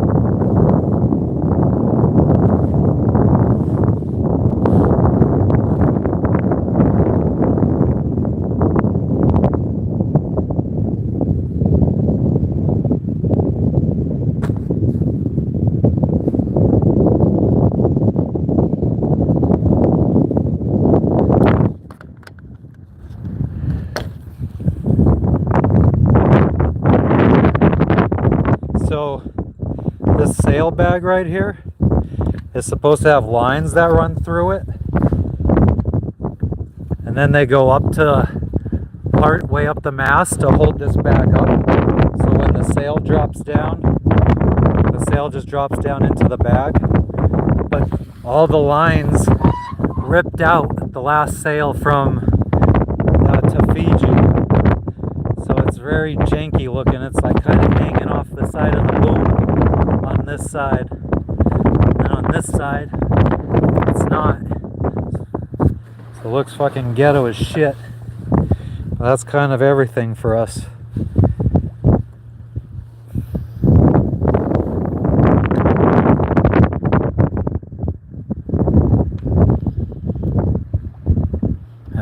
We keep turning so fucking much. But I mean, I guess that boat out there is also turning right now.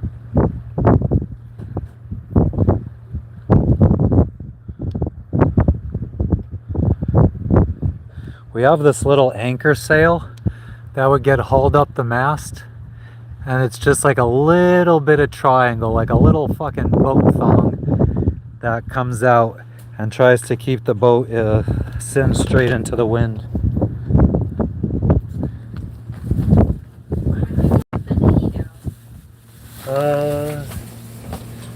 In a minute.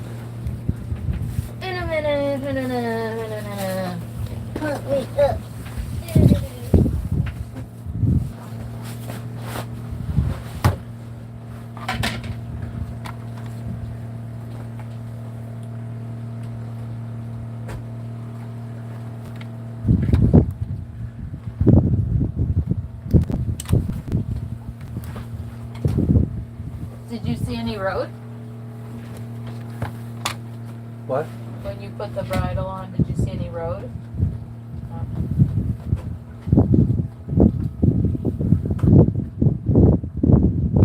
Oh, I think our position updated on marine traffic. Yep. I hate that for some reason it looks like we sailed through land the last couple days. That's just how it goes. It updates every hour, so it just draws a straight line from your position last hour to your position this hour. So if you go like here and then you go around some land in an hour, it's going to be like, oh, you went from here to here. Mm-hmm. I know. Hell yeah, Greg. We're anchored up. Alright, I'm going to turn that off then, the Iridium Go. Yep. I have some chicken nuggets in, okay? Okay. We got 3 boats here in the anchorage. So I don't know if you read, Jess, but it says that beach access is difficult at low tide, as others have mentioned, because the reef blocks you from getting to the beach.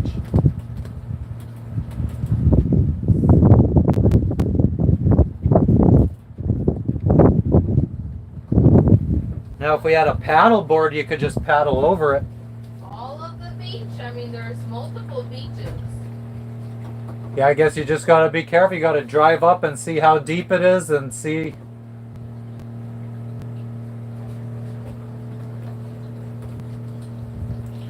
I don't know if there's any tide stations around here.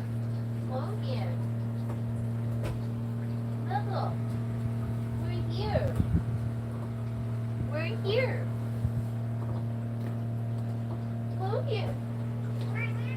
Yeah. We're here.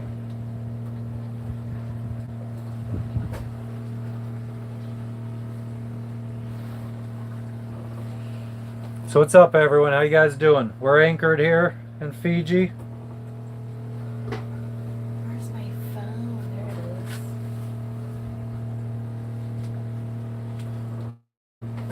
it is. So trying to figure out what the tides are right now.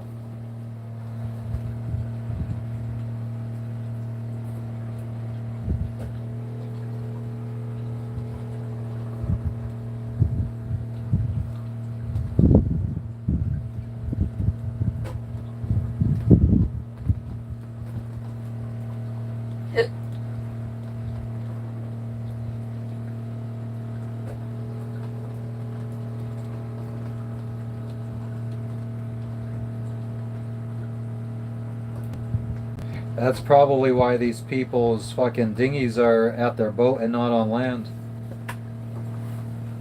Well, the tide's coming in. High tide is at 4:47 p.m.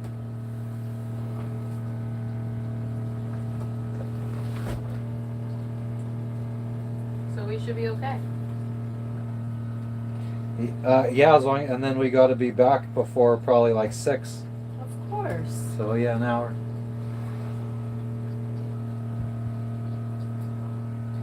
I'm not fucking going and making a bonfire. I just want to run around with Lexi.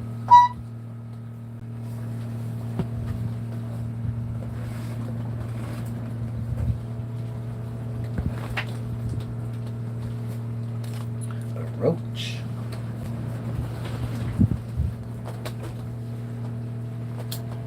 I bet you they're gonna go to the beach when it fucking's high tide too. Good.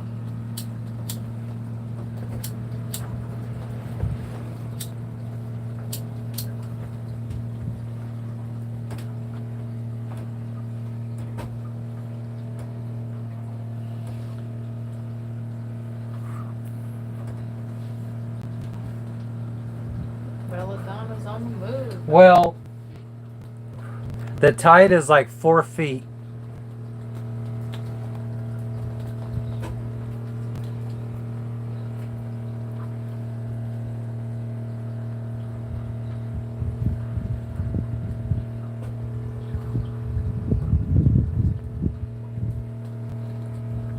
So like right now it's already halfway up. So it's about 3 feet it says right now.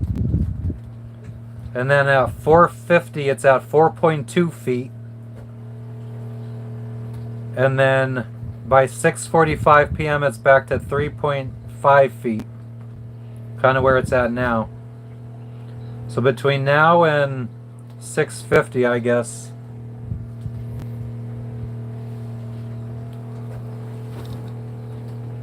The Valley only shows that they've been at least using no foreign land since Fiji. It just says currently sailing in Fiji. So because I just looked at their tracker. That is the catamaran, I believe. And the other one, let's see. Let's show our anchor. Oh, hey. So since we've been here, I mean, it seems like we're really swinging around. Sorry, I'm just fixing the part that's broken off of my... Actually, I could take a picture with my other phone and show you guys what we're working with. Okay, looks like they've sailed only New Zealand, Tonga. So You went in here. our anchor is supposedly around here. And then this is where we're at. So we got about this much of chain out. And we've just been kind of swinging here. Haven't really moved too much because of the southeast winds.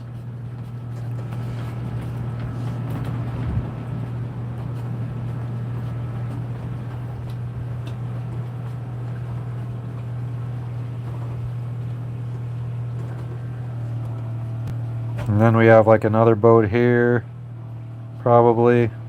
Another one like over here.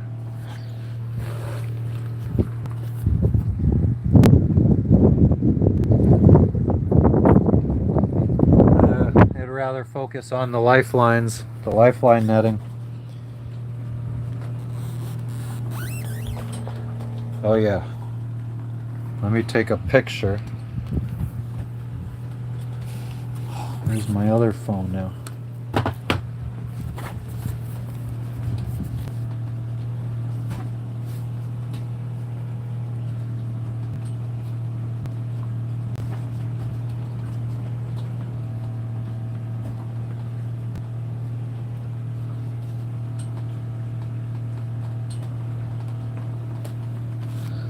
All right.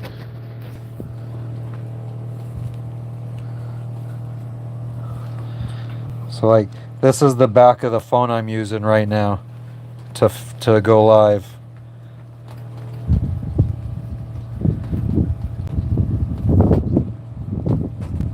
Oh, wait, that's not the...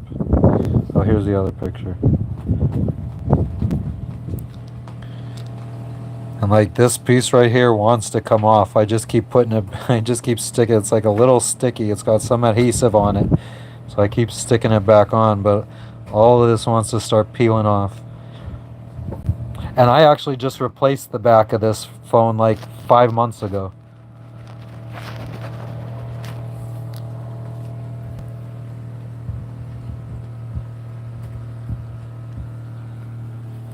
Alright, so do you want to get the dinghy in the water? Sure. Oh. What's wrong? Well, we need to figure out this iPad getting charged so we don't lose our anchor alarm. Yeah, I have a phone case, Greg, but then it starts impacting the. Well, actually, see, no, I guess I could get a different phone case, just like a regular type of phone case, because the ones I have are waterproof. So then it like covers up the cameras, and the case gets scratched very easily, and then the camera quality sucks. But I guess if I got one that doesn't cover up the cameras, but just as like not a waterproof one, but just one to cover up the back, I could do that. But this is like my old phone from like 4 phones ago. So like every year when I had my business, I was buying a new Galaxy, and this is like the S20. So like I still have an S21 I could use, an S22. I skipped the S23, and I currently, my newest phone is the S24, because I shut my business down before the S25 came out. So now I don't buy a new phone every year. But yeah, so maybe I should buy in a case for the S21 and switching over to that, because the camera quality will probably be even better too.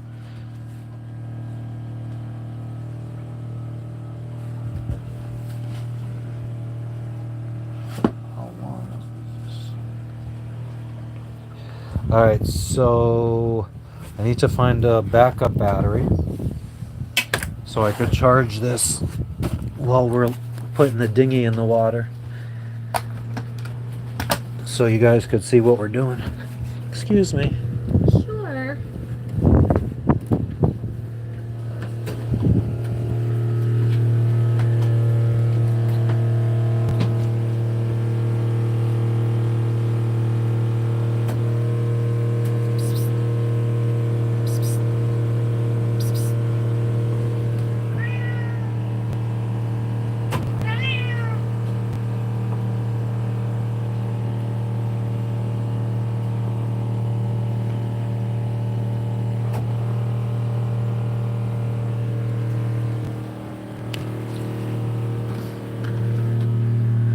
Backup battery.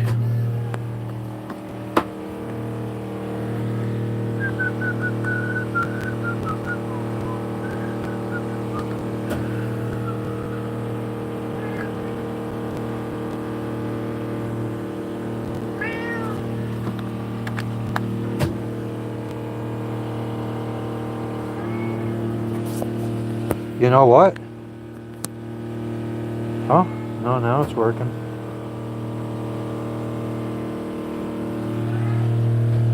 I want to be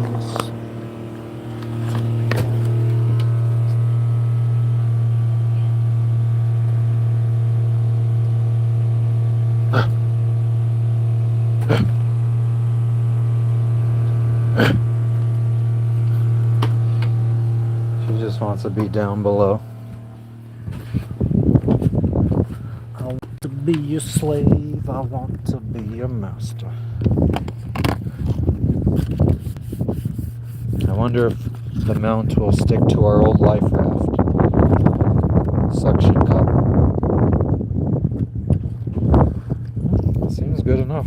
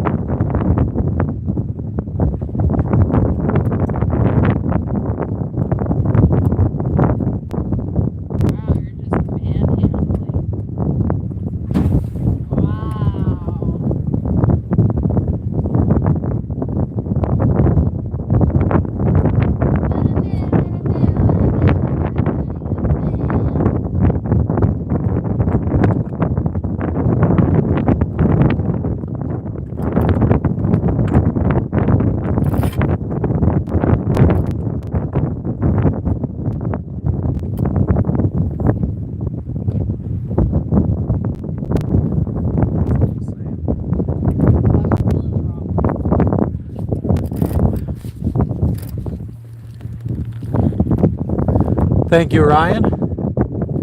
We're just getting the dinghy in the water. Thanks for stopping in if you're still here, Greg. Much appreciated.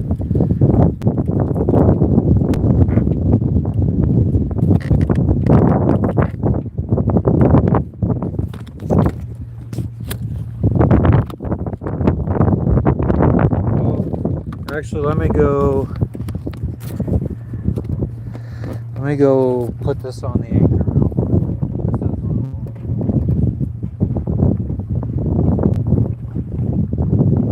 Okay, I'm gonna go flip the nuggets. Do you want this? I guess, yeah, whatever, doesn't hurt.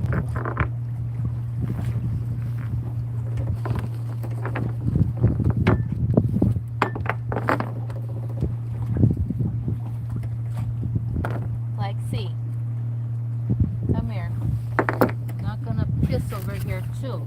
You can go piss on your little pee-pee pad. That's what that's for. You go poo-poo on your pee-pee pad. Go. Go poo-poo. Go on.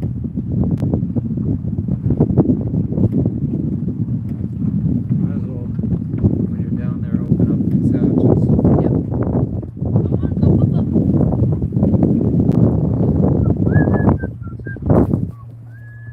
Oh, that is somebody's lancha over there. Yeah, it's probably a local. Right, and then I guess they had like a trap set up here. Then. Yeah.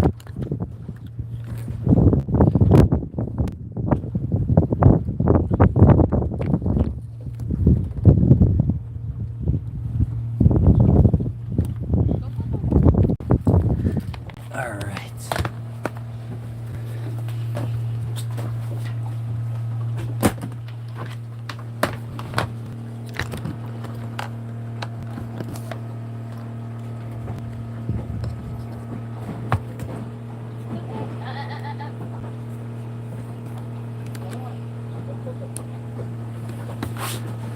So, we're anchored. Dinghy's in the water. We still got to. Your ashtray is over. My ashtray's over.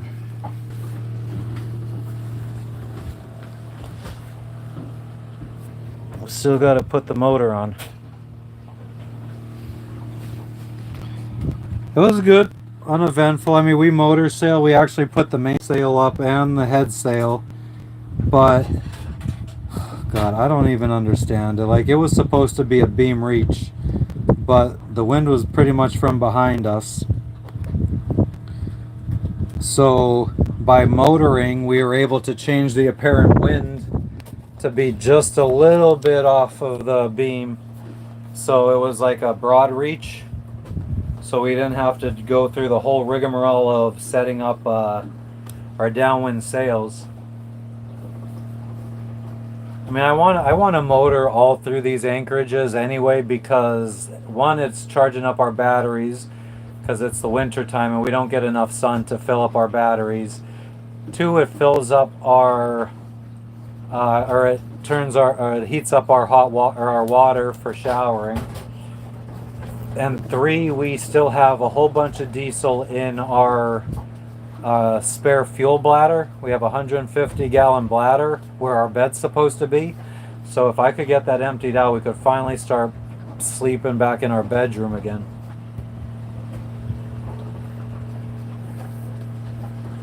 And have space to walk around downstairs. Yeah. So I'm not really feeling too bad about using up all this fuel. Takes a bunch of weight out of the bow too, because we have the bladder on, like where our bed is in the V-berth.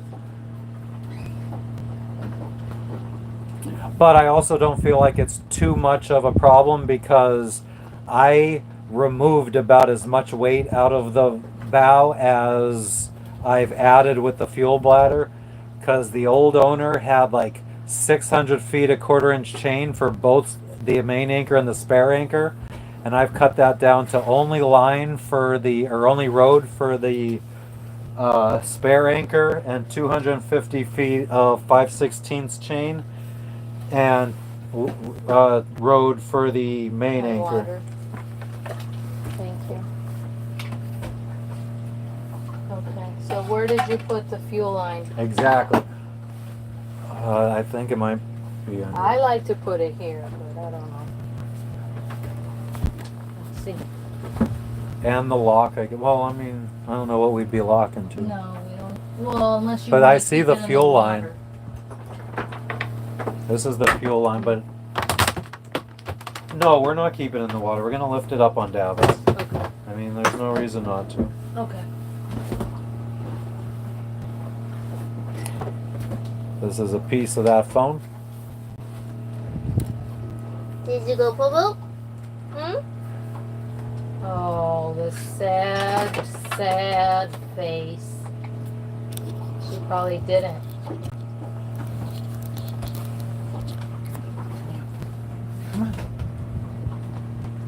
Oh, come here. Come here. You could jump. Don't fucking be a schlep. Oh my god. Come here. Jump. Jump. Jesus, Lexi.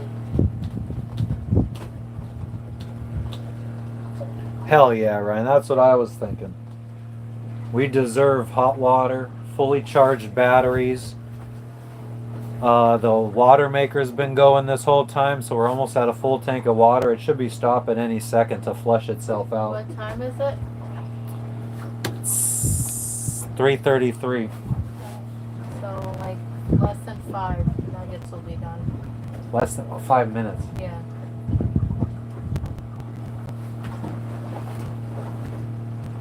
But yeah, so we're good. We got the dinghy in the water. We're gonna put the motor on, and we're probably gonna try to take Lexi to land, knowing our luck, because Jess wanted to go tell on the people in the marina for having a dog on land. But didn't actually happen. No, but you wanted to. So knowing our luck, these people will probably do the same to us.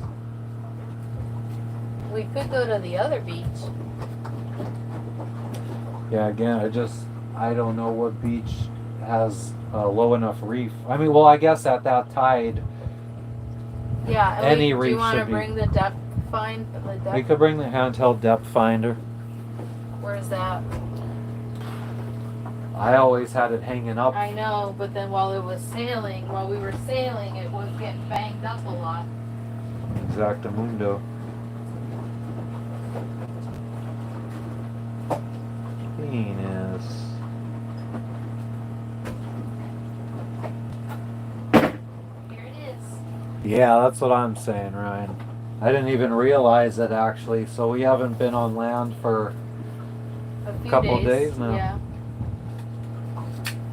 our Lexi's- handheld depth finder. Lexi hasn't been on land since like almost a week before heading out from Bora Bora. So Lexi hasn't been on land since. Almost a week before heading out. I mean, that's meaningless. So what day or I don't month? fucking know. Do you That's remember why I what month? said it that Do way. you remember what month? We left in May. Late so, May. So I mean, it's safe to say that Lexi hasn't been off the boat in about 2 months. Yeah. I think that's a little bit more descriptive than since a week before Bora I Bora. wasn't telling them, I was telling you. Oh. Well, yeah. I mean, I know that she hasn't been off land on land in Fiji.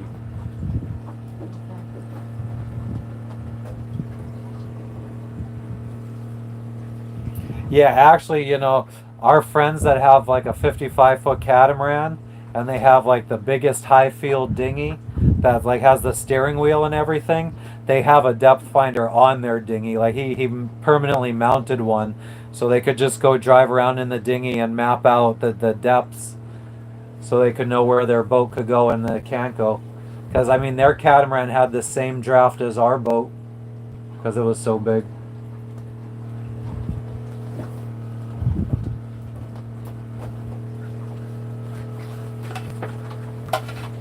That's what I would like.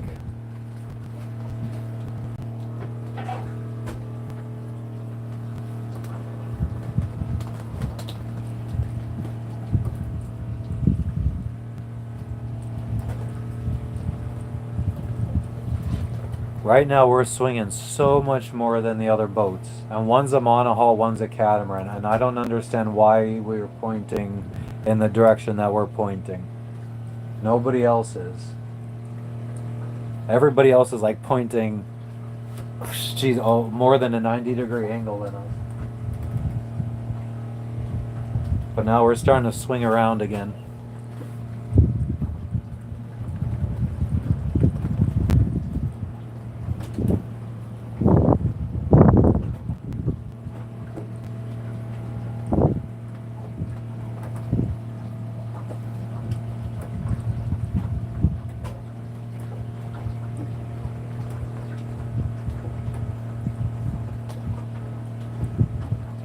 I gotta give this dog credit. She is somehow able to just wedge herself in, like after the fact that I'm already friggin' sitting down. She's able to friggin' get her ass back in this little crevice. Beans. What are you doing? Oh. Oh.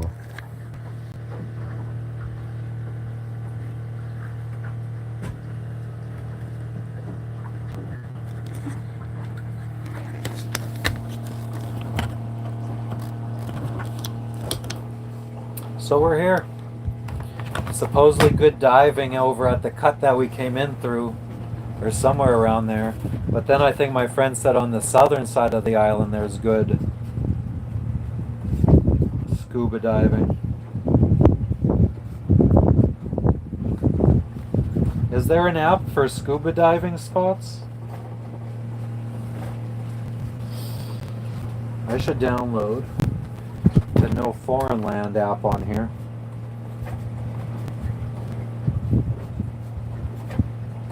How do you download? App Store.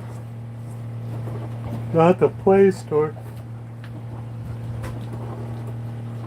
Yeah, we're definitely gonna go. I just hope we end up going to the right place. I think there's also snorkeling spots too that we could do.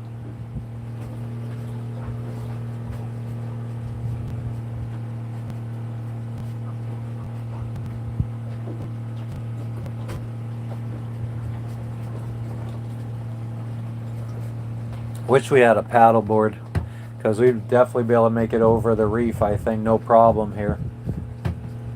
But we gotta wait for like they said it's quite difficult to make it over the reef at low tide. Right now we're halfway between low and high.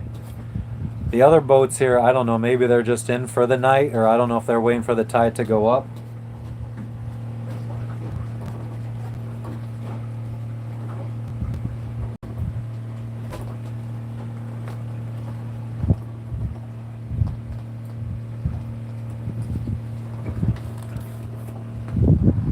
Gotta still roll something up for the beach.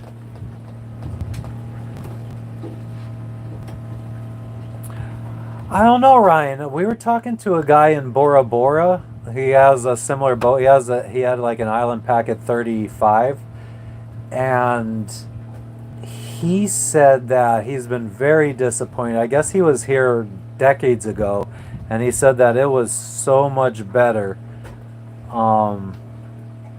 He said that it's all the corals dying out, at least in French Polynesia. He was saying that all the spots he went to is so different, and it's lost all of its color and most of its fish.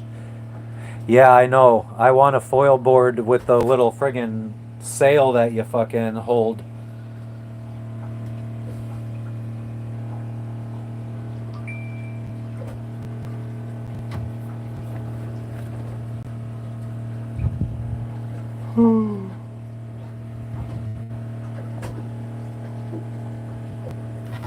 Jess. What? Did you know, I think fucking La Vagabond made a fucking No Foreign Land type app as well. I think it's been out for a while now. I think that there's another app that they made. Wow, look at that, trying to be innovative.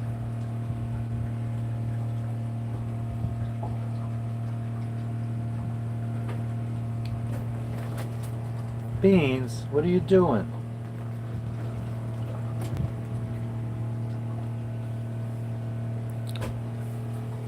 I'm wearing Parker right now, but hell yeah, Moreno. How you doing? Where are you tuning in from? I got Ginobili jerseys though. The only one I can't find that I'm so fucking pissed off about was I had a Rodman Spurs jersey. And just while we've been sailing, it just disappeared at one point. Years ago. It's been missing since probably the first or second, probably the first year we started sailing.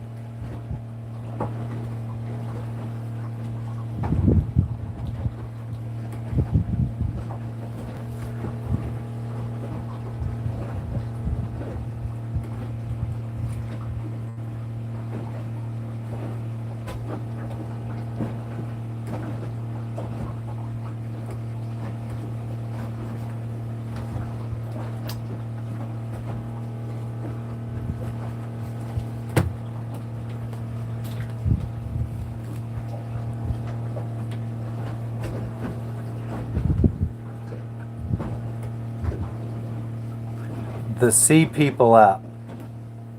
An hour from the catastrophic floods. Oh yeah, yeah.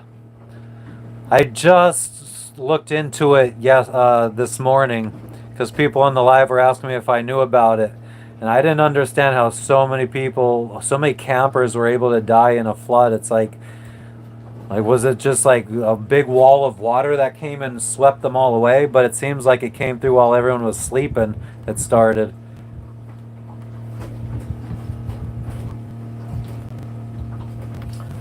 I want to be a slave, I want to be your master.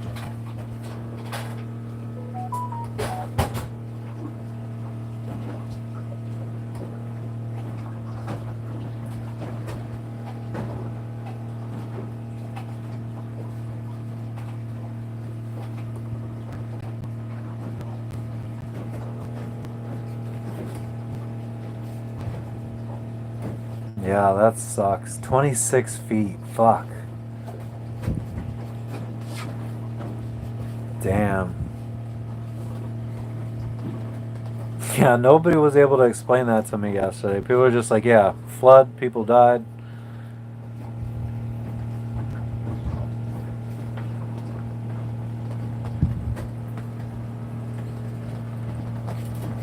Oh, I didn't go fast enough.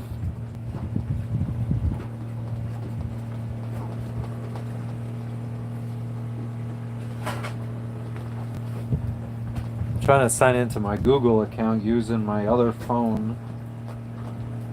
Fucking technology is fucking rough.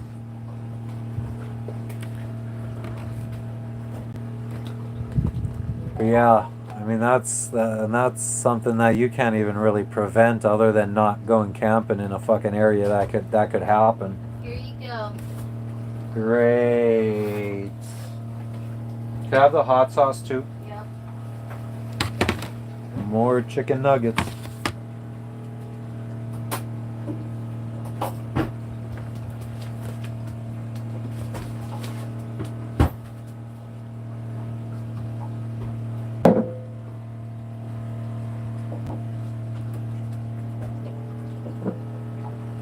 I saw, thank you. No, I just thought it was out of your reach.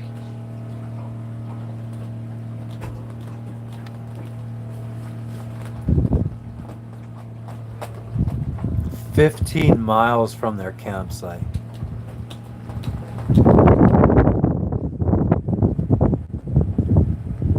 Damn, man.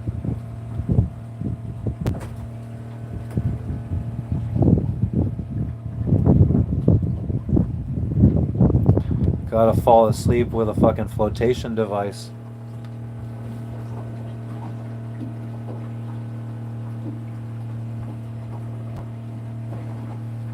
Turn the brightness down. No foreign land. Fermented hot sauce.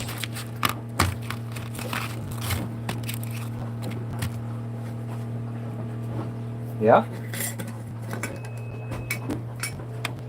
The water maker. Just stop making water. It's going to flush itself for a minute and then turn off. gonna flush itself with fresh water from the tank and then shut off.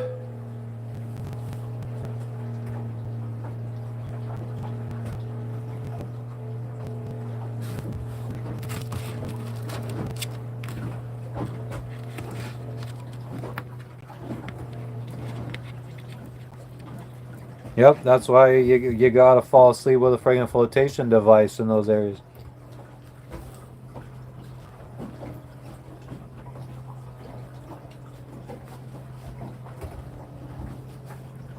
Wear a life jacket to sleep while you're camping.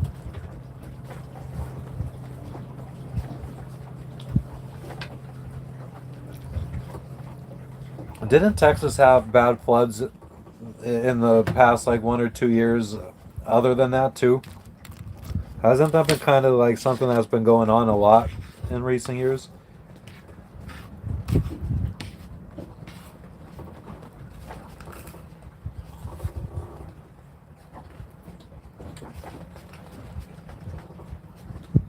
Come on, I just want to get to the app. I don't need to be shown how to use the app. Oh my God.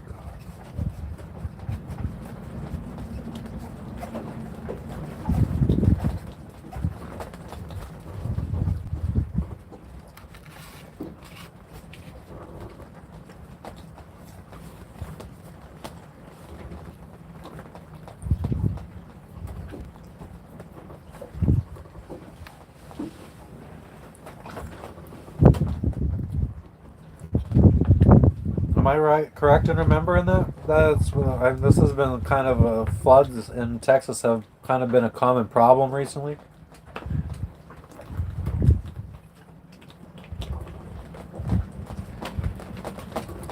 I think they might need to have some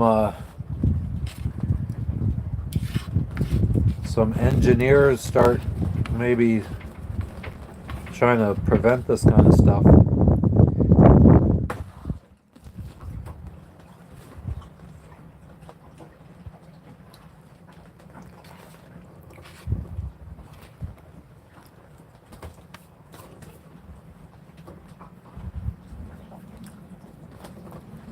In Pennsylvania, when there's bad years where there's tons, like fucking 15 feet of snow, and it starts melting, it starts causing these insane floods. So I mean, they've had to kind of engineer riverbeds and stuff to be able to handle that.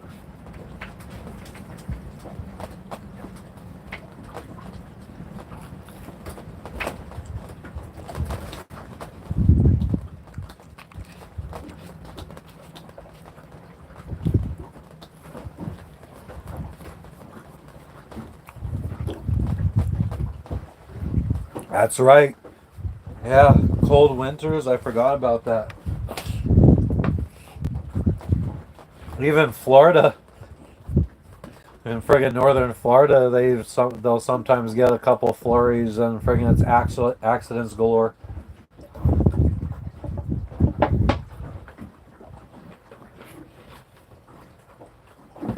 What? Dog staring at me. Mmm, this is so good. Hot sauce. Mmm. Oh.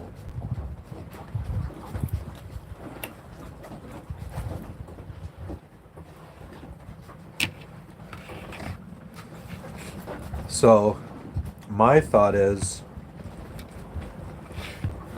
all these illegal immigrants,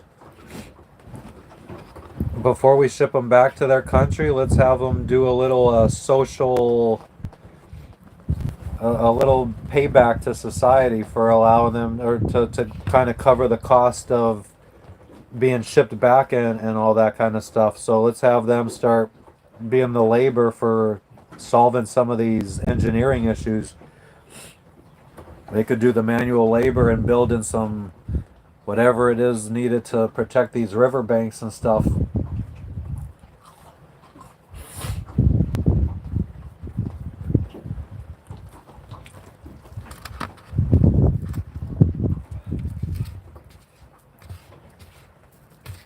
Mandatory 1 or 2 months manual labor.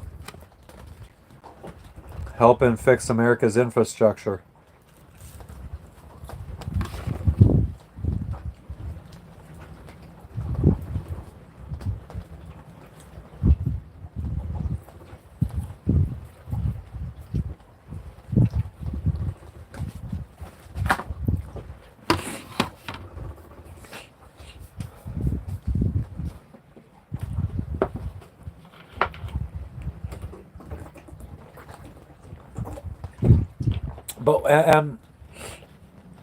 But I mean, wasn't it like known that Katrina, like that New Orleans was a problem? Like, didn't they like know that they should have been reinforcing that waterway or whatever that flooded a long time ago, and it was just neglected, or they failed to do so? Or am I misremembering that?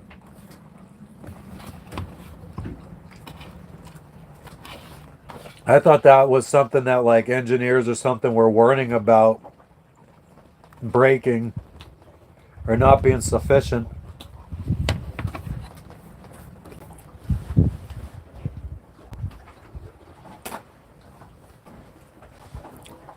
But again, I mean, like, if that was the case and they didn't do it because money problems or because they didn't want to drop the money, using illegal immigrants that before we send them back as some cheap labor, free labor, basically. Although we got to house them and everything, but maybe it would help ensure that some of these projects actually get done.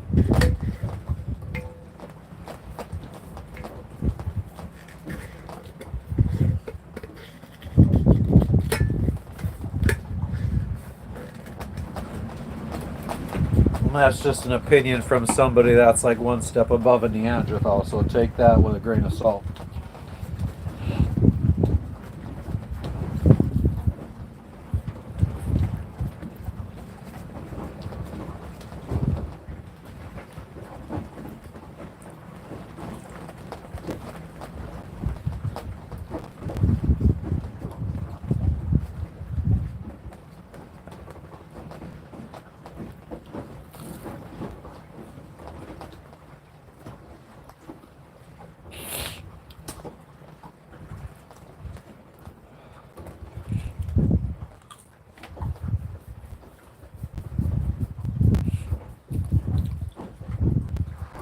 The jar I used to ferment this hot sauce wasn't big enough, so I couldn't put all the vegetables that I chopped up. I think I went a little bit too heavy on the carrot. Should have had more of the bell pepper. There was definitely plenty of habanero peppers in there, but the taste is just a little off for me.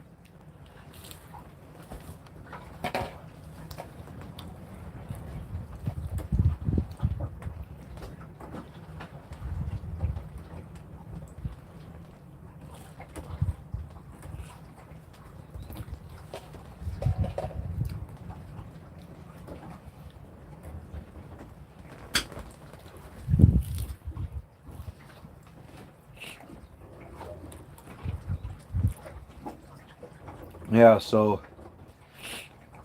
who knows what the problem was there? Probably money. Politicians were too busy lining their own pockets.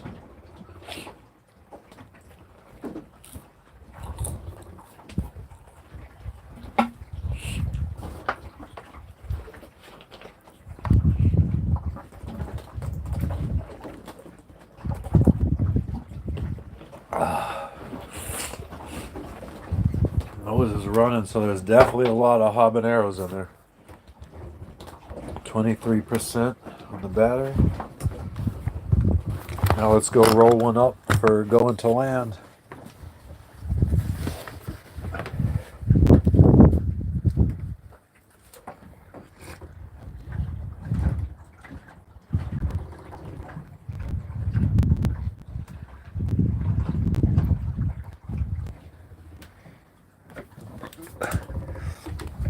I don't have as much balls to go as close to land as they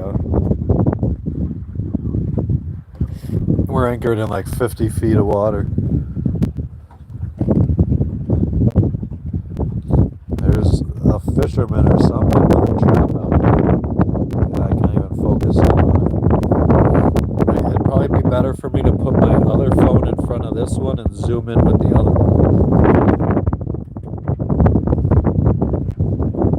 Hell yeah.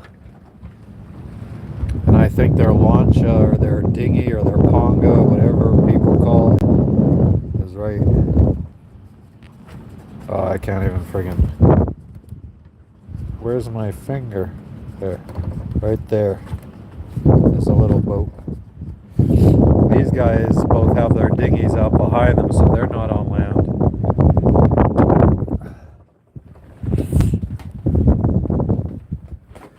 Oh, and I do gotta bring in the... I wonder if it'll suction cup down to here. Then I could do this. No, this. It was right.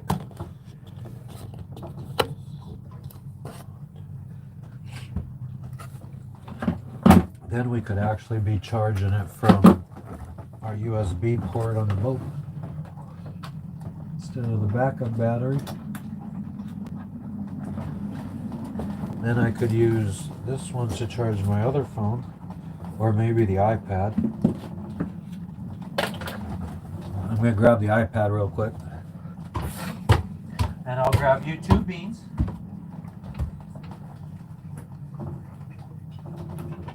I want to be a slave, I want to be your master.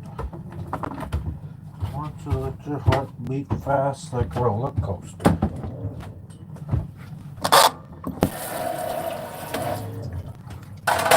Come on, let's go. Come on. Yeah! Who's that?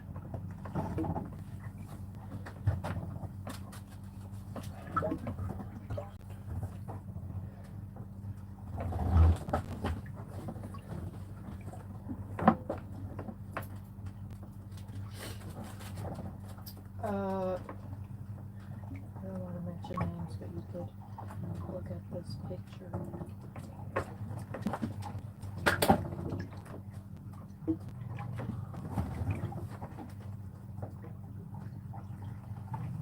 What? Amoebas.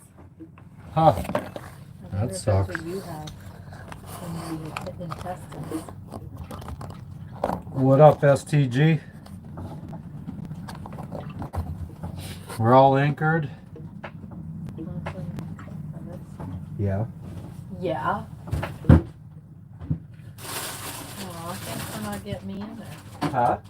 Thanks for not getting me in.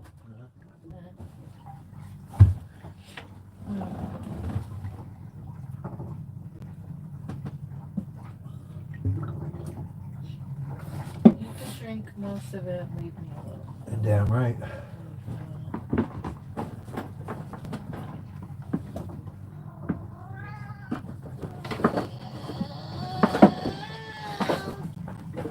Hello again.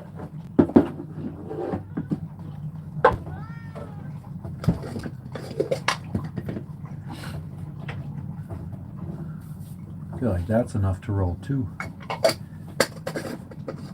What's up, Ali? How you doing?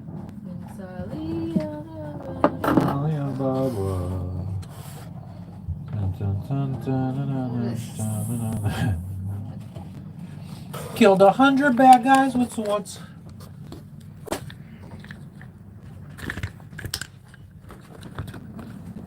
Oh, now you're in it. Oh.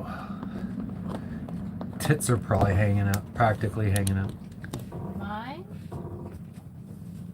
Oh, you guys probably saw it. Yours. Oh.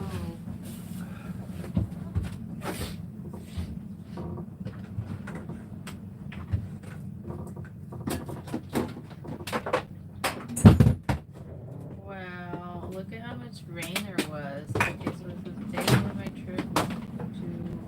Where in Texas? I have been... Where's Walt Disney? Oh, this is Walt Disney World in Florida. That's in it's like Florida. it's in Just said Florida. Kissimmee. Yep. Good job. Wow. So ultra specific. But it was like downpouring, and then they were still doing a parade, and people were out there, literally at Disney, enjoying their parade.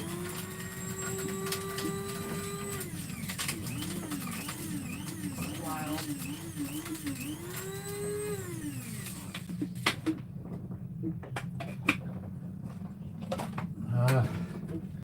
I don't think it's gonna be enough for two. We're gonna try to make it enough for two. Very sad about what happened in Texas. I know. Yeah. We were talking about it.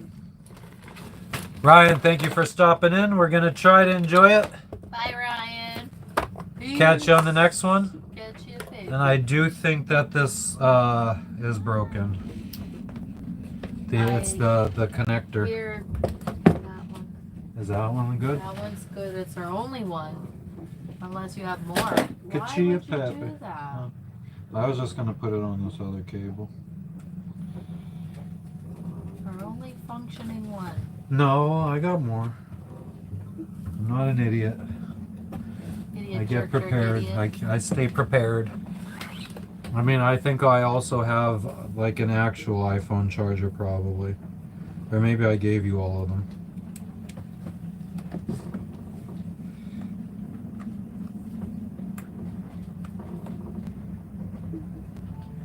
There we go. We're charging. Ali, do you know people in Texas?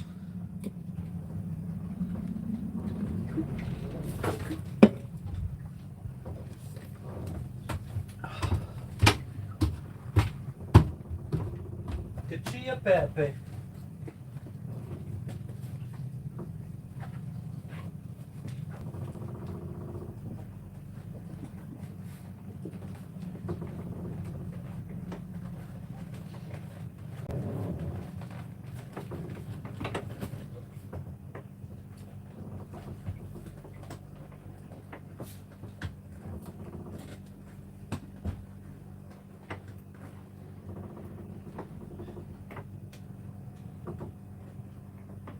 Oh my god. What is happening? I'm trying to friggin' roll up this one window out here, but I can't get the button to stay in. Jesus. God almighty. There we go.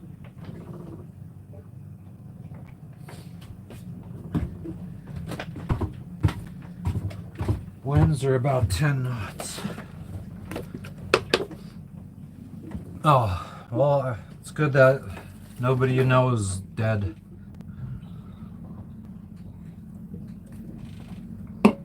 I don't think I know anybody that was too impacted by it. I haven't really browsed my Facebook too much. Yeah, and you literally have family in Texas. I have family in Texas. I don't know where my family live. I don't know where these floods were. But nobody's friggin' saying rest in peace to anybody or anything, so I don't think they,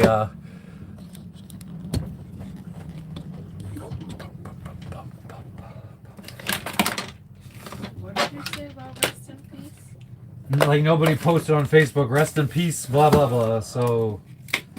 Let me know when you're ready to go. Oh, okay. I mean, are you bringing anything? I'm not bringing anything. It's supposed to be quick and for her. I don't want to be there for like that long.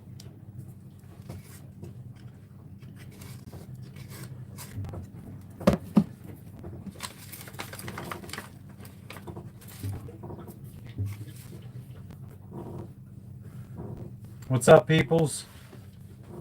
We just anchored in Fiji. We island hopped today. From one island to another little tiny one.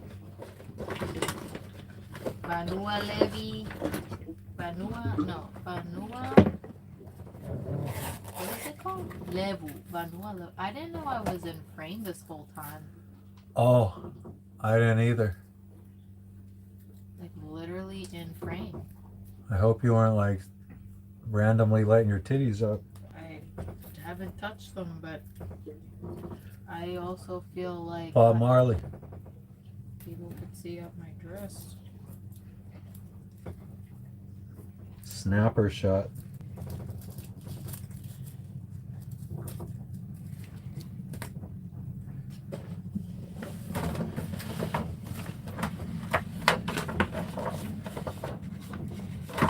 So one thing had to learn real quick. Gotta wear clothes at all times nowadays. Never know when I'm streaming live.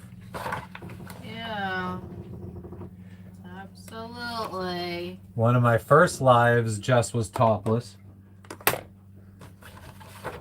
Luckily, I was able to friggin' take it down before any viewers or anything saw. Be banned right now. Yep, I'm pretty sure one time. What's up, Jayesh? Jake? Somebody saw me use the bathroom. I'm pretty sure. Who was it? Nobody said anything, but Oh. I'm pretty sure that you can see. And I didn't want to go back and look on that live.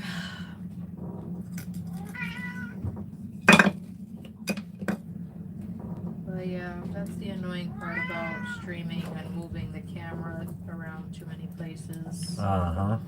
Because you don't know where the camera is. Well, I remember. So when you had mentioned that, I had it mounted over here, but it won't stay suction cupped to the friggin' the countertop. Like literally this part of the boat is the only place that it suction cups. I could try.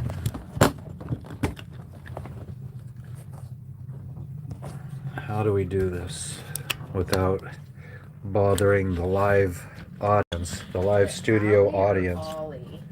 Pretty sure it's Allie because it's Allie Maria. Allie? Allie, like short for Allison.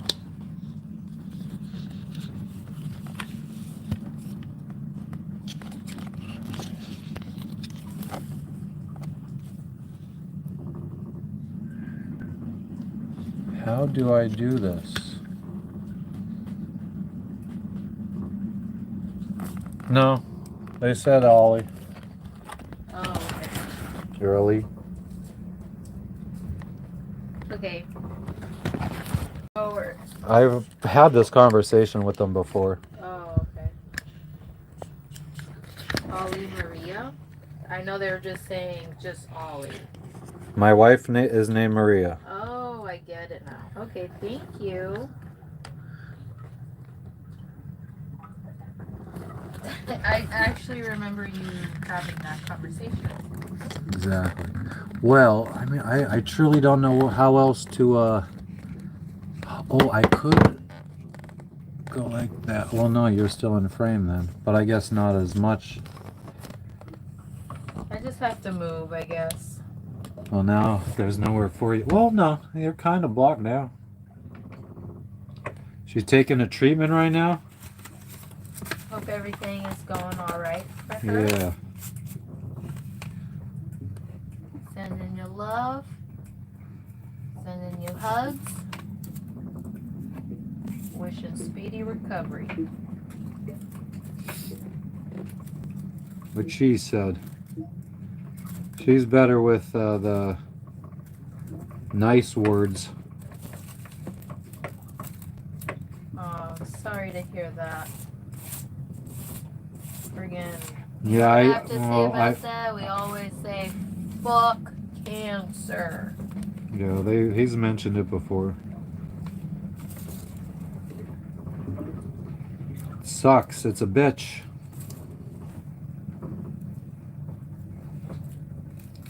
Knowing my luck, I'll get it too. My mom's dad died from it. My mom died from it. I mean, luckily on my dad's side, most people have lived long, prosperous lives. But I think I have a bit more of my mom's genetics. I mean, everybody always says I look like her. You look exactly like her. Like, literally spitting image, only with green eyes versus blue eyes. And this is how experienced I am. Can't What? fucking roll. Oh.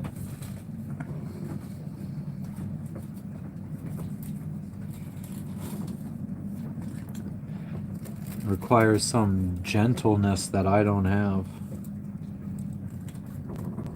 That you won't get from me. Exactly. Exactly.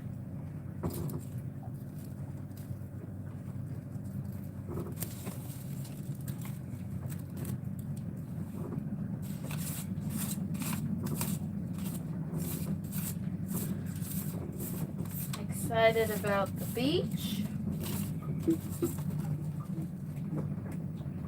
Yeah, truly have to enjoy what we're doing, or try to as much as possible. I try to be in that mind frame.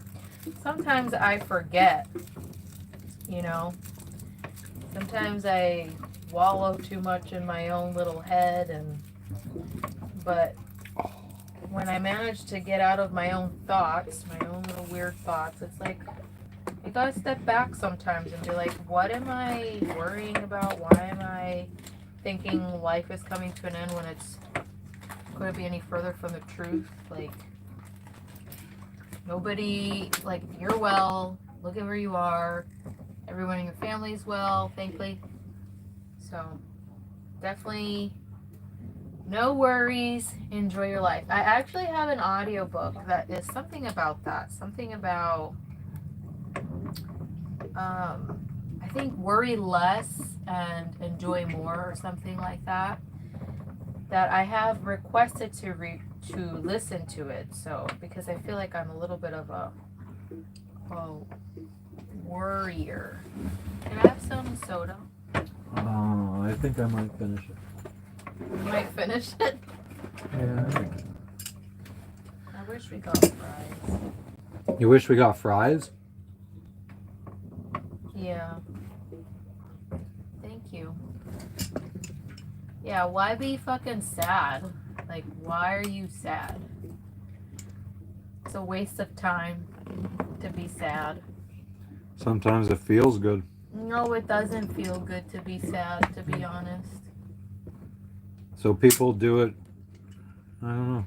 It feels good to cry because it's like a release from sadness. The sadness that you, or emotional release, feels good to cry. I've never been a crier before in my life, but as I continue to age, I find that I'm a little bit more weepy and more sentimental, and a good cry goes a long way. Shed those tears, wipe them away. Welcome, and keep second. moving.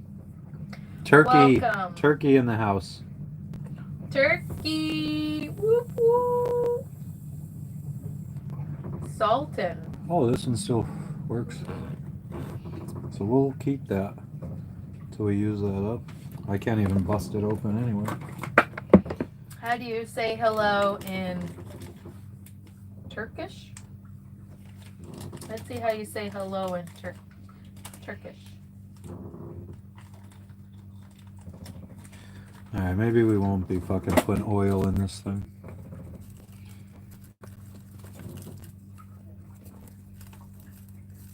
Hello in Turkish language. Merhaba. Merhaba. Let's see. Merhaba. I feel like she's saying it so softly. Merhaba. Merhaba. It's M-E-R haba. Lorraine, what's up? Merhaba. It's like a soft R. You gotta. Or selam.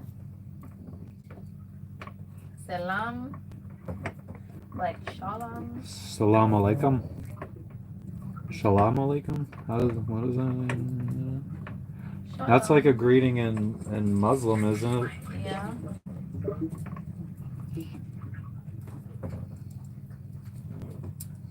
Never What's up, perfect. Lorraine? Welcome I know back. you were on earlier. I remember you. How you doing? Welcome back. I don't know how long ago you were on the chat. I know earlier in the day we were sailing. Right now we've anchored. We've made it to our destination. We just finished up our lunch. We are drinking Coca-Cola, sharing a Coca-Cola together while he does things. I'm done. You're done? Mm-hmm.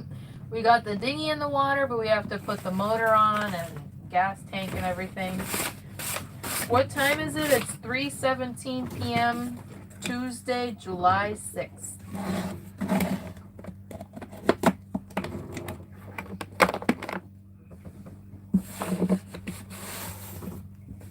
We are Tuesday, July 8th. What the hell am I saying? we're the first country for it to turn the next day? They're like, we're the first time zone, Jess? Yeah, we are. We are one of the first. So, when you celebrate New Year, we're one of the first countries to celebrate New Year in the world. We went from one of the last countries to celebrate New Year to one of the first ones. All in the same ocean. All in the same South Pacific Ocean. 11:30 at night in Toronto for Ali. Wow. We are having a blast. Yeah, especially with fed bellies. I always think of food.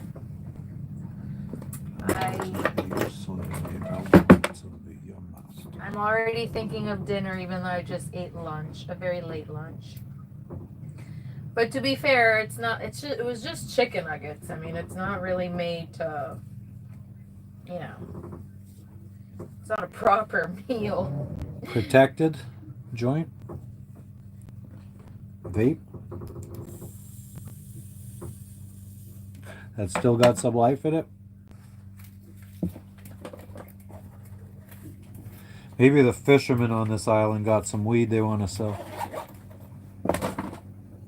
So, Yadua, do you know what Yadua means? Jess?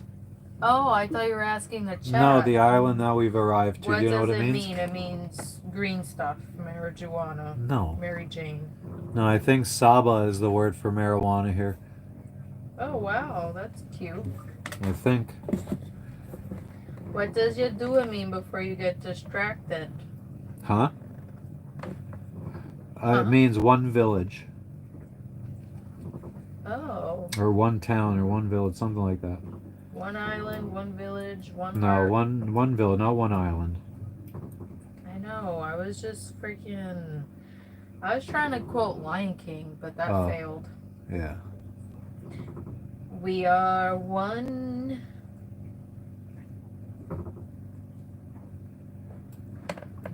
All I have to do is type in how to, and the first thing is how to say marijuana in Fiji. Saba. Or sometimes Chimbi. Chimbi. Chimbi. Chimbi or Saba. I want to go smoke some Chimbi or Saba. Anybody out there in Fiji know where we could get it? You can get it. Well, Jess is a really big pothead. Oh, yeah. Alright, I guess we can... Lorraine is a poet. Okay. Nice.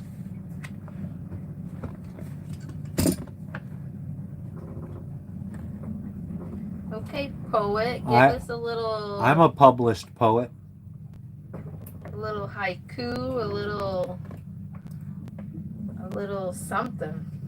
I'm not super into poetry, to be honest. I think it's too lyrical.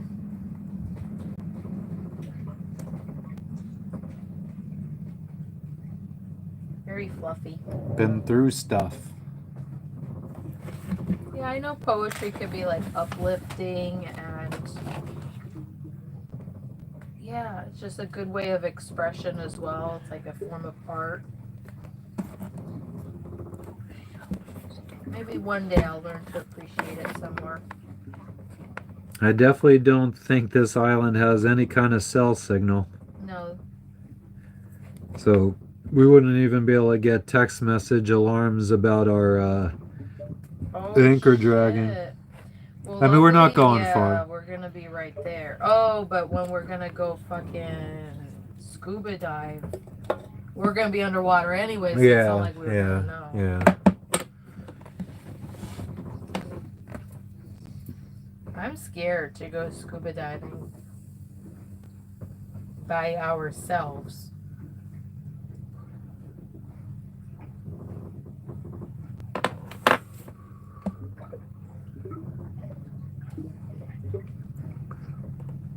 Lorraine, I'm not really following. Is this part of your? Are you telling us the?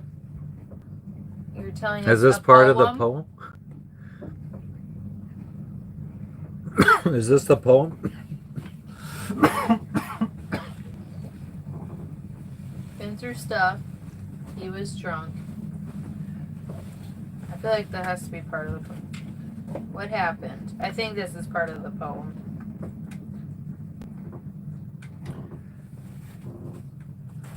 What had happened was this drunk man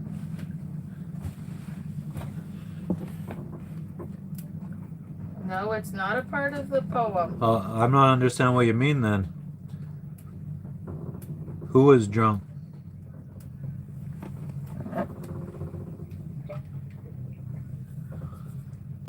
Is that the stuff you've been going through? This him being drunk? Drunk. Are you living with an alcoholic?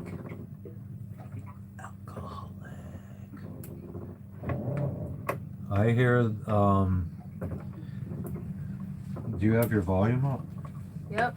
I'm picking the nail polish off my nails. In case anyone was wondering. I know you guys don't care, but I don't know. I was just saying because I heard. I know why you were saying that. It has nothing to do with what I just said. That's just wondering how you don't even breathe in between sentences, so it just sounds like one run-on sentence. I just said one thing that didn't relate to what you were saying.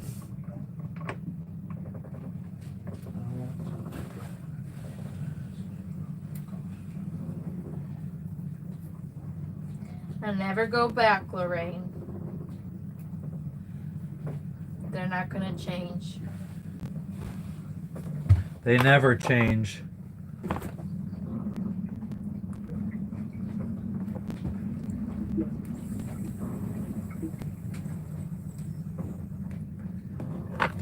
It's sad, but gotta love yourself first.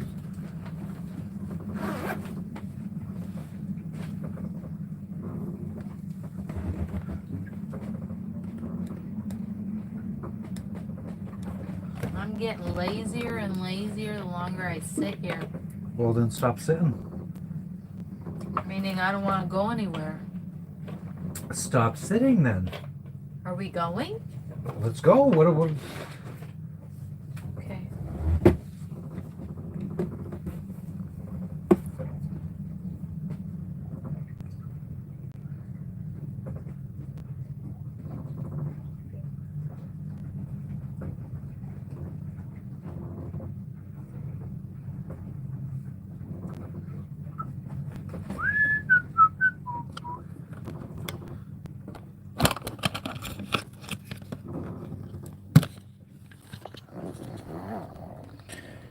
James, wouldn't you like to know? It sounded like somebody coughed. Yeah, there's somebody right outside of our boat, I think. Hello? But no, I'm going to show you. Oh, hey, what's up? What is it?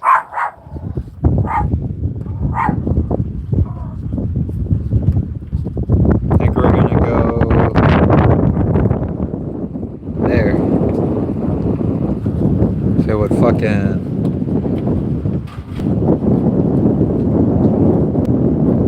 over there.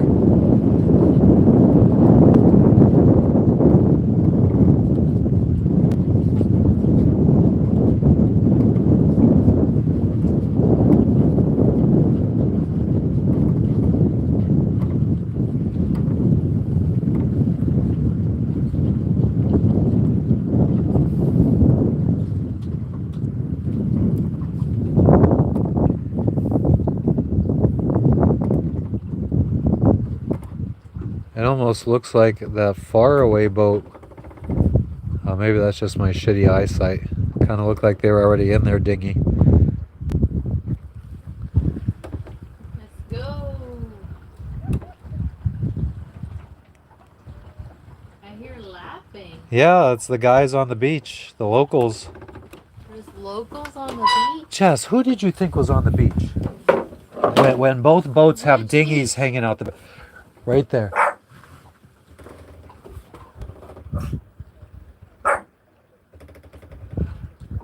Like, both boats have their dinghies hanging out back, so we know that they're on their boat. Maybe we should go. Oh, they took their yellow thing from over there. Yeah. So then, what's that white thing over there? We're just gonna have to be careful because it's shallow. There's reef. James, it's 4:28 in the afternoon. No, it's 3. That's 3:28 in the afternoon. This phone is 1 hour fast.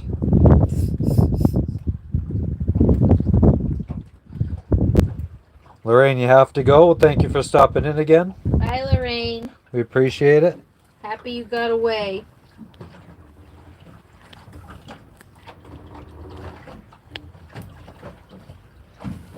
All right. So we're going to put the dinghy's in the water. We're going to put the motor in the water. Or put the motor on the dinghy. Did I bring the fucking mount out? Here, Get out of the way. yeah, I was going to say it nicer, but... Aww.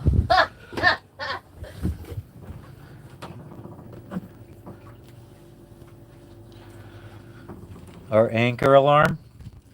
We've just been sitting, swinging back and forth this way.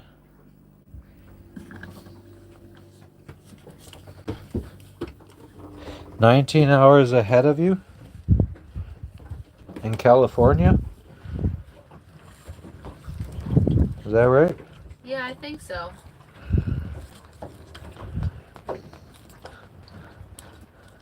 Thank you, Yeah, Ali. 'cause Thank you, Lorraine. 16 hours ahead of Eastern, 19 Oh, hours okay. ahead. I don't know. I still don't understand that, but yeah.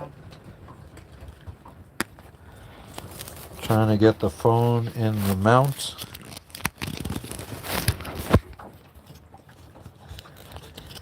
And then, actually, I might have to take the phone out of the mount, put the mount up.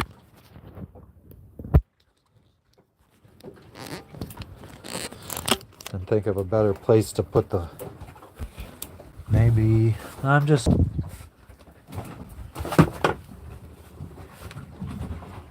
so this might be the, thank you, James. I'm just trying to figure out how to mount this to have a view of us putting the motor on the dinghy.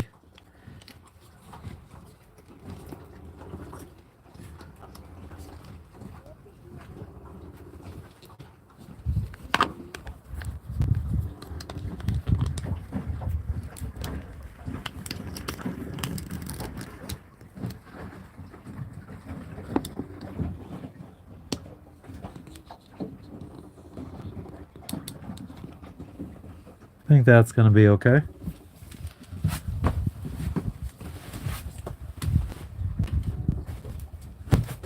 All right. Take the gas can.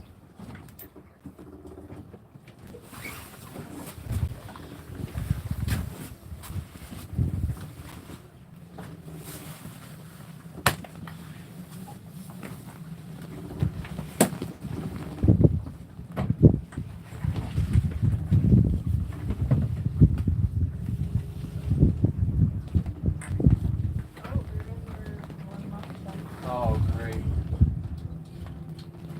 They're going to see us getting ready.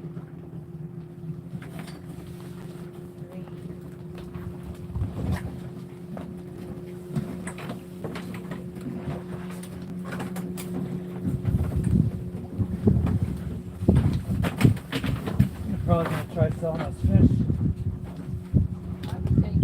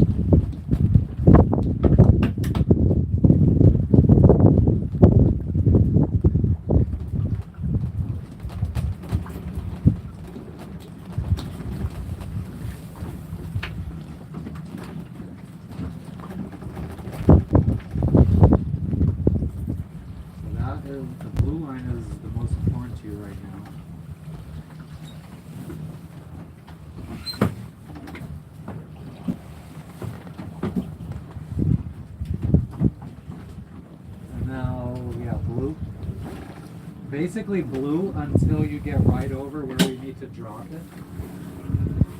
And then white and blue at the same time.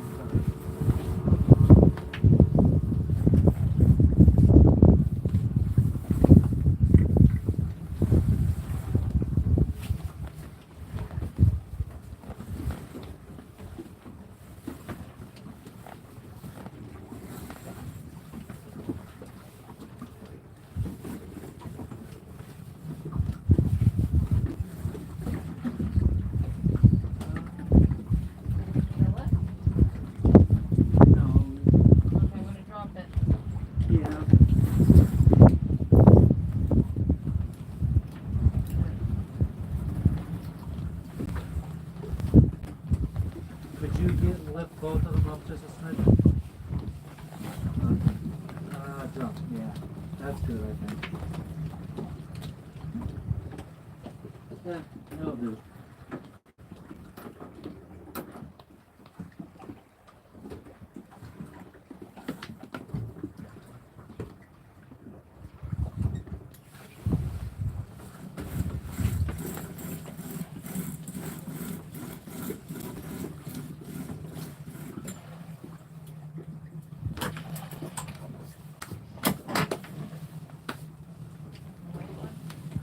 What? Does it look like, did those guys not want to go over to that first cabinet? Oh. Looks like it. Huh. Well, one boat, the catamaran has only sailed in Fiji, so that might be like a local boat. Okay. Might be Fijian. Is that a Fijian flag? Oh, it could be actually. Well, everyone's flying their Fijian flags.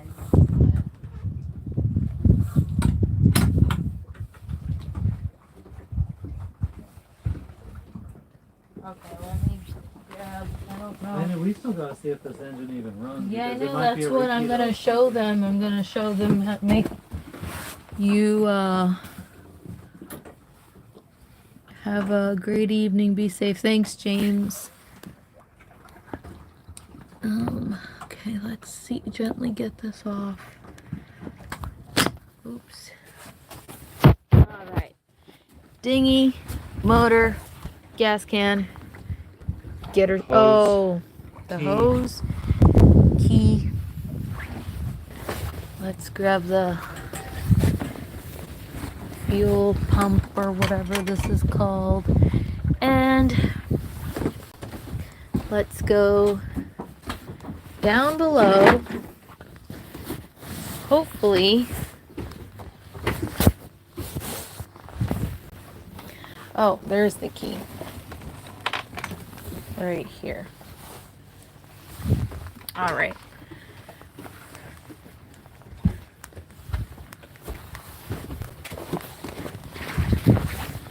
Key.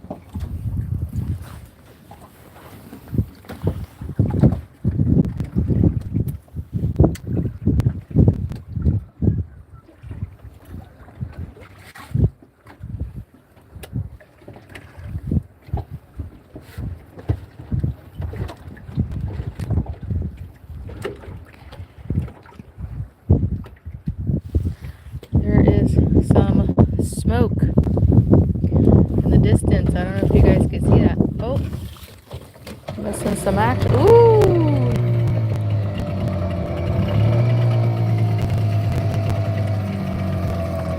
You got her going. So I don't know if we're gonna go to that smaller beach or the beach directly in front. Like, we're not supposed to be taking the dog with us, but we're gonna try just so she can just run, because it's been a while. It's been a couple months for her, and oh, the cat is out. Hi, kitty. Hello. Hello, boy. He's curious. And there's Matt. All right, let's go get the dog. All she needs is this. That's such a good boy.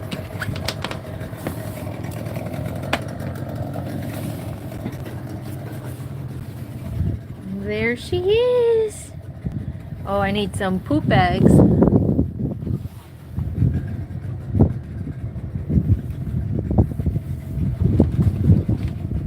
All right, do you wanna Say goodbye. say goodbye? Say goodbye.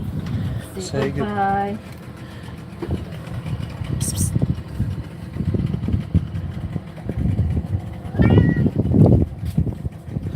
There's not I got anything some poopy bags for you. in kind meditation at home, growing his own peace. Oh my goodness, she's so excited. It's like she knows. I've already mentioned Lexi's name. What's for dinner? Whatever you're fucking making, I guess.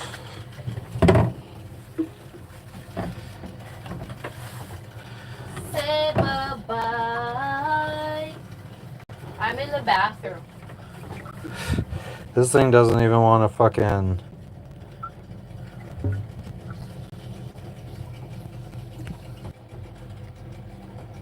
Now it'll friggin' switch. So I'm just filling up my drink.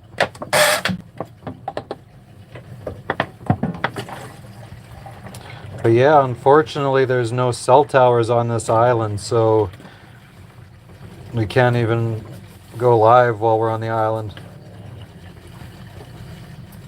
So I think we're gonna have to wrap it up here, guys, and maybe go live tomorrow. I mean, if we're gonna be diving tomorrow, I don't know what time we'll be able to go live tomorrow. Yeah, I would So- like to do that as early as possible in the day. Yeah, exactly. Because we still got to get everything ready. We got to pull stuff out. Unless you want to get it all out tonight and then have it set up for tomorrow. Or